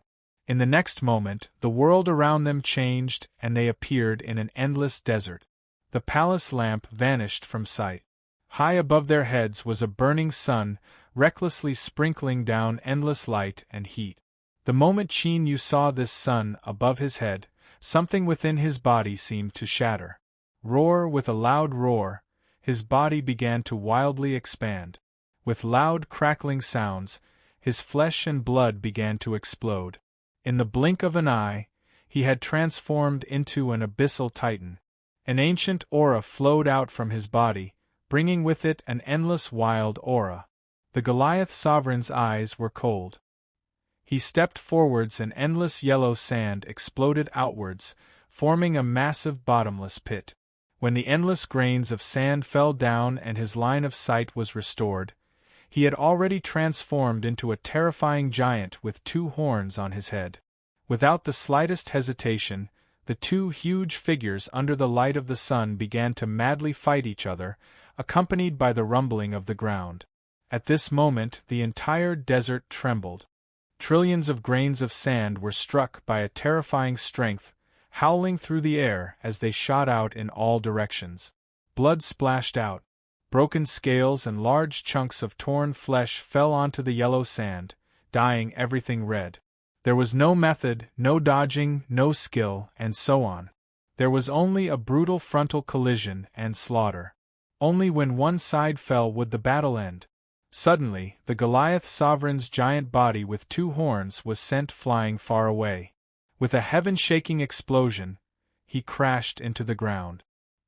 He flipped himself up and roared into the skies. The entire desert shook and the dazzling sun in the skies erupted with an extremely bright light. In the next moment, a massive beam of light fell from the skies, but its target wasn't the Goliath sovereign, but the abyssal titan. It was clear that it had made its choice. Seeing this, the Goliath sovereign's giant eyes revealed disbelief. He didn't think that the treasure that the Goliath tribe worshipped would abandon him, the true Goliath sovereign. Beneath the beam of light, the injuries suffered by the abyssal titan rapidly healed at a speed visible to the naked eye. Golden lines appeared on the surface of his scales, as if he were wearing a suit of golden armor. At this moment, he was like a god descending to the mortal world. The abyssal titan took a step and punched out. A wild strength instantly crossed space and smashed into the Goliath sovereign's chest. With a heaven-shaking explosion, the Goliath sovereign's giant body tumbled backwards.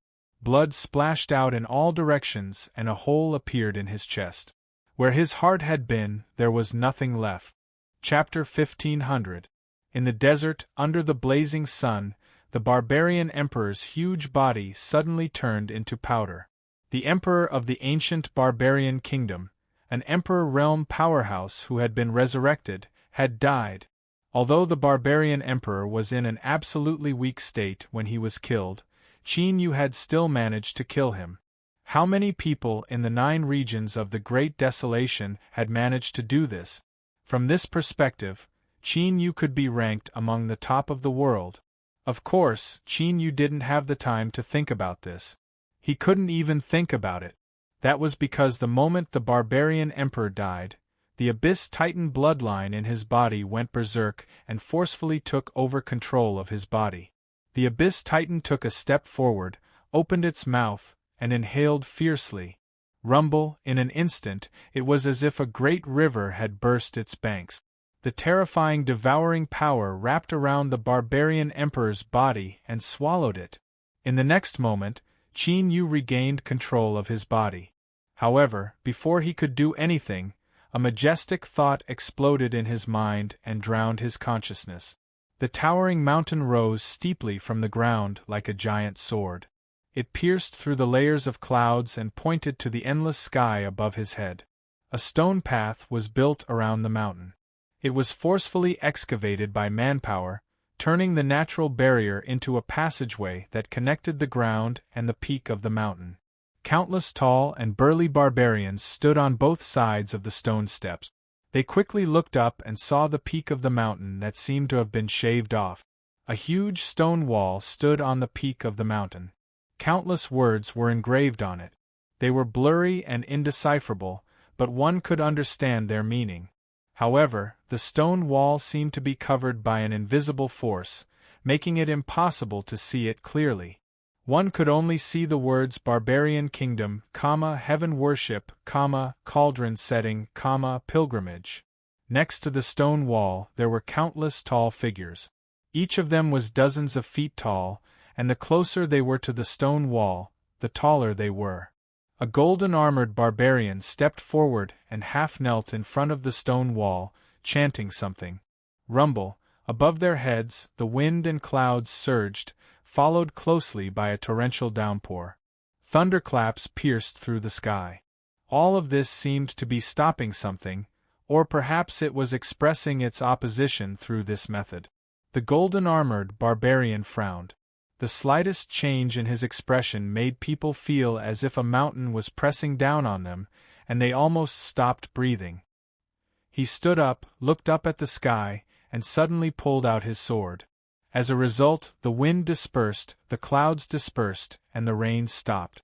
All the roaring thunder and lightning disappeared without a trace. In the blue sky that reappeared, a terrifying scar appeared, starting from the south and ending in the north. This sword slashed open the sky. Shwa, the golden-armored barbarian, turned around and raised his sword. The barbarians will never be slaves. A grand and huge city was under construction. Countless tall and burly barbarian tribe members were swinging their long whips to order more human cultivators to move huge stones and thick logs. Hurry up! Faster! Whoever dares to slack off will not have a good ending. Before the end of the month, you must complete the construction of the imperial capital. If you miss the date of establishing the nation, you will all die. As the barbarians roared, whips rose and fell from time to time. Each time a human cultivator was whipped to the ground, blood and flesh flying out.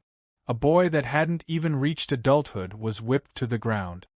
His body was covered with scars. This whip had scattered the last of his strength.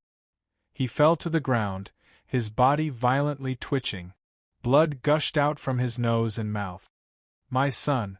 The middle-aged man beside him had blood-red eyes. He roared out loud and stomped his feet. The ground beneath him shattered and he shot into the skies.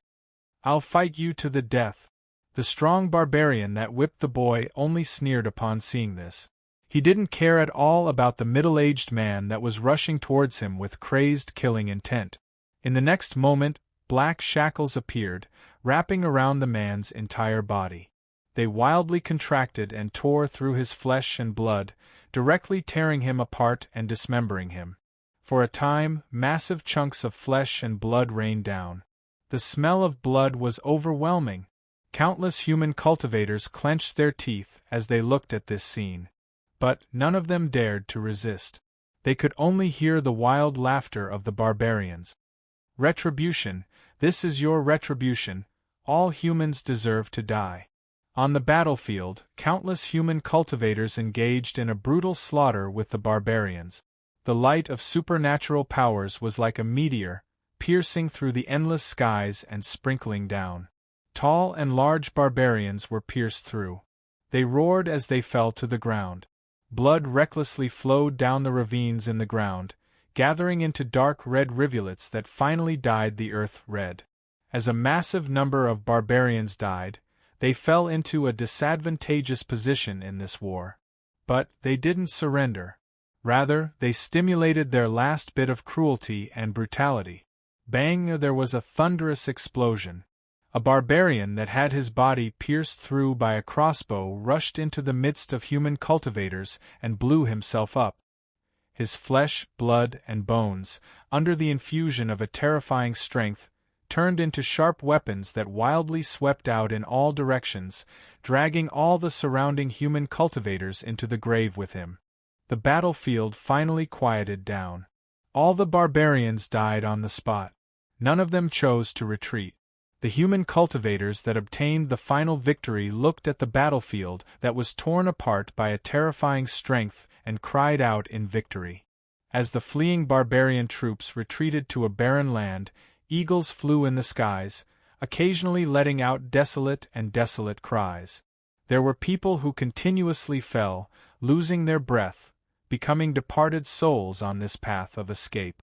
No one tried to support these fallen people, because the barbarians were well aware that since they had fallen, it was impossible for them to stand up again.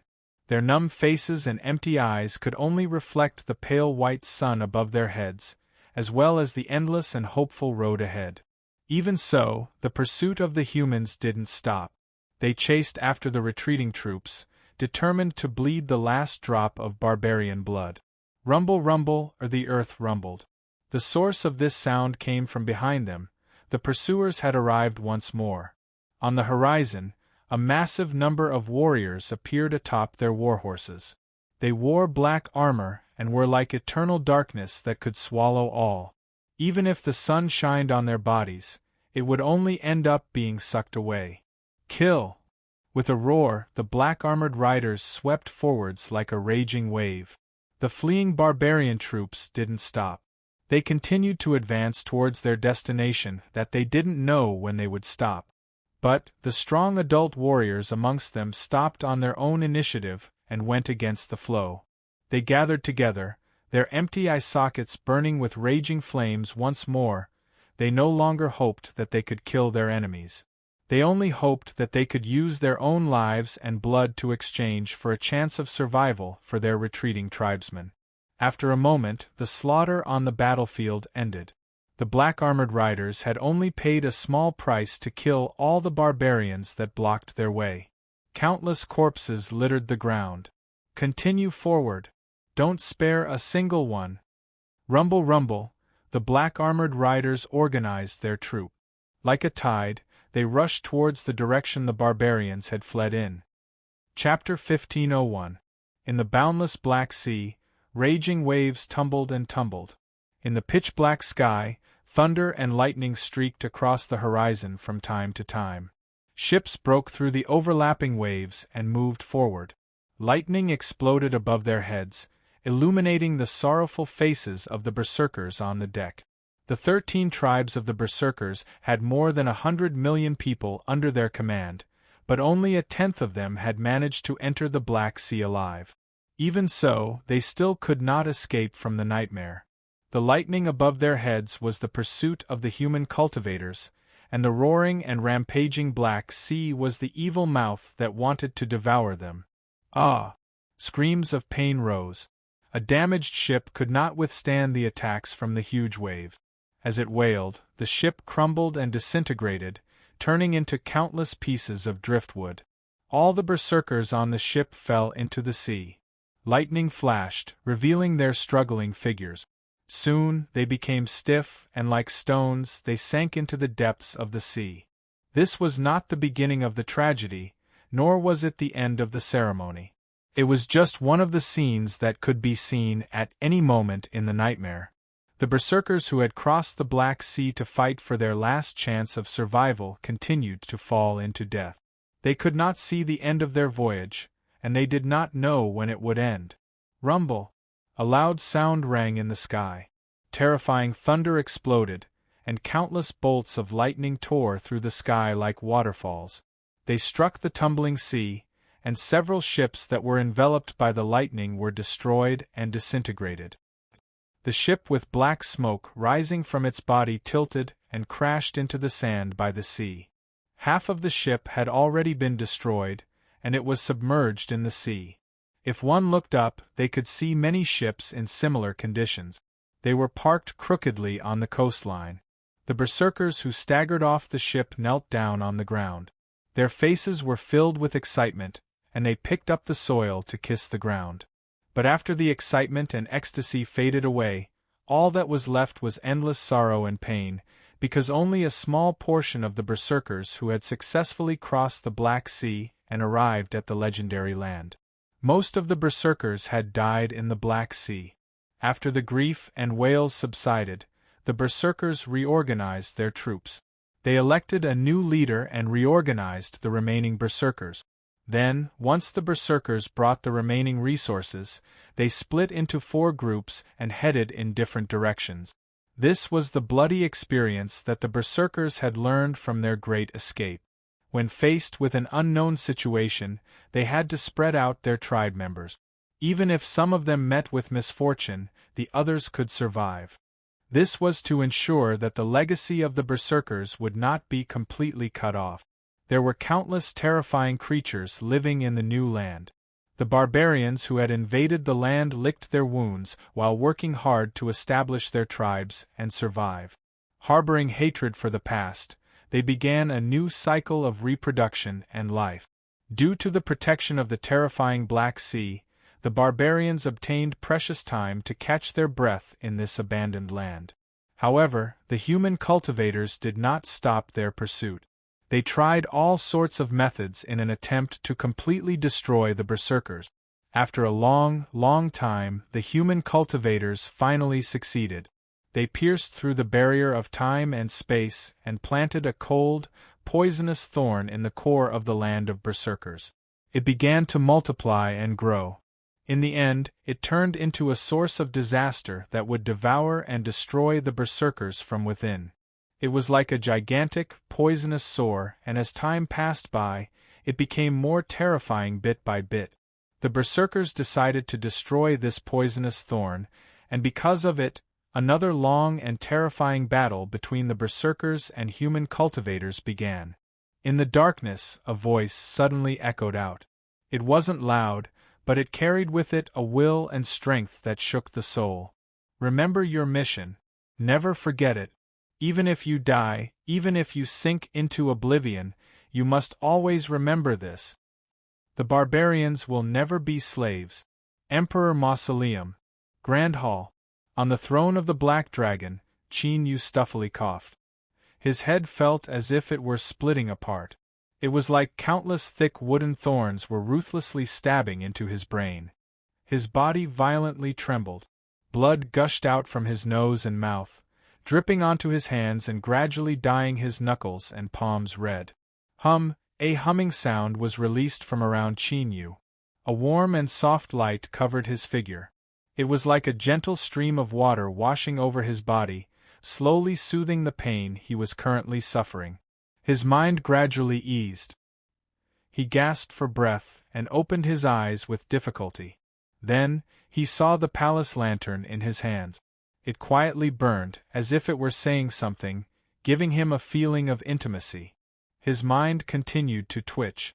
Every tremble brought with it a faint stabbing pain. His chaotic thoughts gradually calmed down. Qin Yu closed his eyes and couldn't help but gently rub between his eyebrows. He was sorting out the information that had appeared in his mind. Then, he discovered an unbelievable fact.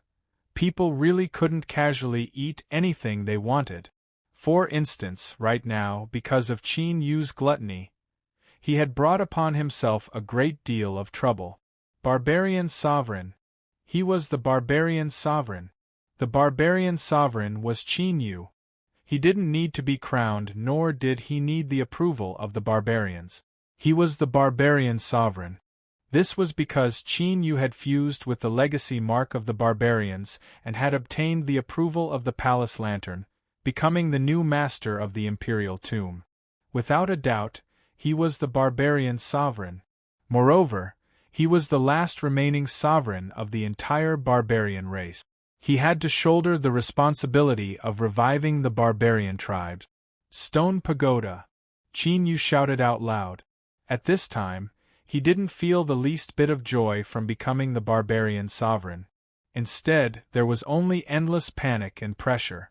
The world of cultivators was filled with hardship.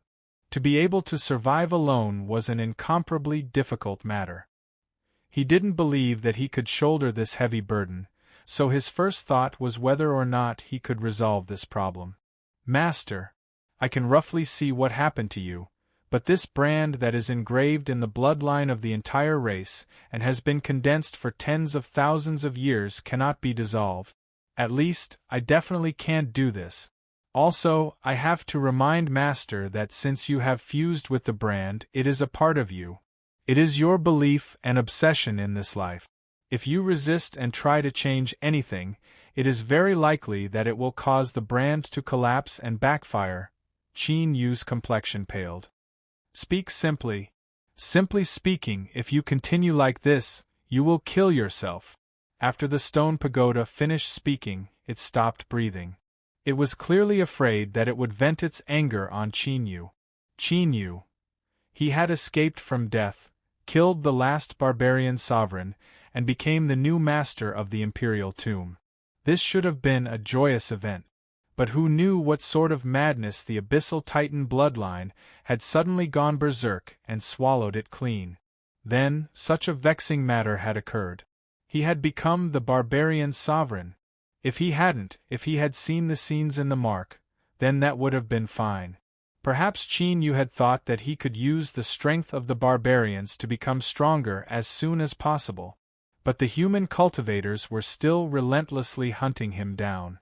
Once he became the barbarian sovereign, he would inevitably become a target to be eliminated. Although he wasn't completely sure about the 9 regions of the Great Desolate and the barbarians, his intuition told him that things were as he thought they were. This world was far more terrifying than he had imagined. Once he became the barbarian sovereign, he would face an impossible challenge and eventually be destroyed. This thought was so intense that Qin Yu immediately wanted to break free from this connection. Whoever wanted to be the barbarian sovereign could be the barbarian sovereign. If the stone pagoda couldn't do anything, then who could he ask for guidance from? Qin Yu thought of the Lord Ruler. The reason he entered the Western Desolate, the reason he came to this imperial tomb, and the reason he fell into such a miserable and desperate situation was all because of her. Now that there was a problem, he naturally had to find her to solve it. With a thought, Qin Yu was about to summon the Lord Ruler. But at this time, his movements froze and beads of sweat appeared on his forehead. The Lord Ruler wanted him to enter the Western Desolate Emperor tomb in order to obtain a treasure from the Western Desolate Emperor and use it to break into the half-barbarian sovereign realm. Qin Yu had already determined that if he wanted to become a half-barbarian sovereign, just relying on a treasure wasn't enough. He needed the barbarian sovereign himself as a medium. And now, he seemed to have gathered all the conditions with the palace lantern in hand. He had inexplicably become the barbarian sovereign. In other words, if he summoned the Lord Ruler, she only needed to open her mouth and swallow him, and everything would be fine. Does this count as me sacrificing myself? Although he had the palace lantern in hand and the imperial tomb was under his control, as he thought of the Lord Ruler's blurry face, Qin Yu felt uncertain. He wasn't confident he could block the Lord Ruler's mouth. He took a deep breath and suppressed all his thoughts. Then, he made a decision. He couldn't summon the Lord Ruler, at least not now. Then, besides her, was there anyone else he could ask? Hesitation flashed in his eyes. But at this time, he couldn't care too much. Even if he knew there might be serious repercussions, he could only take the risk. Qin Yu closed his eyes. From the depths of his heart, he sent out a summon to the mysterious existence hidden in the distant space-time. Perhaps it was because he was in the Imperial Tomb, or perhaps it was because he was in the great desolate world, but the response to this summon was much slower than before. Just as Qin Yu furrowed his eyebrows and was about to give up, a warm and gentle voice echoed in his ears. "It's been a long time. You've finally thought of summoning me. Qin Yu." A breath blew into his ear, bringing with it bursts of fragrance. Qin Yu's figure moved. He quickly took several steps forward. As he turned around, he saw a small red mouth calmly floating in the air. Seeing Qin Yu's reaction, this mouth curled up in dissatisfaction. "Qin Yu, don't forget that you are the one who summoned me on your own initiative. Is this your attitude? Humph humph, if you continue like this, I will leave." From these words, Qin Yu could feel a bit of a spoiled tone. He immediately felt a headache coming on. But at this time, he wasn't in the mood to speak any further. He took a deep breath and said, "Your Excellency, I need your help." He went straight to the point.